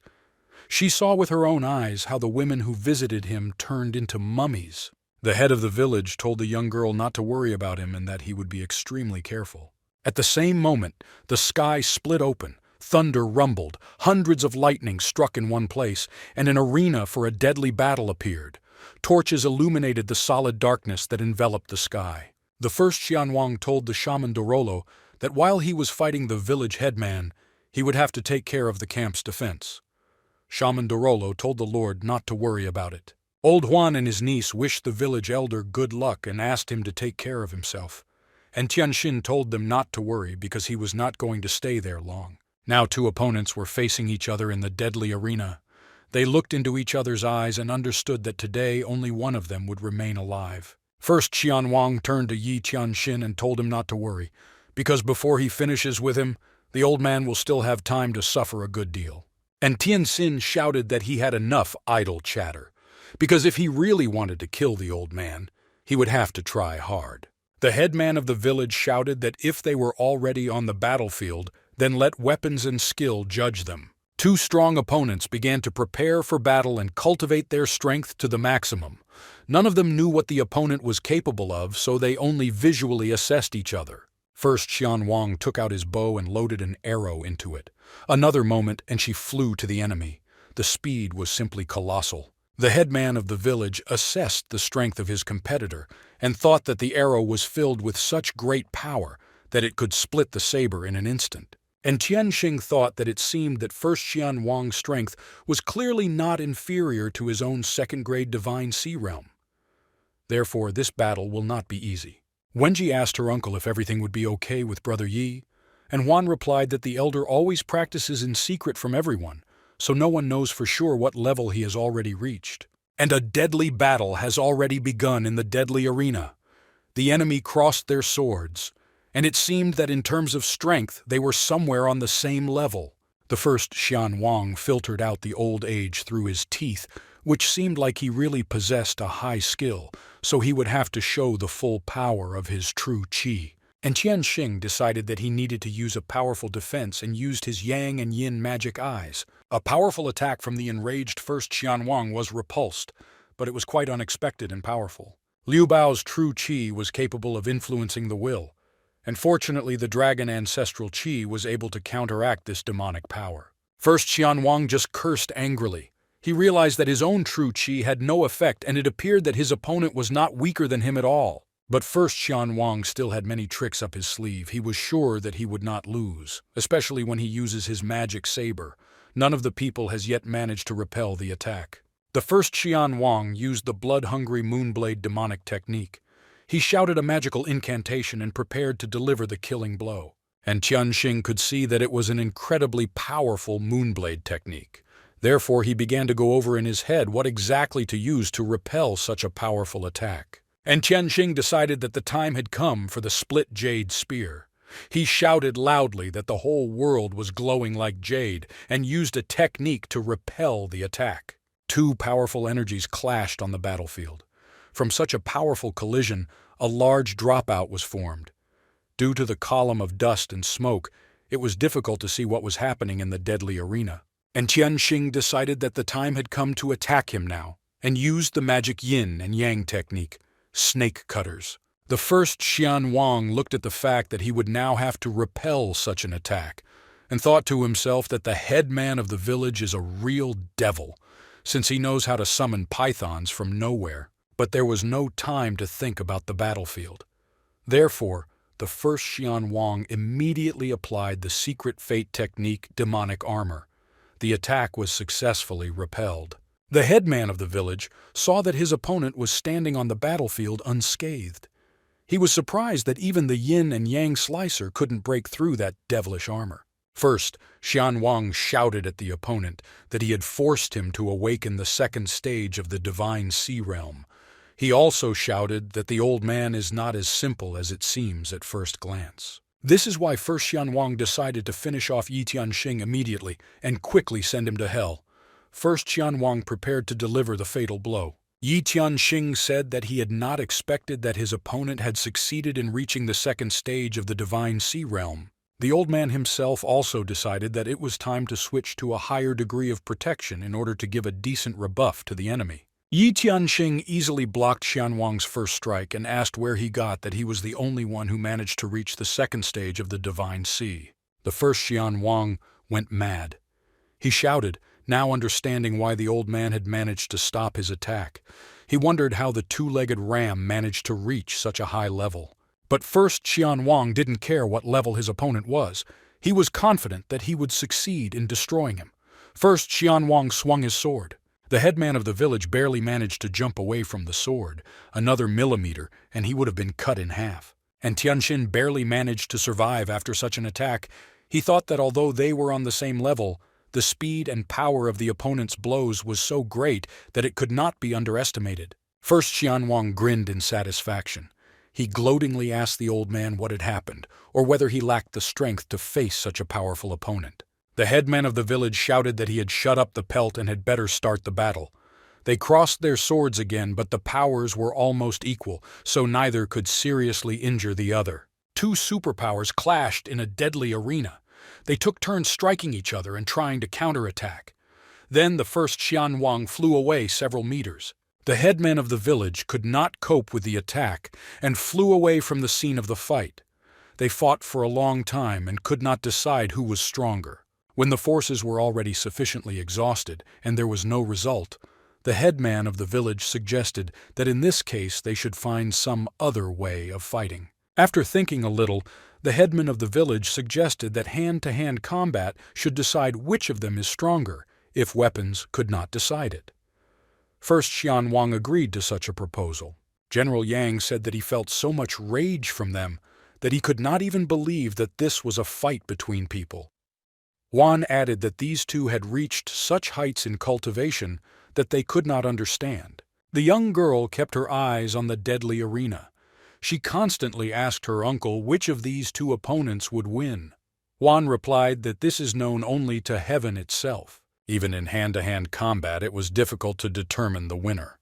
They successfully blocked attacks and inflicted new ones. First, Xianwang activated his demonic eye and launched another attack. The headman of the village barely managed to dodge the powerful flow of attacking energy. Then the village headman grabbed First Xianwang by the arm and threw him over his shoulder. He barely rose to his feet after falling and looked at his opponent. And Tianxing looked at the opponent, who had just risen to his feet, and was very surprised that after such a powerful blow, there was not a single scratch on his body. But before he had time to analyze why this happened, the first Xianwang delivered such a blow that the elder flew several meters away. He didn't have time to block the shot at all. The first Xianwang cultivated even more strength and shouted that with such super powerful armor, the elder's blows were nothing to him. First Xianwang delivered another old age blow, and that blow was 3 times stronger than the previous one. He laughed evilly and shouted that this time there would be nothing left of the two-legged ram. First Xianwang thought he had finally finished off his opponent and sent him to hell forever. A huge column of smoke and dust arose at the place of impact. The first Xianwang looked at the dust with satisfaction and was glad that he had finally finished with the old man, and there were no ashes left of him. He began to laugh angrily and loudly, but suddenly the headman of the village jumped out of the cloud of smoke.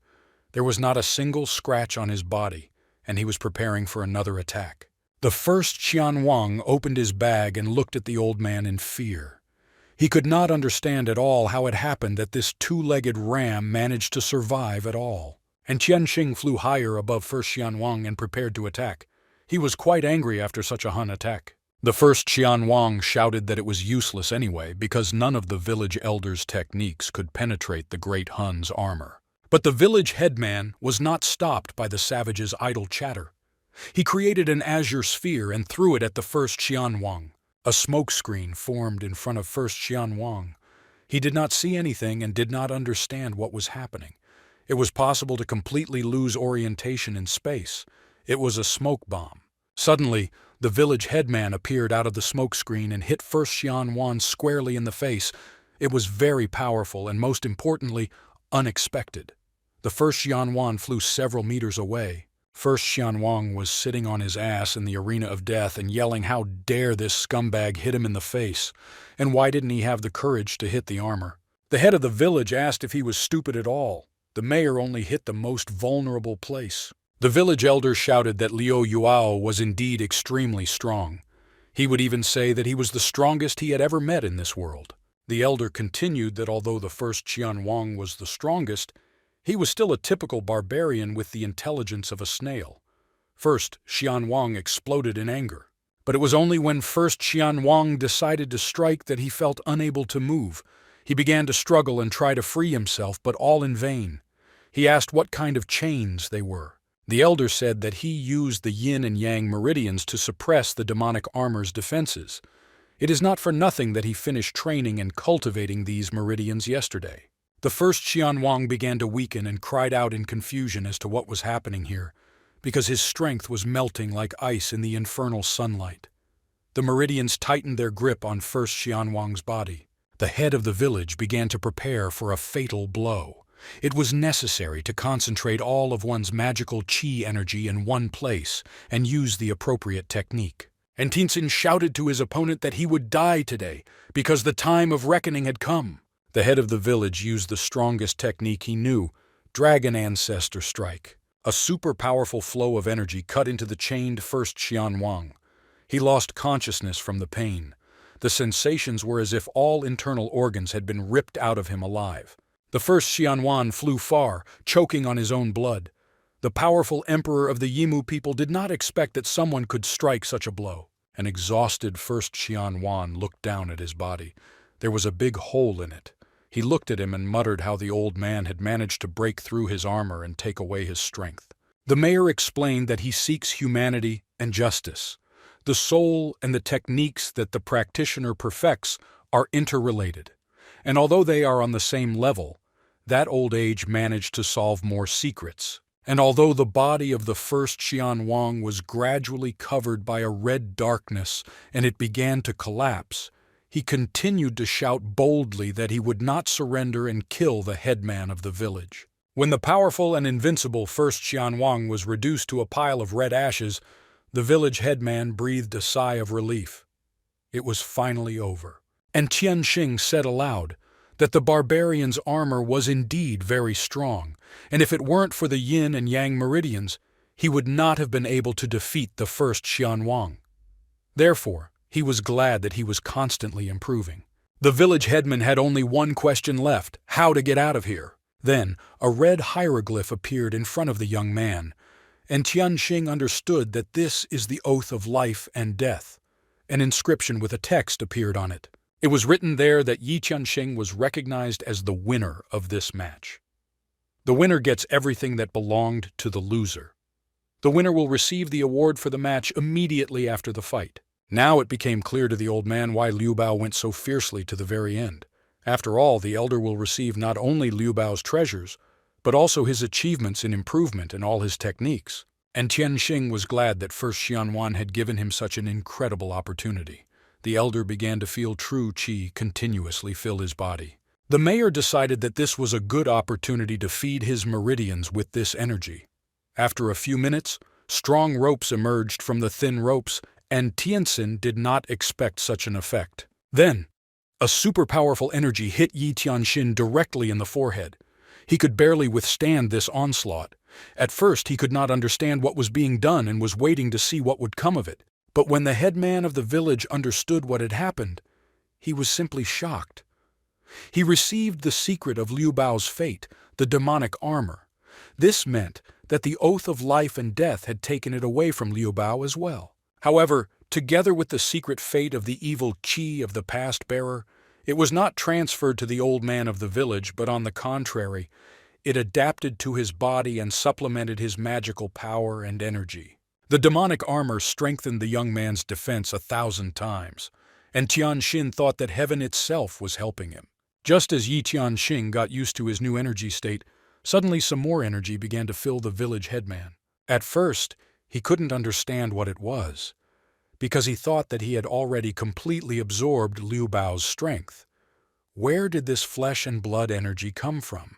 The headman of the village assumed that it belonged to the fighters of the Yimu people, and since there were a lot of inhabitants of the people, it began to fill the Yi Tianxin with incredibly large streams. At first, the young man enjoyed her quantity, but then he realized that there was too much of it, and it merged with his blood and flesh. The young man could not stand her quantity.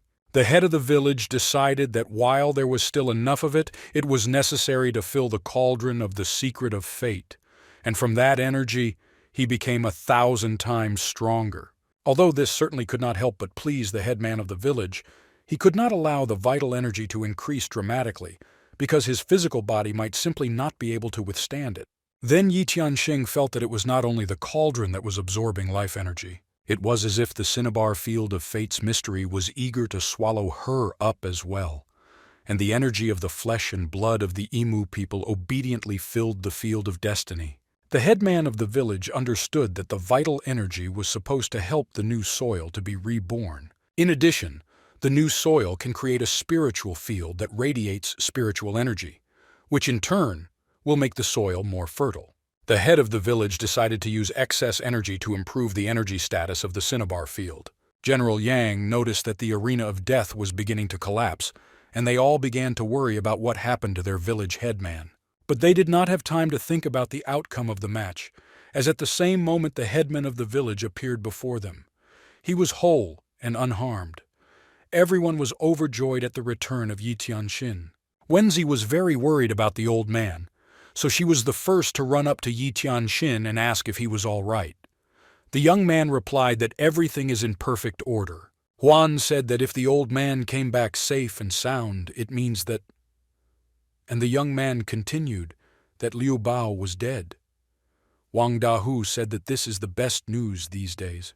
The shaman Dorolo noticed with his keen eye that Yi Tianxing had returned to his village, and that only meant that their master was dead. This did not fit into the shaman's mind. He shouted angrily that the village headman had taken away hope from the emu people, but their people would never live with the enemy under the same sky. The shaman pressed a button on his headdress and suddenly a device similar to a helicopter blade opened. They began to spin rapidly and lifted the shaman into the sky.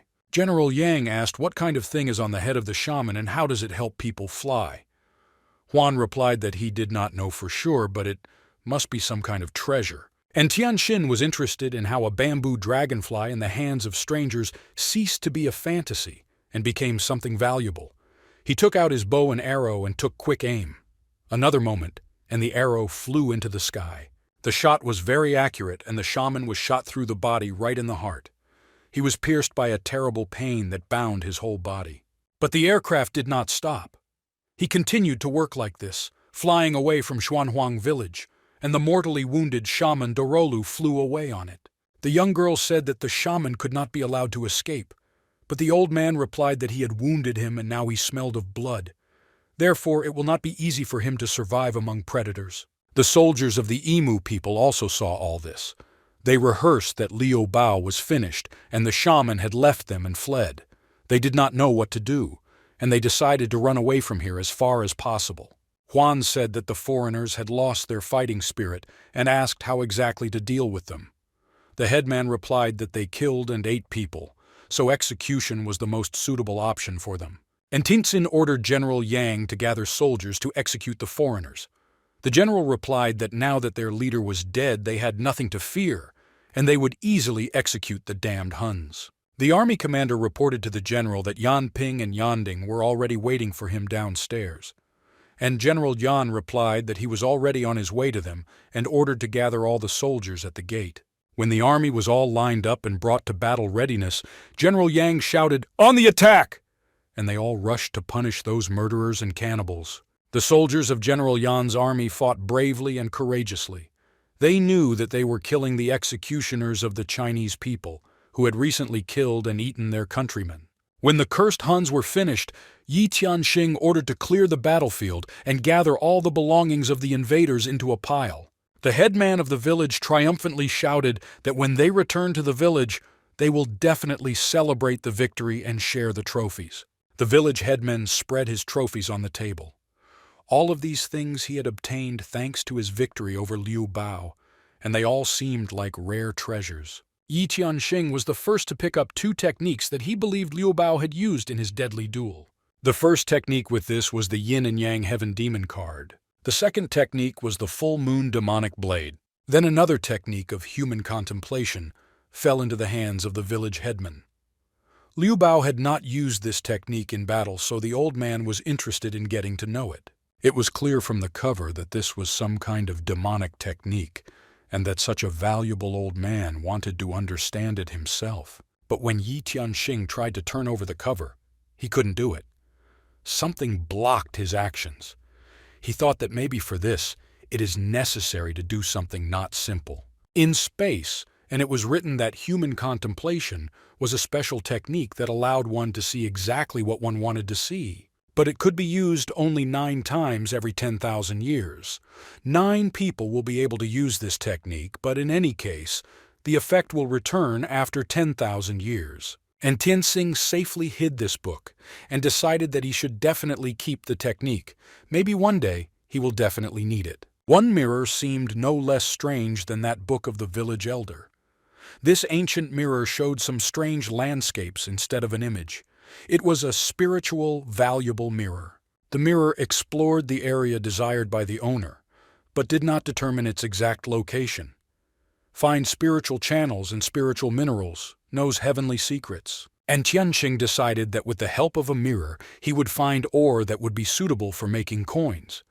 If the village has its own currency, they will make a big leap in development. This idea began to worry the headman of the village, and he decided to immediately walk around the outskirts of the village and look for iron ore.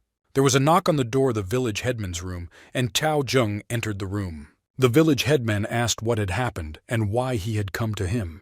Chao Zheng said that they had already divided all the trophies equally among all the villagers, so he came to ask about the next course of action. The headman said that he had arrived on time and invited him for a walk. Of course, Chao Zheng agreed to go for a walk. They went outside the gate of the village, and then Chao Zheng wondered where exactly they were going. The mayor said that he was looking for ore. Chao Zheng asked if there was any ore in these areas, and the old man said that he had won some valuable trophies in the deadly battle, and he just decided to use one of them. The headman of the village took out his magic mirror and directed it into the ground. And Tianxing knew that his magic mirror could show everything, even underground. But he looked around the area. The headman was disappointed, because there was nothing but sand and clay. But the headman of the village was not going to give up. He invited Chao Zhen to inspect the entrance to the valley where their village was located. The eunuch agreed, and they headed for the entrance. There they carefully examined step by step. The headman was very much hoping to find something. He believed in his luck and persistently continued his search. Finally, luck turned his face, and the old man saw minerals in the reflection of the magic mirror. Chao Zheng was also happy with the find and suggested that the excavation be started immediately. The village headman said that he would dig together with the eunuch. He just has 2 shovels with Qi Truth. Digging with such shovels will be many times faster. The 2 men started digging. Although the ground was too hard, the men did not give up and hardly rested. They were driven by excitement and the desire to dig up ore. It was already late in the evening when they finally dug into the cherished treasure, so it was red, and their efforts were not in vain. The elder took the ore in his hands and examined his find. Then the old man said that the iron was of excellent quality and very clean. The servant asked if there would be enough of it. Perhaps the search should be continued. The headman ordered the servant to go and inform General Yan.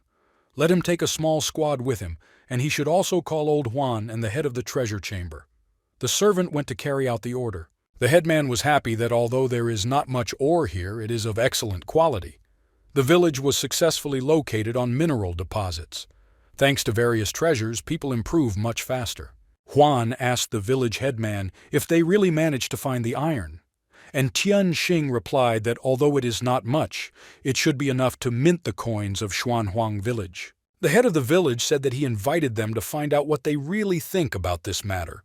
The men carefully examined the village headman's find and unequivocally confirmed that it was really high-quality ore. And Tianxing gave an order to the guards that they surrounded this area in a radius of 3 kilometers and did not let anyone in here.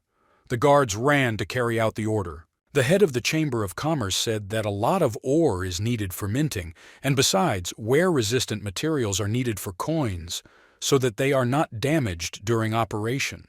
In addition, in the case of expansion of the village, the demand for currency will continuously increase, and it will be necessary to provide it with local currency. The mayor decided to try anyway, because the quality of the ore was the highest. He ordered Yan Ping to instruct the soldiers to dig up more ores, while he began minting coins in the meantime. And Tianxin immediately went back to the village, taking with him the iron ore that they managed to dig together with the eunuch. The mayor went to his office. Regarding the minting of coins, the headman decided that the golden Qiankun frog, which he had recently found, would be useful to him. It's time to see what it looks like in action. The headman of the village took a piece of iron ore in his hands and threw it inside the golden frog Qiankun. At the same moment, it lit up, began to move from side to side, and a fiery torch appeared on its surface. Not even a few minutes passed when the golden frog Qiankun began to spit out ready-made coins. The head of the village was surprised that it was happening so quickly. The elder took the first copy in his hands and looked at it carefully. The coin was quite heavy. It was immediately felt that it was minted from high-quality ore. Then, Yi Tianxin's gaze stopped at the engraving that was on the coin. He looked more closely and realized that he had already seen this drawing in the book Human Contemplation. The village elder was just thinking about this book at the time when the golden frog Qiankun started working. It was incredible, but she transferred his thoughts to coins. The mayor decided to see how durable it is. He took the coin in his hands and tried to press it. When he opened his palm, there were only pieces of a broken coin in it. And Tianxin remembered that in physics lessons they were told that the hardness of a pure material is significantly inferior to the hardness of an alloy. It was clear that this coin was too pure in composition. The elder decided to add a wish pearl and animal bones during minting to increase the hardness and wear resistance of the coins. He immediately brought all the necessary materials and threw them into the stove. The Qiankun golden frog started working as soon as all the materials were inside. But this time the minting process took much longer than last time. Nevertheless, the village headman waited until the golden frog Qiankun began to issue the long-awaited coins. When the old man took the first coin in his hands, he carefully examined its quality. The coin received a golden color and a unique texture thanks to the pearl of wishes. The elder looked at the number of coins that had been minted and was surprised that one wish pearl was enough to make 100 coins. And the old man had enough of those pearls. The mayor decided to take a good look at his wealth. And Tianxin noticed that among the pile of gold coins, one coin was of a different color. It was she who interested the old man. And Tianxin took her in his arms, looked carefully, and decided that it might be a mother coin, or more precisely, a coin that was used by Asian countries as a model for minting. And Tianxin decided to try to put a drop of blood on this strange coin and see what would happen next. Only a drop of his blood fell on the coin. It immediately increased in size, and the old man entered another spatial dimension. The elder realized that it was really the mother's coin. It turned out that in the combination of all these materials, it was possible to create such a rare artifact. It remains only to make sure that the coins of the new mintage are strong enough, so that there were no such troubles as with the coins of the previous sample. And Tianxin squeezed it tightly in his hands and waited with bated breath for the result. When he opened his palm, he saw that the coin was whole and undamaged. It was a good result. The elder looked at his coin and thought that such a coin should be given an equally beautiful name. And Tianxin thought that it already has the hieroglyph eternity on it. Besides, the coin itself is very strong, so it was safe to call it eternal. The elder decided to take the coin to Huan for evaluation. Huan and the head of the revenue chamber carefully examined the coin that the village headman had brought. The chairman of the Chamber of Commerce said that it was truly an unsurpassed coin. The coin had not only an impeccable appearance and high strength, but also a pearl of desires contained in it will enhance the improvement of the person who will use it. They will definitely spread around the world. Huang said that he fully agreed with the opinion of the chairman of the revenue chamber. He himself would not refuse to use such coins. The mayor said that it was necessary to stop minting them. The mayor said that the situation in the village is beginning to stabilize, so it is time to restore the material conditions for people's lives. Juan asked where they should start. The head of the village explained that the most important thing for the people is food and the health of the soldiers. In connection with this, The man plans to start mastering agriculture and expanding the army to strengthen their defense. Old Juan expressed the opinion that they should draw up a clear plan and familiarize the people with its contents. The next day, the soldiers hung notices on the central wall. Interested residents immediately went to see what was written there. There was no such thing in the village for a long time, so everyone was anxious to find out what was there. People learned that they were offered to engage in agriculture. They were happy that they would finally get a chance to eat rice and steamed buns. All the more power from improvement needs to go somewhere. They also read that for service in the army, they were offered a monthly salary in the amount of 3 eternal coins. They did not know what it was, but thought that it would be their national currency. People began to think about where they should go. Many decided to join the army because it paid a lot and they could fight animals, something they had wanted to try for a long time. Juana's niece also looked after the locals. She noticed how each of them wanted to contribute to the prosperity of the village. It seemed that the village flourished not by days, but by hours. 2 men from Xuanhuang village were having a peaceful conversation. One said that the weather was surprisingly good today. Another agreed and said that she was just right for working in the fields. The grocery store was very busy today. There were more than enough people who wanted to sign up for field work. All of them had experience and wanted to help in the development of agriculture. Whoever was at the end of the line started to get nervous and shouted for everyone to move their hooves faster because he might not make it. Those who were closer said that they had been in line since 5 in the morning in order to make it today. Then the men got the appropriate tools and got to work. It was a good idea to grow your own vegetables, and the problems with nutrition could be solved and more people involved in the work. There were problems with moisture at this time of the year, but the peasants were not going to stop before such problems. Thanks to techniques and constant improvements, they knew how to get water. Elder Yang ordered his soldiers to be careful when patrolling, and in no case let wild animals near the plowed fields and the peasants. The warriors knew well how to protect their fellow villagers. A man named Hu knocked on the village headman's door. When Manager Chow opened the door, the man said that he had brought everything their old age needed. The mayor heard the conversation and went out himself to see what happened. He saw Hu Bing and was glad to see him. He showed all the tools that the headman asked to make according to his requirements. Hu Bing opened the box and revealed that he had brought a brush made from the hair of a golden-furred rat king and an inkwell made from polished, solidified beast blood and animal bone. Hu Bing said that the workers from the labor ward had made a few more such sets and whether they should be brought. The mayor said that it was not necessary yet and thanked the boys for their work. Hu Bing thanked the old man that the craftsmen have a room where they can show their abilities, and they all thanked the old man very much for this opportunity to work. The head of the village got what he was waiting for and decided to continue working on the Xuanhuang village citizen cards.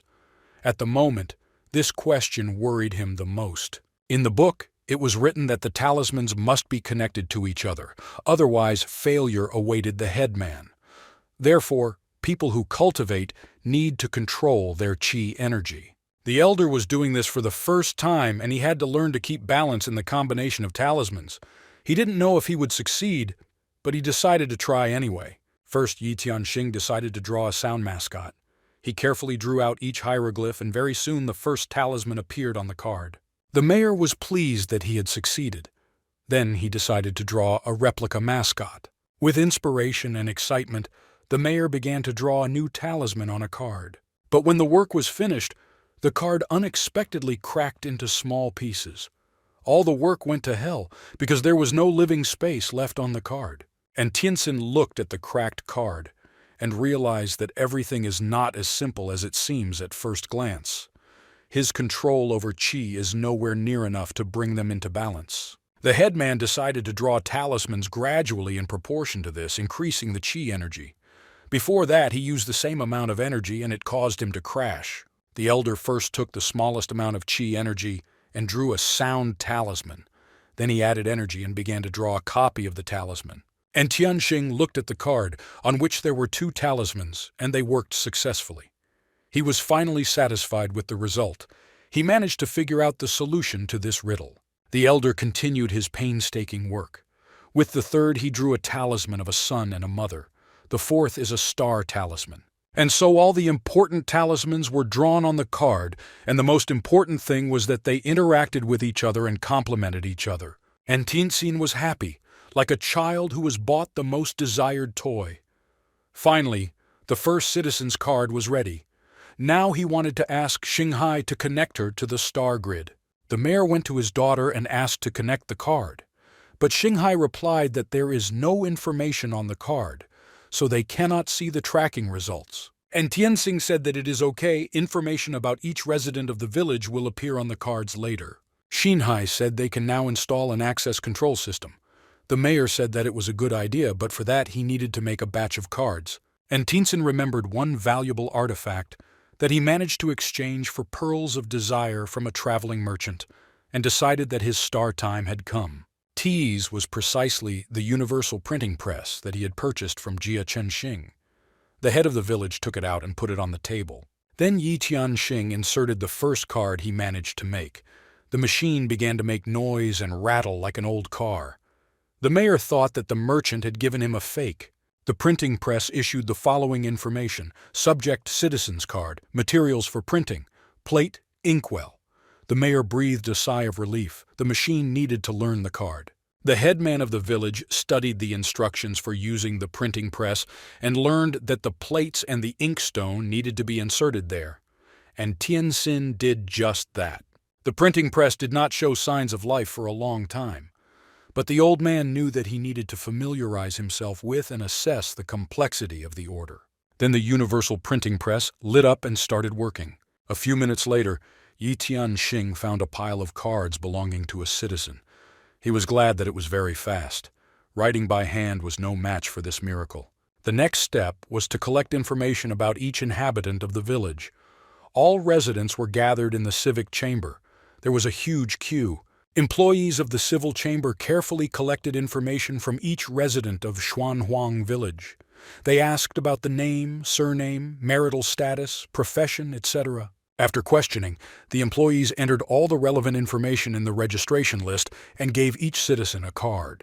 The information appeared on the screen: name, Li Dafu, gender, male, citizenship, Xuanhuang village, age 32 years, marital status, married, occupation, farmer, skills, cultivation address, Xuanhuang village. After confirmation of the information by its owner, all information was engraved on the card itself. But to confirm the identity, it was necessary to put a drop of blood on the card itself. Some people were also afraid of the sight of blood, but it was necessary to identify the inhabitants. As soon as a drop of blood fell on the card, its owner felt a magnetic field around it. And it was an incredible feeling. The girls discussed the cards, and one said they were like a passport, only high-tech. A woman from ancient times asked whether a pastor is a tag that was given to them before. And Tianxin was in his office. But suddenly he heard sounds similar to a melody. He decided to see if he understood correctly, and someone was playing a musical instrument in the garden. When the headman of the village went outside, he saw a beautiful beauty playing a musical instrument. Wenzi played the melody, High Mountains and Rushing Rivers. The elder just listened mesmerized, not even daring to speak so as not to frighten the young girl. But when the music stopped, the headman of the village said that it was simply incredible, and that he seemed to be somewhere high in the mountains. He did not expect that Wenzi had such musical abilities. The girl turned around in fright. She did not even suspect that she was not alone here. She apologized to Brother Ai for disturbing him and distracting him from important work. When the headman of the village looked at the musical instrument, it was a guqin, an ancient Chinese plucked instrument. He asked the girl if she managed to awaken the secret of destiny. Wenzi confirmed the guesses of the village elder. She really managed to awaken the heavenly voice. And this Houghton was with her immediately after she was transferred to a new world. However, this musical instrument has no functions other than playing music. The elder said that the awakening of the secret of destiny happens in different ways for everyone, but he is sure that the young girl is not only capable of performing music. The girl asked what he meant. Yi Tianxing explained that while she was playing the musical instrument, he felt the sound wave of the guqin, and she hid a weak shock wave in herself. That is why the girls playing on the guitar can create incredible sound waves, And if the girl starts practicing this skill persistently, she will get a very powerful power. Wenzi was overjoyed at this information and asked the elders if Hu Qin was really that powerful, then whether she could protect Xuanhuang village with the elder. The head of the village came closer to the girl, put his hands on her shoulder and said that everyone in this world is valuable in their own way. The young girl was ashamed of such closeness, although she did not understand why. And the headman continued, saying that it is not necessary to protect the village at all. Wenzi asked if it was best to use her strength in battle. The head of the village laughed and said that he had no idea that the girl had the protection of the village right in her heart, and no matter what, he only wants to help the girl. The headman of the village handed the girl a bottle with some kind of potion. He said it was a Tiangong pill, a high-ranking artifact. He got it after fighting Liu Bao. These pills have a very mild medicinal effect. If you take one pill every day, you can increase your cultivation, accumulating true qi energy to the maximum. The headman continued that he thought this artifact would help her heavenly voice. Wenzi thought that the old man risked his own life to get this artifact, so why was he so kind to her? And Tianxing told the young beauty that, to be honest, he had wanted to discuss something with her ever since their first meeting, but had never found the opportunity. The girl blushed. Thoughts just swirled in her head. She began to consider what exactly he wanted to discuss with her. She thought that he wanted to express his feelings for her. And Teenson approached the young girl and said that he wanted to open a school in their village and asked the girl if she would like to become a teacher. The girl exhaled. Of course she agreed. Suddenly the manager came up and said that Hu Bing from the labor ward wanted to show him some artifact. The village headman was very interested. He was always pleased when talented people from his village invented something new. When they got to the room, Hu Bing took out some device and said that he wanted to show the village elders the morning dawn lantern. And Tianxing wondered what exactly his secret was. The girl suggested that it might be all about the crystal, but there was nothing special about it. Hu Bing laughed and said that it is better to demonstrate once than to tell 100 times. The man took the lantern of the morning star in his hands and turned it on. Suddenly the blades began to spin, and the crystal shone with a bright light. Everyone present looked at the lantern with fascination. He could glow by himself without the help of oppression and fire. It was just an incredibly spectacular miracle. Hu Bing said that they took some ore. It turned out that the ore is capable of accumulating sunlight. After she made it into a lantern, all that was left was to apply a light talisman to make the crystal glow. The mayor was delighted that ore had found such a wide application. He said that the labor chamber has made a great contribution to the village, so he wants to thank it properly. The young girl asked why such a flashlight was so valuable. The mayor explained that with such lanterns their village would make a big breakthrough. With the help of a talisman, such a flashlight is convenient to use. If you place such lanterns all over the village, then its residents will be able to work normally and relax after the event. And if such lanterns are placed outside the village, they will not only scare off wild animals and reduce the risks of patrols, but will also become a reference point for refugees and travelers. And the most important thing is that the ore is able to accumulate solar energy, and they will not have to spend any fuel.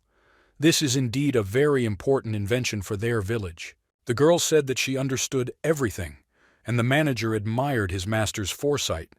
Hu Bing stood very pleased to have brought such an invention. The headman turned to Hu Bin and said that he would definitely make him one of the honored residents of the village, and he would reward the representatives of his ward for discovering such valuable ore qualities. Hu Bing scratched the back of his head and said that, to be honest, this morning dawn lantern was not created by the labor ward.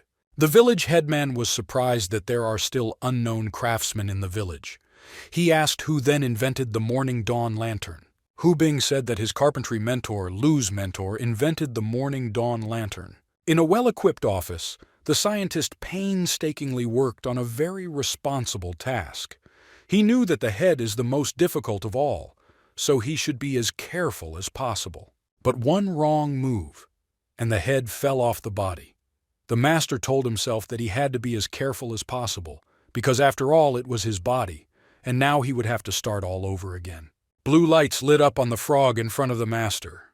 The master looked up and said that they were waiting for guests, so you should prepare for their arrival. Hu Bing informed the village headman that his mentor's house was already a few meters away, so he asked for permission to warn the master of the house about the unexpected guests. Juana's niece noticed the coloring of the bird. She pointed her hand in her direction and told her brother, "And what a crane!" And Tianxing was surprised, because they should not be in this area. But when he looked at the beautiful bird with his watchful eyes, he said that it was not a crane. When they came closer, Wenzi's eyes nearly popped out of her forehead. She refused to believe them. This bird was made of wood. The village headman also noted Hu Bing's mentor's talent and skill, but he was more interested in the talented master's other abilities. Hu Bing, even when they were in the village elder's house, demonstrated another invention of his mentor, an arrow. The headman took it in his hands and asked what it was. He just noticed some strange thickening on the arrow. When Yi Tianxing took a closer look at that thickening, he realized that it was a talisman. That's right, a talisman that was combined with an arrow. The headman wanted to see what would happen when he shot this arrow with the strength of an ordinary person without using any abilities. And Tianxing loaded an arrow into his bow and took aim. When the headman of the village fired, the arrow flew and hit the first tree that came across its path. But as soon as the end of the arrow touched the tree, there was such a powerful explosion that splinters flew from the tree in all directions, as if nothing had grown there before that. And Tianxing was surprised by the power of that explosion. If his troops could be armed with such weapons, they would create real missile troops. The mayor noted that with a printing press, one could not worry about the number of arrows. But if you combine other types of weapons with talismans, then they would have the most powerful army in the world. Hu Bing went to his mentor's door and said that as soon as the headman saw his inventions, he immediately appreciated his talent. He also hoped that Lu would lead the labor pavilion. But the angry master only shouted that he knew that this poor student would one day expose his teacher. So he made the mistake of taking him as a student. Then the master added that if he couldn't hide anymore, then let Hu Bin lead the guests into the house. When everyone entered the house and sat down at the table, Hu Bing introduced his teacher, Lu Ban. Lu Ban is an inventor of the Chengchu period. He invented a saw, a casing ladder, a trough with carcass. This was far from a complete list of inventions. There were still many tools for warfare. Many of his inventions have reached the 21st century and are considered the founders of carpentry. The head of the village did not expect that he would have the opportunity to meet the founder of the carpentry craft in his village. He hoped that with his inventions, technology would take a long step forward. If you rely on modern inventions and Lu's inventions, it will be possible to significantly increase the speed of development of the village. If you combine its mechanisms and talismans, you can create an army of artificial beasts. The mayor said that he wanted to get straight to the point and suggested appointing him as the head of the chamber to help the village create inventions and take other artisans under his responsibility. The head of the village asked the mentor what he thought about this. There was silence at the table. No one spoke for several minutes. Master Lu froze with the glass in his hand. He didn't say anything and didn't move, but it caused concern among others present. The worried young girl asked the owner of the house what happened and if he needed any help. She began to worry about Master Lu's physical condition. A few minutes later, Master Lu did give his answer. He was forced to refuse such an invitation. The warden said that if Master Lu was worried about something, he could always discuss it with the elder. Wenzi added that it would be a great fortune for the village if he helped them with his students. The master said that the old man really has unusual strength and imperial ambitions. We can say that he is a real monarch. However, the old man has already made up his mind and you cannot persuade him. The elder heard about the imperial ambitions and began to wonder why exactly this bothered him so much. Lu Ban lived during the Chengchu period, when bloody wars constantly broke out between the princes. When Lu Ban refused to fight, the princes began to force him to create weapons for the assault and siege of the city.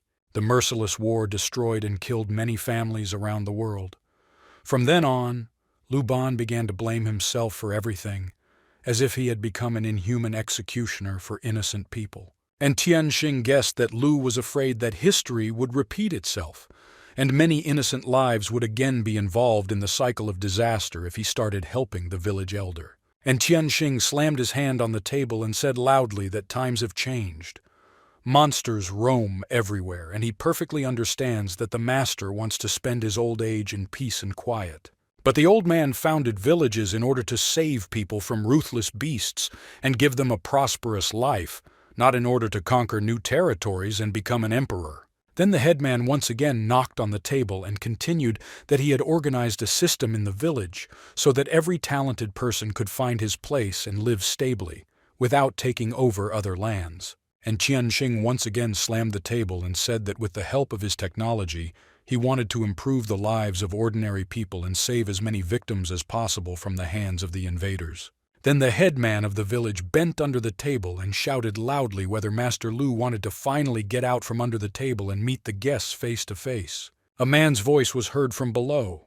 Frightened, the manager and the young girl jumped away from the table and began to scream in fear, "Who is under the table?" The boards in the floor began to rise with the help of complex mechanisms. Master Lu climbed out from below, holding his head in his hands and shouting for the village headman to stop banging on the table, because he couldn't take it anymore. When Master Lu appeared in front of the audience, he bowed and greeted everyone and showed respect to the village elder. The manager of affairs and the young girl still could not recover from the shock. Wenzi approached the master, who had been talking to them a few minutes ago, and examined him carefully. She said that she didn't even notice that it was a doll, and that Master Lu was simply amazing. The elder greeted the master and asked if he was ready to go to meet him. The master said that if the elder came to him personally, even after the refusal, he was not left alone. The master continued and said that if the headman hadn't founded the village, Lu would be dead by now, so he couldn't refuse. Hu Bing was happy, and Lu told him that he would deal with him later. Lu warned that he was not interested in politics and that he could only repair the table in the chamber, and Qianxing assured the old man that he would only deal with artifacts. Hu Bing would do everything else. And Tianxin went right to work and asked the master if it was possible to make a large street lamp from his morning star lantern to illuminate the streets of the village. The mayor asked his opinion on this matter, and if it is really possible to do it, then he would like Lu to help with the development of the project. The master said that it is quite possible. You just need to change the talisman a little and install the handrail switch. Then the inhabitants of the village will be able to move around peacefully at night. Master Lu said that of course he would help, but the village had more important things to do right now. And Tianxin wondered what more important matters there are at the moment. Lu said that he recently went to the forest to pick wood and found that the forest seemed to be enveloped in miasma, and all the trees were covered with a thick layer of mold. It meant an enemy invasion. The manager asked where the old man got it from, because it is always dark in the forest, and there is mold, and this is a completely normal phenomenon, which has something to do with the invasion of enemies. Master Lu said that everything that exists has a soul. It is the will of heaven.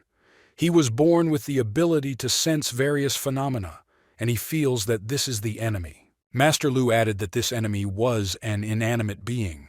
Everyone present was shocked. How can an inanimate being be an enemy? The old man decided to deal with this personally. General Yan and his soldiers inspected the wall from the outside of the village.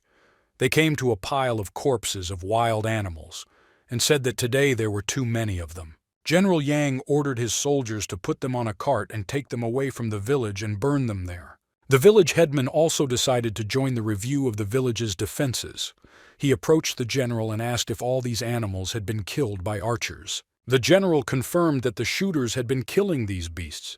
There had been much more of them than usual in recent days.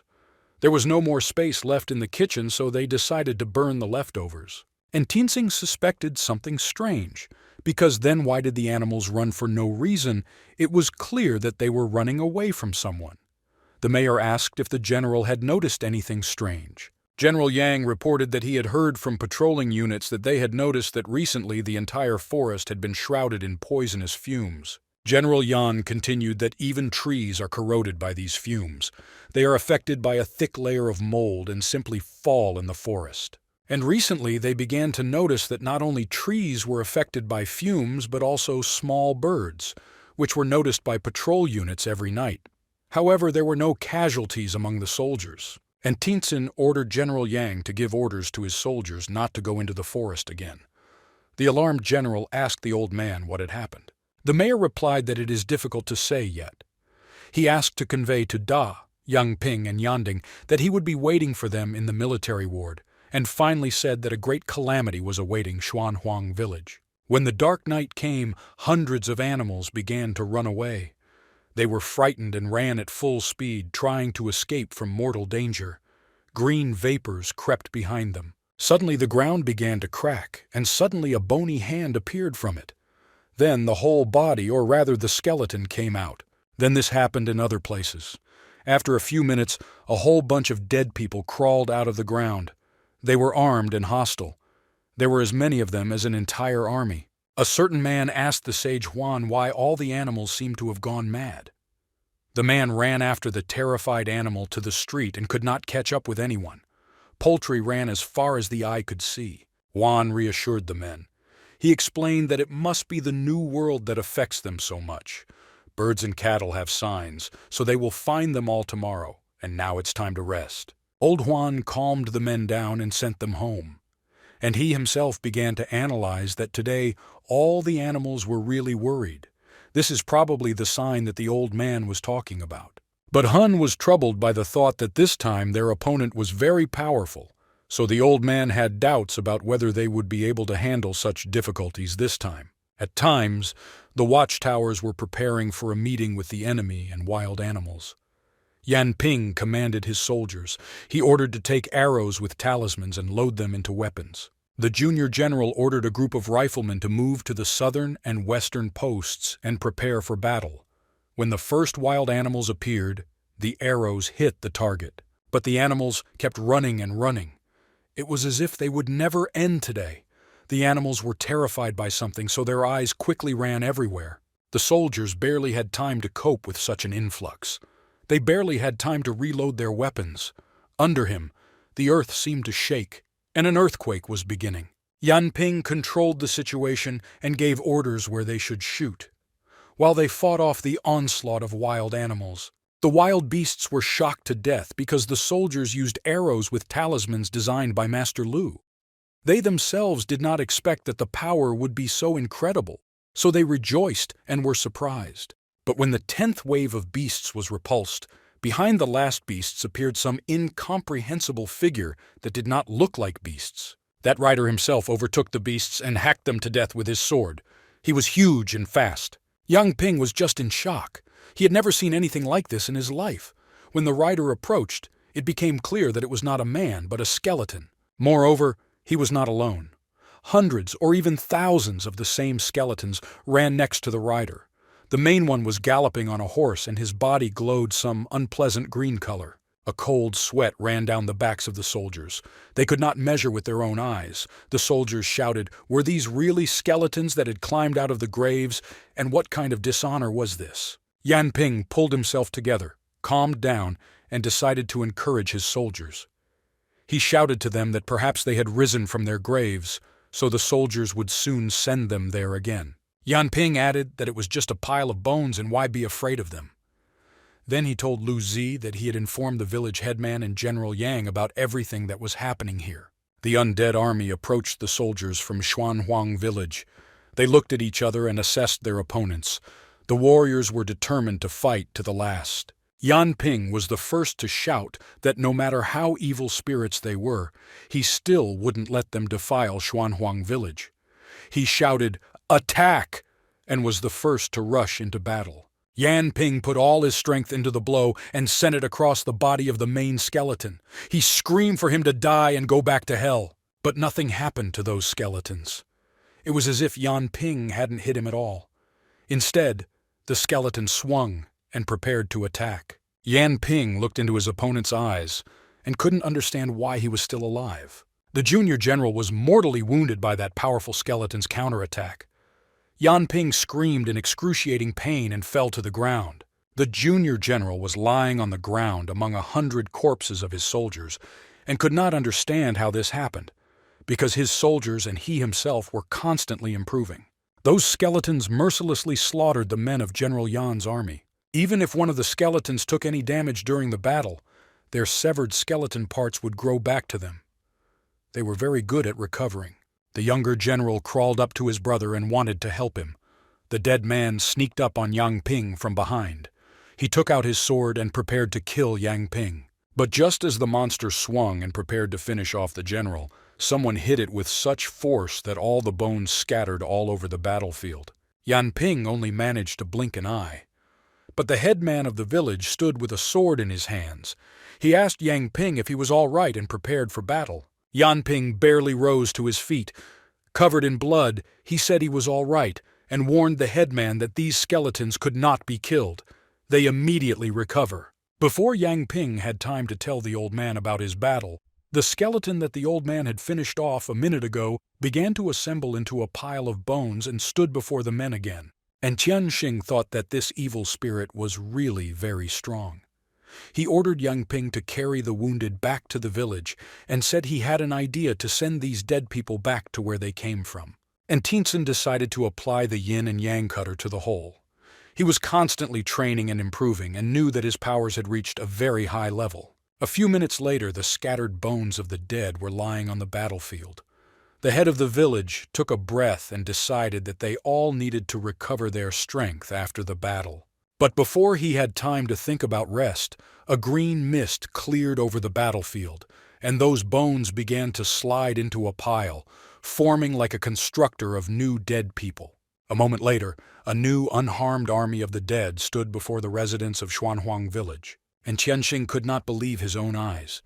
How they could not be destroyed by the yin and yang cutters, he could not understand. But the old man had no time to think. Something had to be decided. The headman of the village shouted that he had the spirit, and ordered General Yan to immediately use Master Lu's ice-shattering arrows. The general heard and immediately gave the order. The shooters quickly loaded arrows into their weapons and prepared for further execution of the order.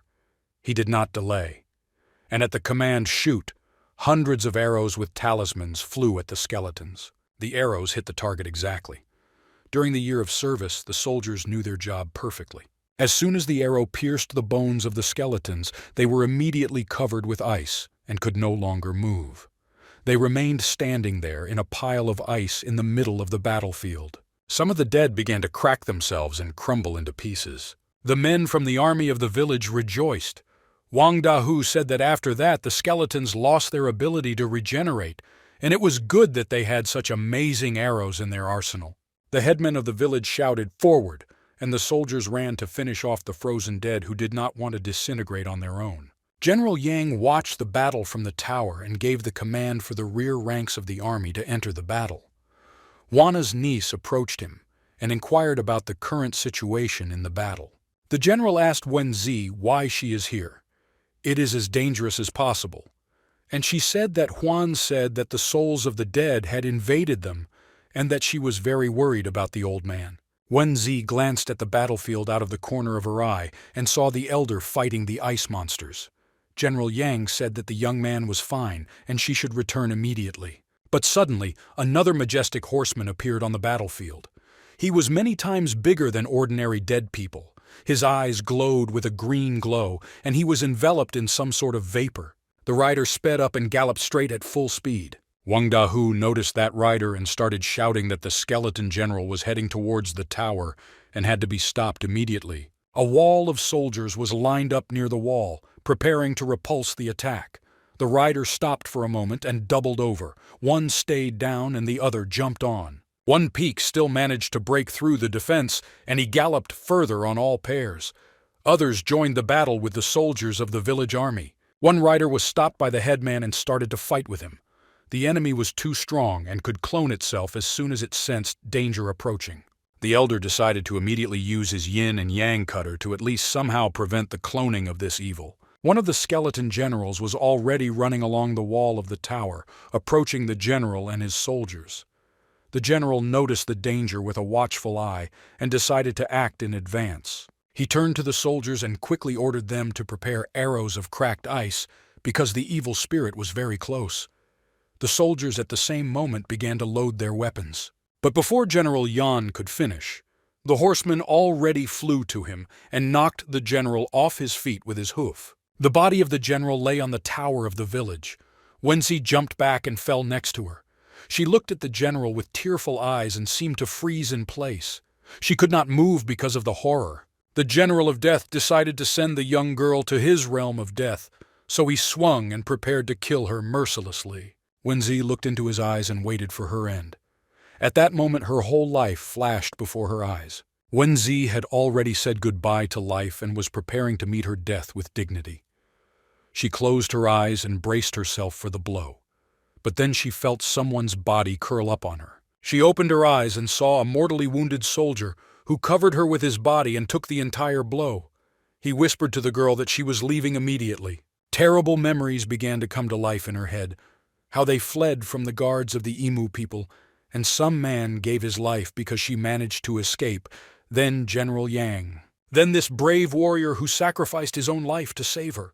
This brave man's last words were for Miss Sai to get out of here. The confused girl sat down next to the brave warrior and took his hand. They cried and thought about why the same thing happens in her life every time.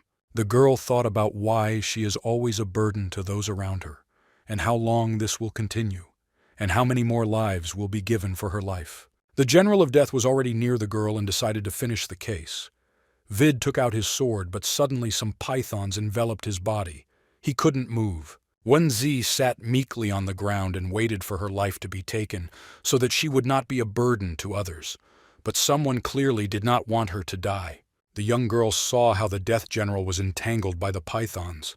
Now his task was not to take the girl's life, but to stay alive himself. Enraged, Yi Tianxing barely restrained that dead man. He hurriedly shouted to the girl that she needed to get out of here urgently. Wenzi decided that she needed to obey the elder. The village headman gripped the Death General tightly and held him down with the help of his yin and yang cleavers. Then he took out his sword with one hand and prepared to send the evil to hell. But before the headmen of the village could strike a single blow, green vapors seeped from the skeleton. Then they gathered in a heap, and the image of some demon appeared.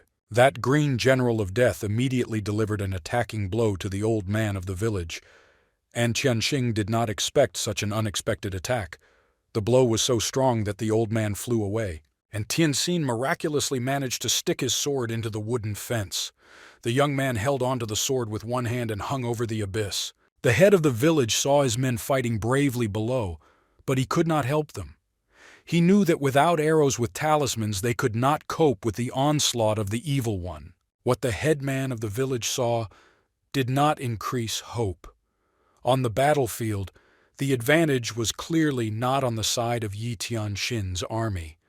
He had already begun to think that if this continued, then soon there would be no one left from his army. The headman saw his brave soldiers lying on the battlefield.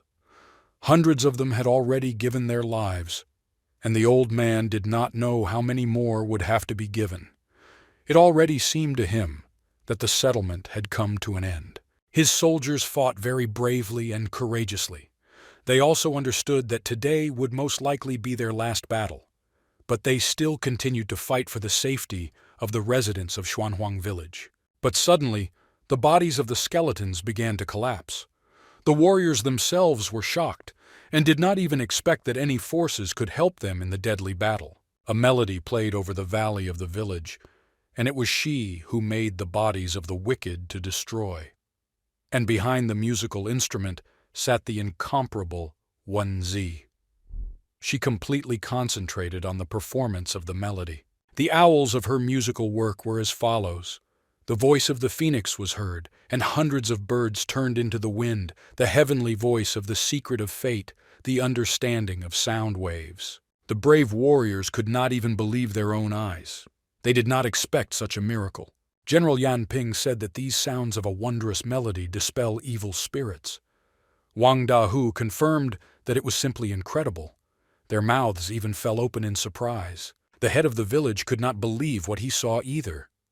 He heard the sounds of this melody and guessed who exactly could be its performer. He had already witnessed the playing of the gutsin. Of course it was Wenzi. The young girl put into the melody all the pain and horror that she had to experience in recent days. She hated those dead men with every cell of her body and soul. Golden rays emanated from her sounds of the melody, which merged into a pile and formed a huge golden phoenix. It flew over Xuanhuang village and spread its wings. Then an arrow formed from each feather of the golden phoenix, and hundreds of them flew down to attack the evil. The arrows flew like lightning and hit the target precisely. Skeletons were burned through by golden arrows, and the ability to regenerate was also lost. Those monsters never understood what happened to them. The men saw that luck was returning to them, and the chances of surviving and defeating the skeletons were as real as ever. General Yan Ping shouted, "Attack!" and led his soldiers to finish off the skeletons. The headman of the village observed the battlefield from a height and saw that Wenzi's music could stop the evil. The battle finally reached a turning point, and they had hope of victory. The elder guessed that at the last moment Wenzi managed to awaken the heavenly voice. It was an incredible job. From that moment on, the girl was the hero of Xuanhuang village. Just now, when there was a chance for victory, the headman decided that it was time to put an end to all the evil that attacked his village once and for all. The time has come for old age itself to meet in a deadly duel with the General of Death. Therefore he took out his sword and flew to the general to find out the relationship. A green creature once again evaporated from the general, who was also preparing to meet the old woman. And Tianxing decided to use his greatest degree of cultivation, because the opponent was not from the simple. The young man used the divine sea realm X giant dragon tail, and they met on the battlefield. Each of them is a strong opponent, determined only to win. The air shook from the collision of their energies. They fought to the death. The headman of the village had one desire: to end this evil as soon as possible and save the civilians of his village who count on protection. So much was at stake that there was no way back to Yi Tianxin. He decided to use his greatest strength, the yin and yang meridians. The General of Death was surrounded by the yin and yang meridians, and he had no chance to escape. And Tianxing was very angry with him for his dead soldiers, so he decided to quickly finish off the demon. When the evil spirits were finally put an end to, the headman ordered Yan Din to examine General Yan's wounds and take the wounded to the moon well to heal their wounds. Wenzi quickly ran to the old man and asked him if he was all right. The young man said that he was fine, and that it was only because of Wenzi that they had recovered. The headman continued that it was thanks to the awakening of the heavenly voice that she saved the village from destruction. But the girl looked pale, so the elder advised her to take a pill and have a good rest. In Wenzi's head there were pictures of dead soldiers who defended the village at the cost of their own lives. In her voice she said that it was a pity that the heavenly voice did not wake up earlier. The girl said that she was very sorry for such huge losses of soldiers. The headman said that there is no need to blame yourself, because when the village and people are at stake, they must shake off fear. The elder said that when they go to the battlefield, they always prepare for the fact that they may meet death. Such is the fate of warriors. And Tianxing added that if it weren't for the young girl's help, there would have been hundreds of times more people killed and wounded, and it is not yet known how it would all end, so from now on she is an honored resident. The young girl looked directly into Yi Tianxing's eyes and thanked him for his trust. Soldiers surveying the battlefield noticed that incredible changes had taken place in the Tower of Archers. She got up many times bigger and taller. It seemed that due to the experience gained in this battle, the Archer's Tower had become a rank 5 yellow defense tower. The headman thought that this was simply incredible, because now she is able to shoot 50 arrows at a time in a radius of 500 meters. In this way, it can block all key entrances to the village. The young girl noticed a glow in the sky and pointed the old man in that direction. She asked what was flying, like a meteorite. A bright star actually suddenly appeared above the village. She was approaching the village at breakneck speed. Its light was visible in the village as if it were daytime. Residents did not take their eyes off such an incomprehensible phenomenon. Only this was not enough for them today. They didn't even know what to expect. The soldiers even squinted their eyes from the glow. But when the star approached the village, it turned into a dragon gate. They were super tall and incredibly beautiful. Everyone admired the new gates of the village. The men asked old Juan what kind of gate it was, and Juan, these dragon gates appeared to create limitless possibilities for the ascension of all things. According to legend, koi carp with dragon blood have a chance to transform into dragons. And the dragon gate is the last test before turning into a dragon. Therefore, After swimming through the gate, the carp will become a real dragon. And Tianxing felt how the truth of the Qi carp of Xuanhuang village's destiny was breaking out, and even the heavenly lake could not contain it. The carp still managed to jump out and flew to the sky. His target was the Dragon Gate. The carp flew higher and higher to the end of the Dragon Gate. Everyone also began to observe this spectacle. People said that the carp jumped right out of the body of the Elder Eye. The soldier told the general that the carp was flying to the gate, but the general himself saw it perfectly. Yandine only whispered that the carp had literally jumped over the Dragon Gate. Everyone kept their eyes on the golden carp of fate. They all knew that he wanted to fly over them. Korath finally reached the top of the Dragon Gate and plunged into the sky. All the people waited with bated breath to see what would happen. They were also very concerned about carp. When the carp was on the other side of the gate, it began to transform. The inhabitants also noticed that some changes began with the carp, and they whispered to each other that the carp was changing. And in a moment, a golden dragon flew out from the other side of the gate. The trials were over and the Qi was replenished. The village turned into a city thanks to a carp that jumped over the Dragon Gate. And Tinsin was just over the moon with happiness. Finally, he waited for his village to grow to such an incredible size. The golden dragon flew near the wall to the village, and a new inscription appeared on it. The men came closer and read that they were now not just a small village, but the city of Xuanhuang. The elder said that most likely the Eternal Kingdom was testing them with an army of unclean ones, and the victory over this army filled the fate of Qi village and allowed the carp to turn into a dragon. When the golden dragon flew over the walls of the city, they were greatly strengthened. The mayor suggested that this was not all. The golden dragon flew further through the new city. Flying over the wooden houses of local residents, they at the same time turned into brick houses, and some even had statues at the entrance. People called each other to see such incredible miracles that happened in their city. A market appeared on the central square. All residents were happy that their beloved village had turned into a fairly large city. They made a huge breakthrough. The mayor was happy about such a transformation and promised that he would make the city of Xuanhuang even better. The young girls said that something was flying towards them from the gate. Some kind of talisman flew out of the gate, on which it was written that the village has risen. Fate has been restored. Changes and opportunities are waiting for them. Some kind of shiny thing fell into the hands of the old man, which contained instructions for Yi Tianxing to accept the order. The inhabitants of the city saw that a special tablet had fallen into the hands of their headman. Someone remarked that now he is not the mayor, but the head of the city. Wang Dahu asked Huang if the prize for improving the village had flown to Yi Tianxin. The old man said that the voice from the gate spoke of changes and opportunities, so maybe some of that. And Tianxing himself carefully examined the tablet that fell into his hands. It did not contain any magical power. Rather, it was needed to determine status or create a city. And Tinsin turned to his fellow villagers and said that a few months ago they got into these eternal lands.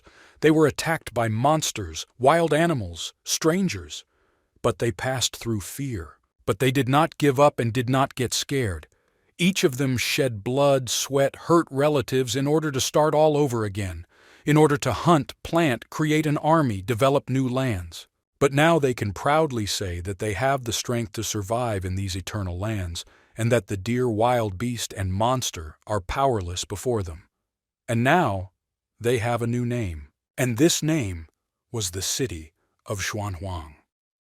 This residents listened to the speech of their mayor with tears in their eyes and rejoiced that they had managed to reach such heights. On this occasion, a big celebration was held in the city. Everyone happily drank and celebrated until the morning, and they had every right to it. And Tianxing took out his jade book and found out that it was not a tablet at all, but a pass to the martial arts gathering.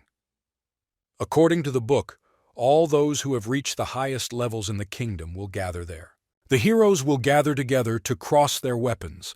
This plaque is a ticket to the venue of the first martial arts gathering, where the strongest will gather. And Tianxing decided that maybe at that meeting he would be able to learn something about his sister Ziyan. Therefore, he decided to take part in the meeting without fail. Two men were approaching the city of Xuanhuang. They barely dragged their feet. They looked exhausted. Finally, she saw the gate of some settlement. The guard soldiers saw the men approaching the gate. They assessed them and decided that the men were not dangerous, so they decided to come and help the refugees. The men could barely speak, but the only thing they whispered was a plea for help. They supported each other because they were no longer able to stand on their own. When the men were taken to Wang Dahu, the head of the town came into the room and asked if these men had come to their town today. Dahu replied that, yes, he was just questioning the men. Dahu introduced the head of the city to the refugees and asked them to tell what happened to them. One of the men was named Yang Chi. Yang Chi fell to his knees in front of the city chief and asked him to immediately send troops to Lushan City and rescue their leader. And Qianxing told him to get up and tell everything in detail. The man said that he himself is from Yanshan. One day the Emu people captured him and made him their slave.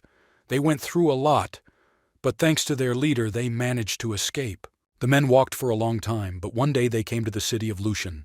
The men were happy, and she decided that they would find shelter there. But unexpectedly, a huge python attacked the city and decided to feast on people. No one could escape from him, no matter how hard people tried, but still the monster caught up with them. Their leader risked his own life to save the people, but only Yan and his older brother managed to escape. They ran north for 2 days until they reached this city. Ziyan simply pleaded with the city head to send an army to the city and rescue their leader if he was still alive. And Qianxing told Dahu to prepare 2 horses because he and brother Yan were going to Lushan City. Dahu said he would send a soldier with them. Yan also said that they need soldiers because the python is very dangerous, and Tenzin said that now their city could be attacked by enemies, so soldiers are more needed here. In the afternoon, both Qianxing and Yan rode their horses across the desert and eventually arrived at Lushan City. The city wall was damaged. There was no security. It looked like an abandoned city. And Qianxing ordered Yang Qi to stay put because he would go on alone. The man shouted at the last one for the head of the city to be as careful as possible. And Tenzin assessed the situation and decided that the python was hiding underground. There simply could not be other options here. And Qianxing took out his spear, cultivated his strength, and jumped high into the sky to jump down to the ground with all his might. So he wanted to lure the python. The head of the city was flying and mentally considering what he could use in the battle with the python. He already knew a lot, so he had a lot to choose from. When Yi Tianxing landed, there were cracks on the ground. The rest of the frightened and tortured people heard sounds. They were afraid that the python had returned again, so they must sit quietly and inconspicuously. The ground cracked and a python appeared. As the head of the city thought, that monster was hiding underground. He immediately opened his mouth and pounced on the man who dared to wake him. The python wrapped around Yi Tianxin and prepared to attack. But just as the python prepared to swallow the young man, he cut off the python's head with a skillful movement of his right hand. The python's head flew several meters and fell right in front of Yang Qi. He got scared and jumped away, but then I saw that it was only one head. The python was finished. Yang Qi began to rehearse out of fear, but Yi Tianxing approached the frightened man and said that everything was fine and the python was gone. And Tenzin invited the men to go to the city and see if his leader survived there, and if anyone else managed to survive in these unbearable conditions. When they approached the city gate, they saw that people were looking at them with distrust. The inhabitants of the city looked as if they had starved for a month. It was scary to look at them without tears. Their eyes were empty and scared. Yang Qi told the locals that they need not fear now because Yi Tianxing had just cut off the head of the cursed python. Residents could not believe their ears. Now they don't need to be afraid and hide. The leader of this revenge, all bandaged up, saw that Yang Qi had returned and was glad that he had managed to bring someone to help. Yang Qi told his fellow villagers that Yi Tianxing has incredible abilities and he saved them from the python. Now they're completely safe. People now understood where there was so much noise. The leader knelt before Yi Tianxing and asked to accept Chen Shen's thanks. And Tenzin knew this name. He had once learned in history class that it was Chen Shen who led the peasant uprising against the Qin dynasty.